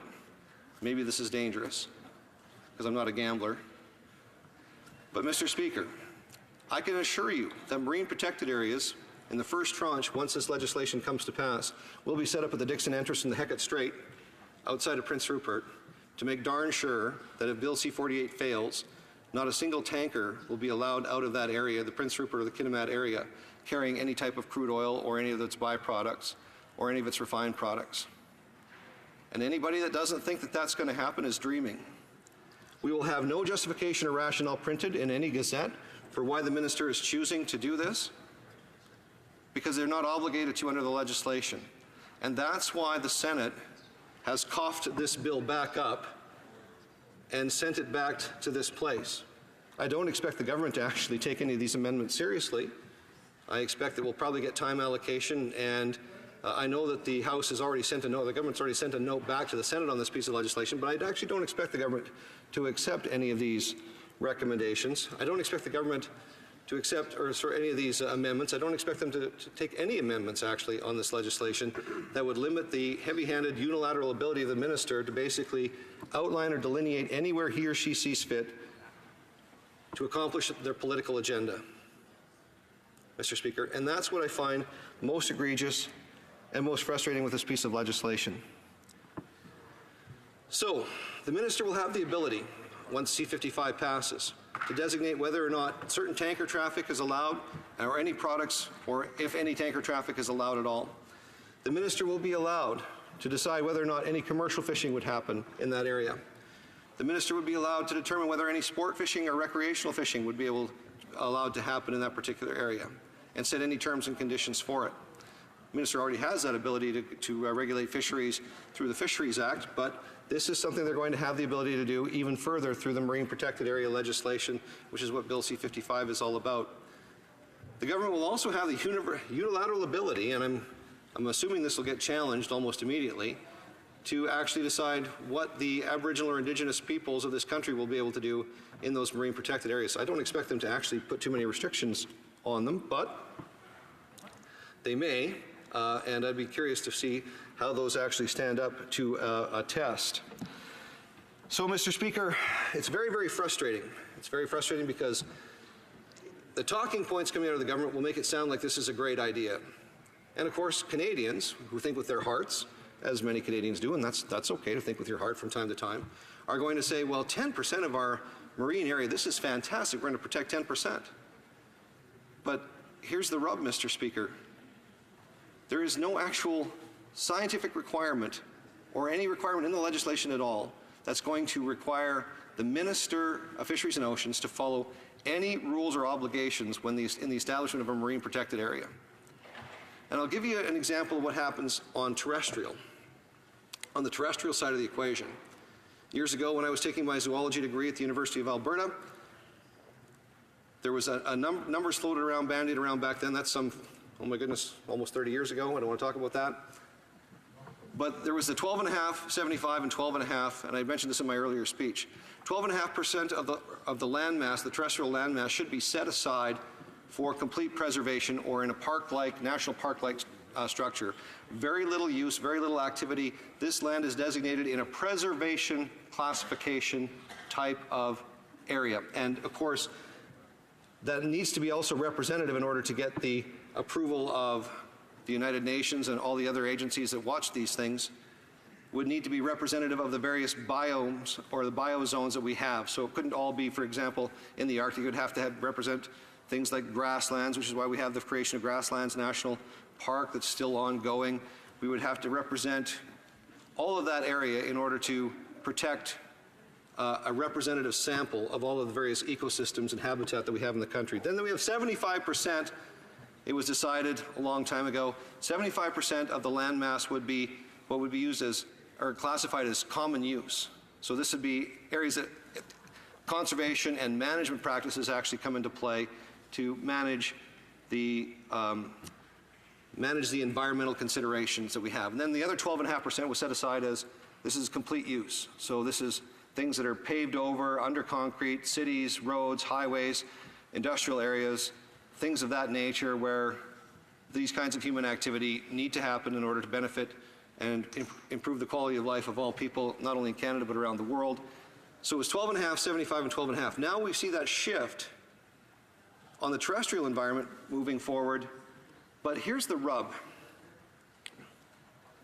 Anytime that somebody wants to grow that 12.5% of the preserved land area, and we just saw how badly this backfired for Rachel Notley in Alberta when she tried to take some of the land that's classified in a public land use zone and that 75% of conservation and good managed land and terrestrial areas, they have to take that land from that particular area. They have to take that space and put it in the preservation pot from the 75%. Well, that's everybody that lives and makes a living basically in small rural areas across our country.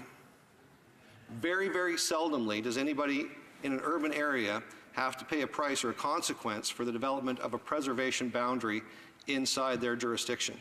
Very, very seldomly. And the same thing is going to happen now in these marine protected areas. It's not going to cost anybody who doesn't venture out onto the ocean anything, because it's not going to impact their lives. But everybody that lives in a small coastal community, rural coastal community, or makes a living by going out onto the water will now have to contend with arbitrary delineations of marine protected areas and make sure that they follow whatever rules and conditions the minister can make, and the minister, according to this legislation, can make any rules he or she sees fit. It's limitless, and it doesn't have to be gazetted. It doesn't need the approval of anybody other than a ministerial order. Doesn't even need an approval of the governor in council. Doesn't even need the approval of his or her cabinet colleagues. The minister can simply sign a ministerial order and declare an area as a marine protected area. That is unwieldy power, Mr. Speaker, especially when you're talking about 10% of the surface area on down right through the water column to the bottom of the sea or the ocean or the lake or the river or wherever it happens to be. That's under the care and control of just one decision maker in this country. And that's a lot of power, Mr. Speaker, and it's actually power that our friends in the Senate have said should be reconsidered, and that's why they've sent this piece of legislation back here.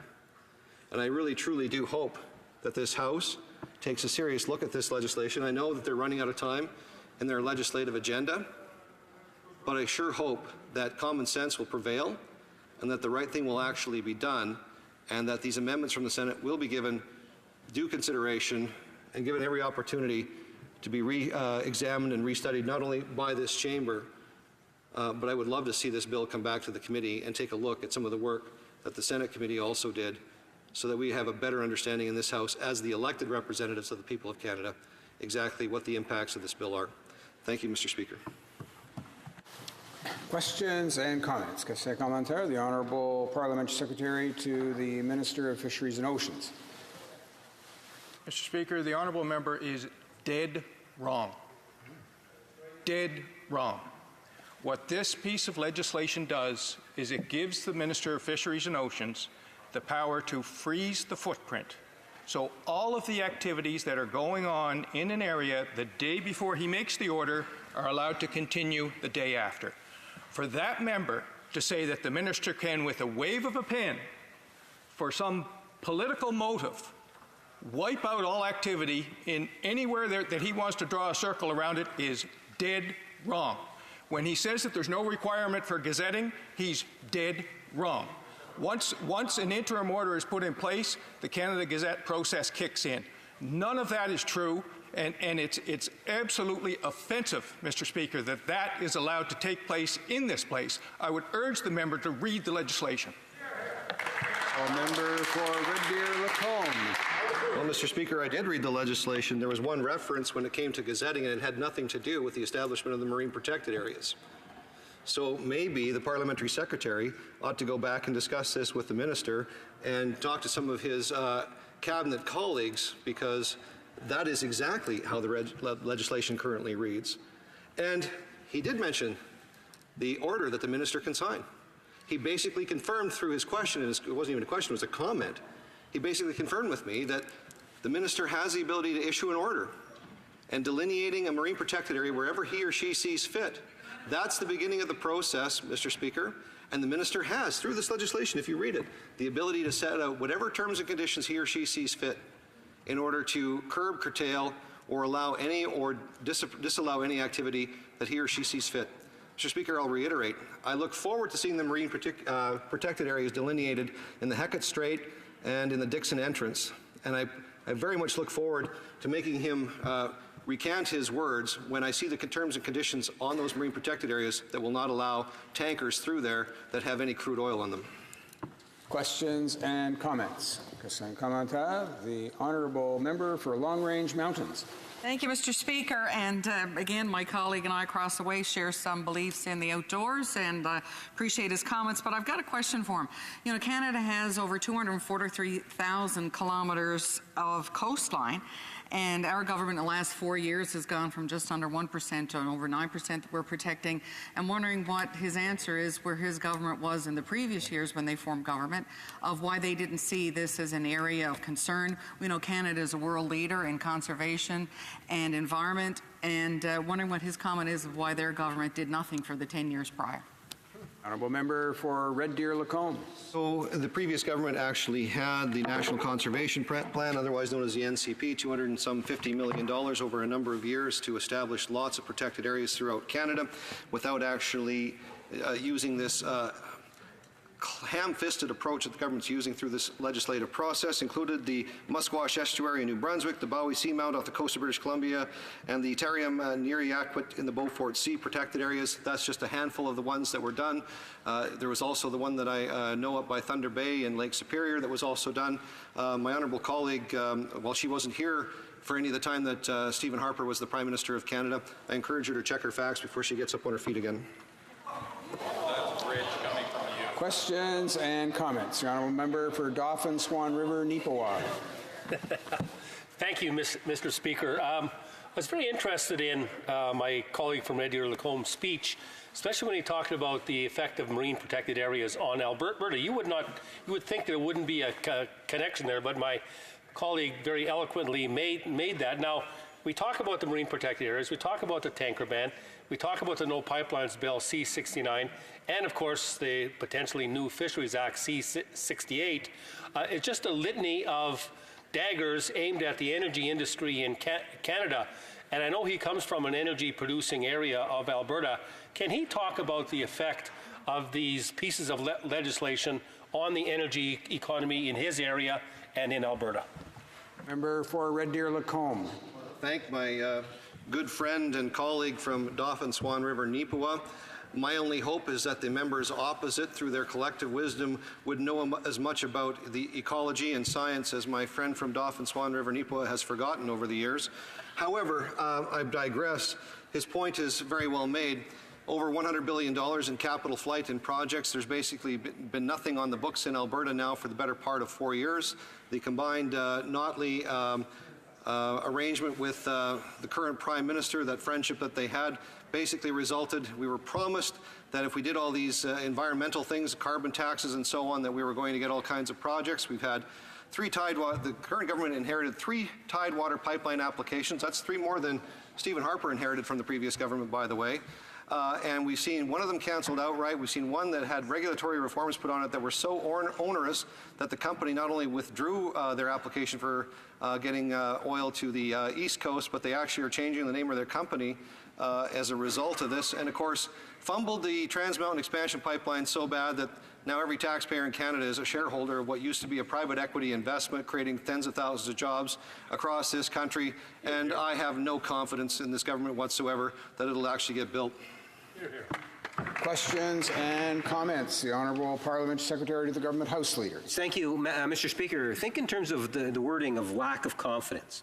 If you want to take a look at this particular issue, Canadians have a right and should be concerned about the Stephen Harper era, when Canadians and in fact people around the world are concerned about our coastlines and expecting Canada, which has the largest coastline in the world in terms of all countries, and when they came out with the idea of bringing it up 10% in terms of marine protected areas, how did Stephen Harper and his majority measure up? They barely got to 1% in 5 years. Since 2015, we've brought it up from 1% to 9%. So, Mr. Speaker, I would suggest to the member, if anyone's got his facts wrong or is misinformed or is not listening to what Canadians really expect of government, it's the official opposition that is ran by individuals like Stephen Harper still today. And my question to the member is, would he not recognize that the expectations that Canadians have today far exceeds what Stephen Harper had and Doug Ford of today, Mr. Speaker? That would be sheer. For Red Deer Lacombe. Mr. Speaker, I grew up on a farm. I fixed tractors, I fixed fences, I fixed automobiles, I fixed all manner of things on the farm. But to this day, I'm unable to fix stupid. Order. I ask the honourable member for Red Deer Lacombe to refrain from those kinds of characterizations of other honourable members. I'd ask him to maybe consider withdrawing his remark. Mr. Speaker, I apologize unreservedly for the comment. My anger and frustration on behalf of the people that I represent got the better of me. This is not something that I normally have to do in this chamber. Thank you, Mr. Speaker, for calling me to order on this.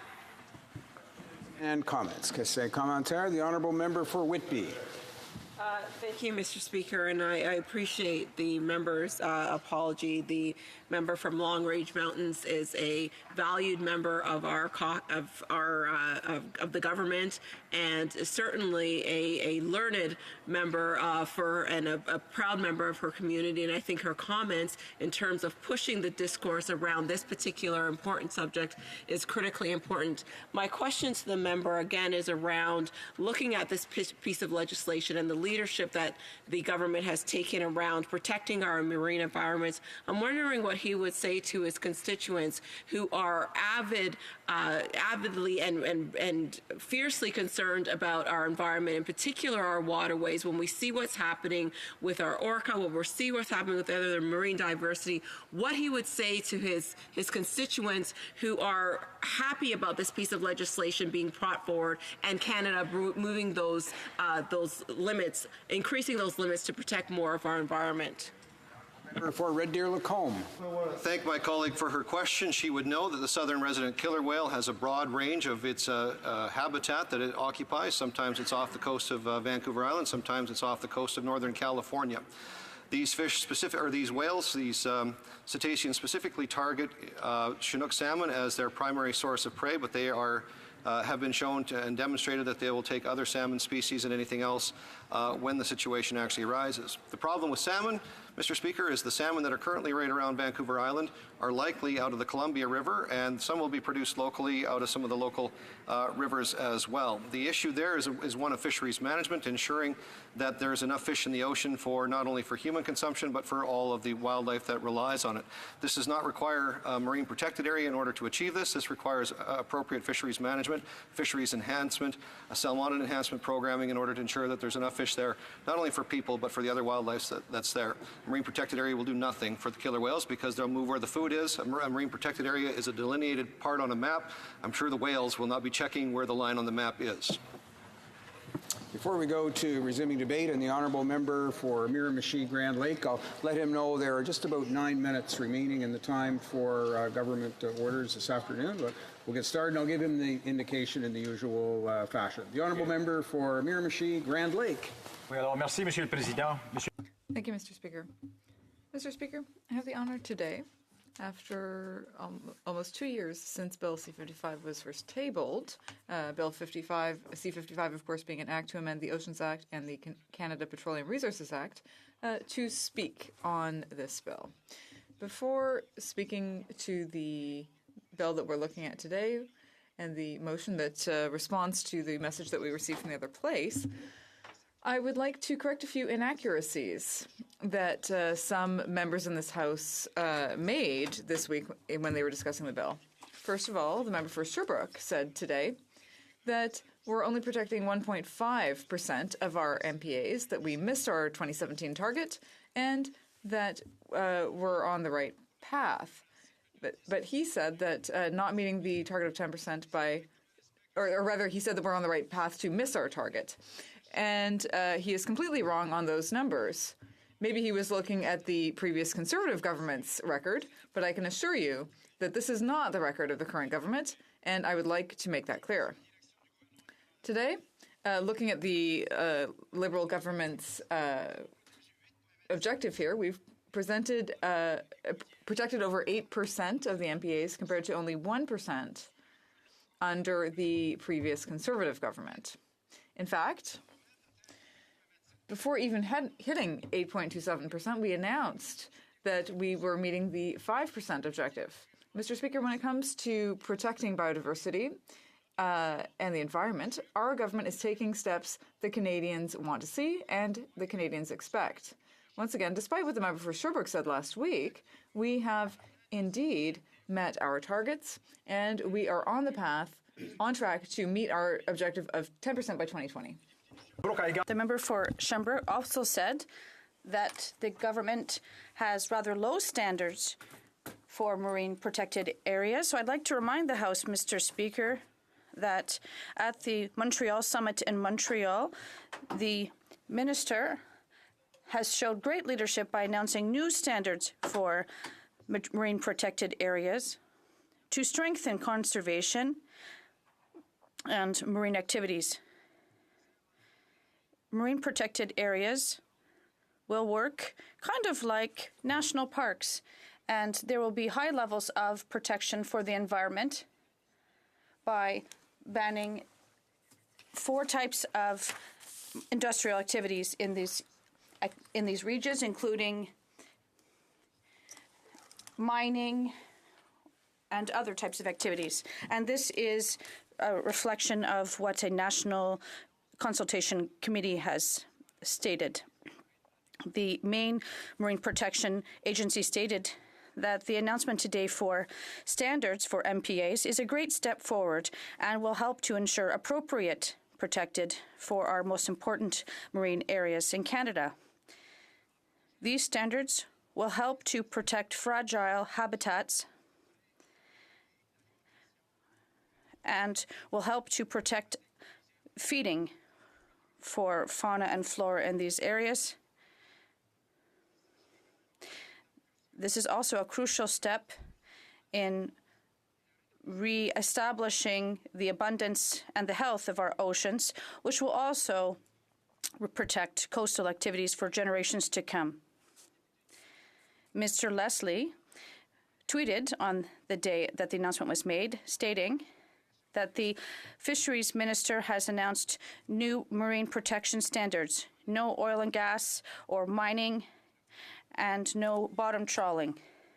I don't have words to describe this. And the tweet ends with applauding emojis and with celebration emojis. Mr. Speaker, the government's record for our marine environment should be applauded. Our government is determined to protect the environment, and this is the objective of this motion and bill. Now that I've shed light on some of erroneous information that was provided last week, I'd like to look at the motion regarding the Senate's amendments. The message that we received from the other place includes an amendment that is overlapping, and if it's implemented, will make the provisional process more complicated. Mr. Speaker, this also goes against the objective of the bill, which is to ensure quicker protection of our marine areas while ensuring that exhaustive consultations take place. However, the government's listening. We understand the concerns the senators, and we understand that provincial and territory governments and those who are affected by provisional marine protected areas should be part of the process, and that is why we've suggested an amendment to the amendment provided by the Senate, which takes account of the concerns raised. First, the amendment requires the minister to be published when an order is made, that all relevant information is provided. There has to be social, cultural, and economic information. And it even goes further. We've said that the amendment is overlapping because it's already covered by sections 22 to 33 of the Act, Oceans Act. The minister also has to publish consultations that take place. Mr. Speaker, the government has listened, and we know that we can move forward on the right way with this bill and the amendment proposed. This bill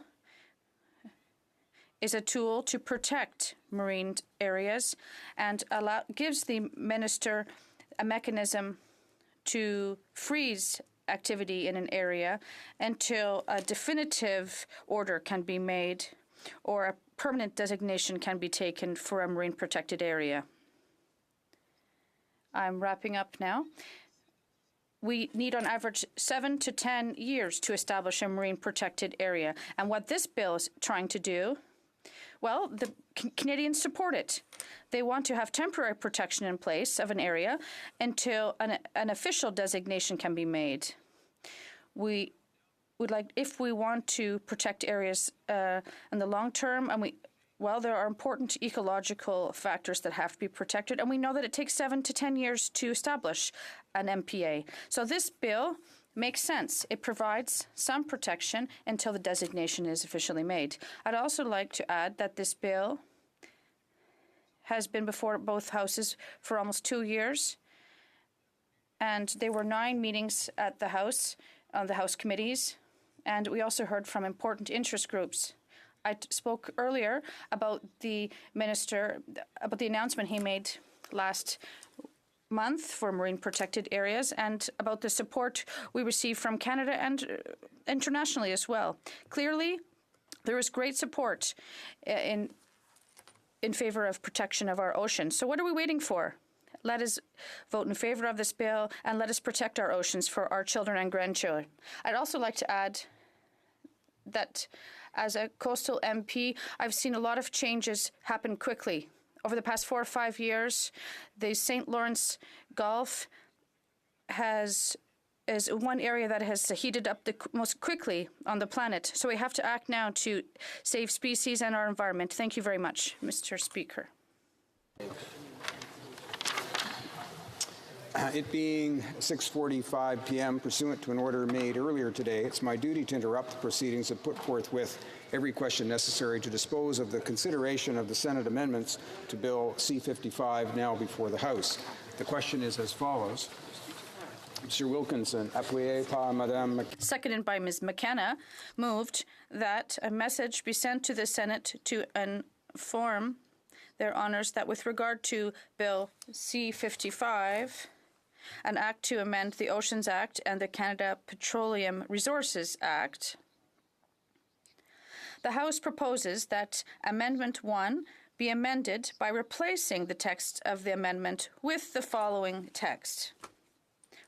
Order is made under subsection 2. The minister shall publish in any manner that the minister considers appropriate a report. Dispense. A. Shall I dispense? Yes. Yes? Rob, what are we going to do without you?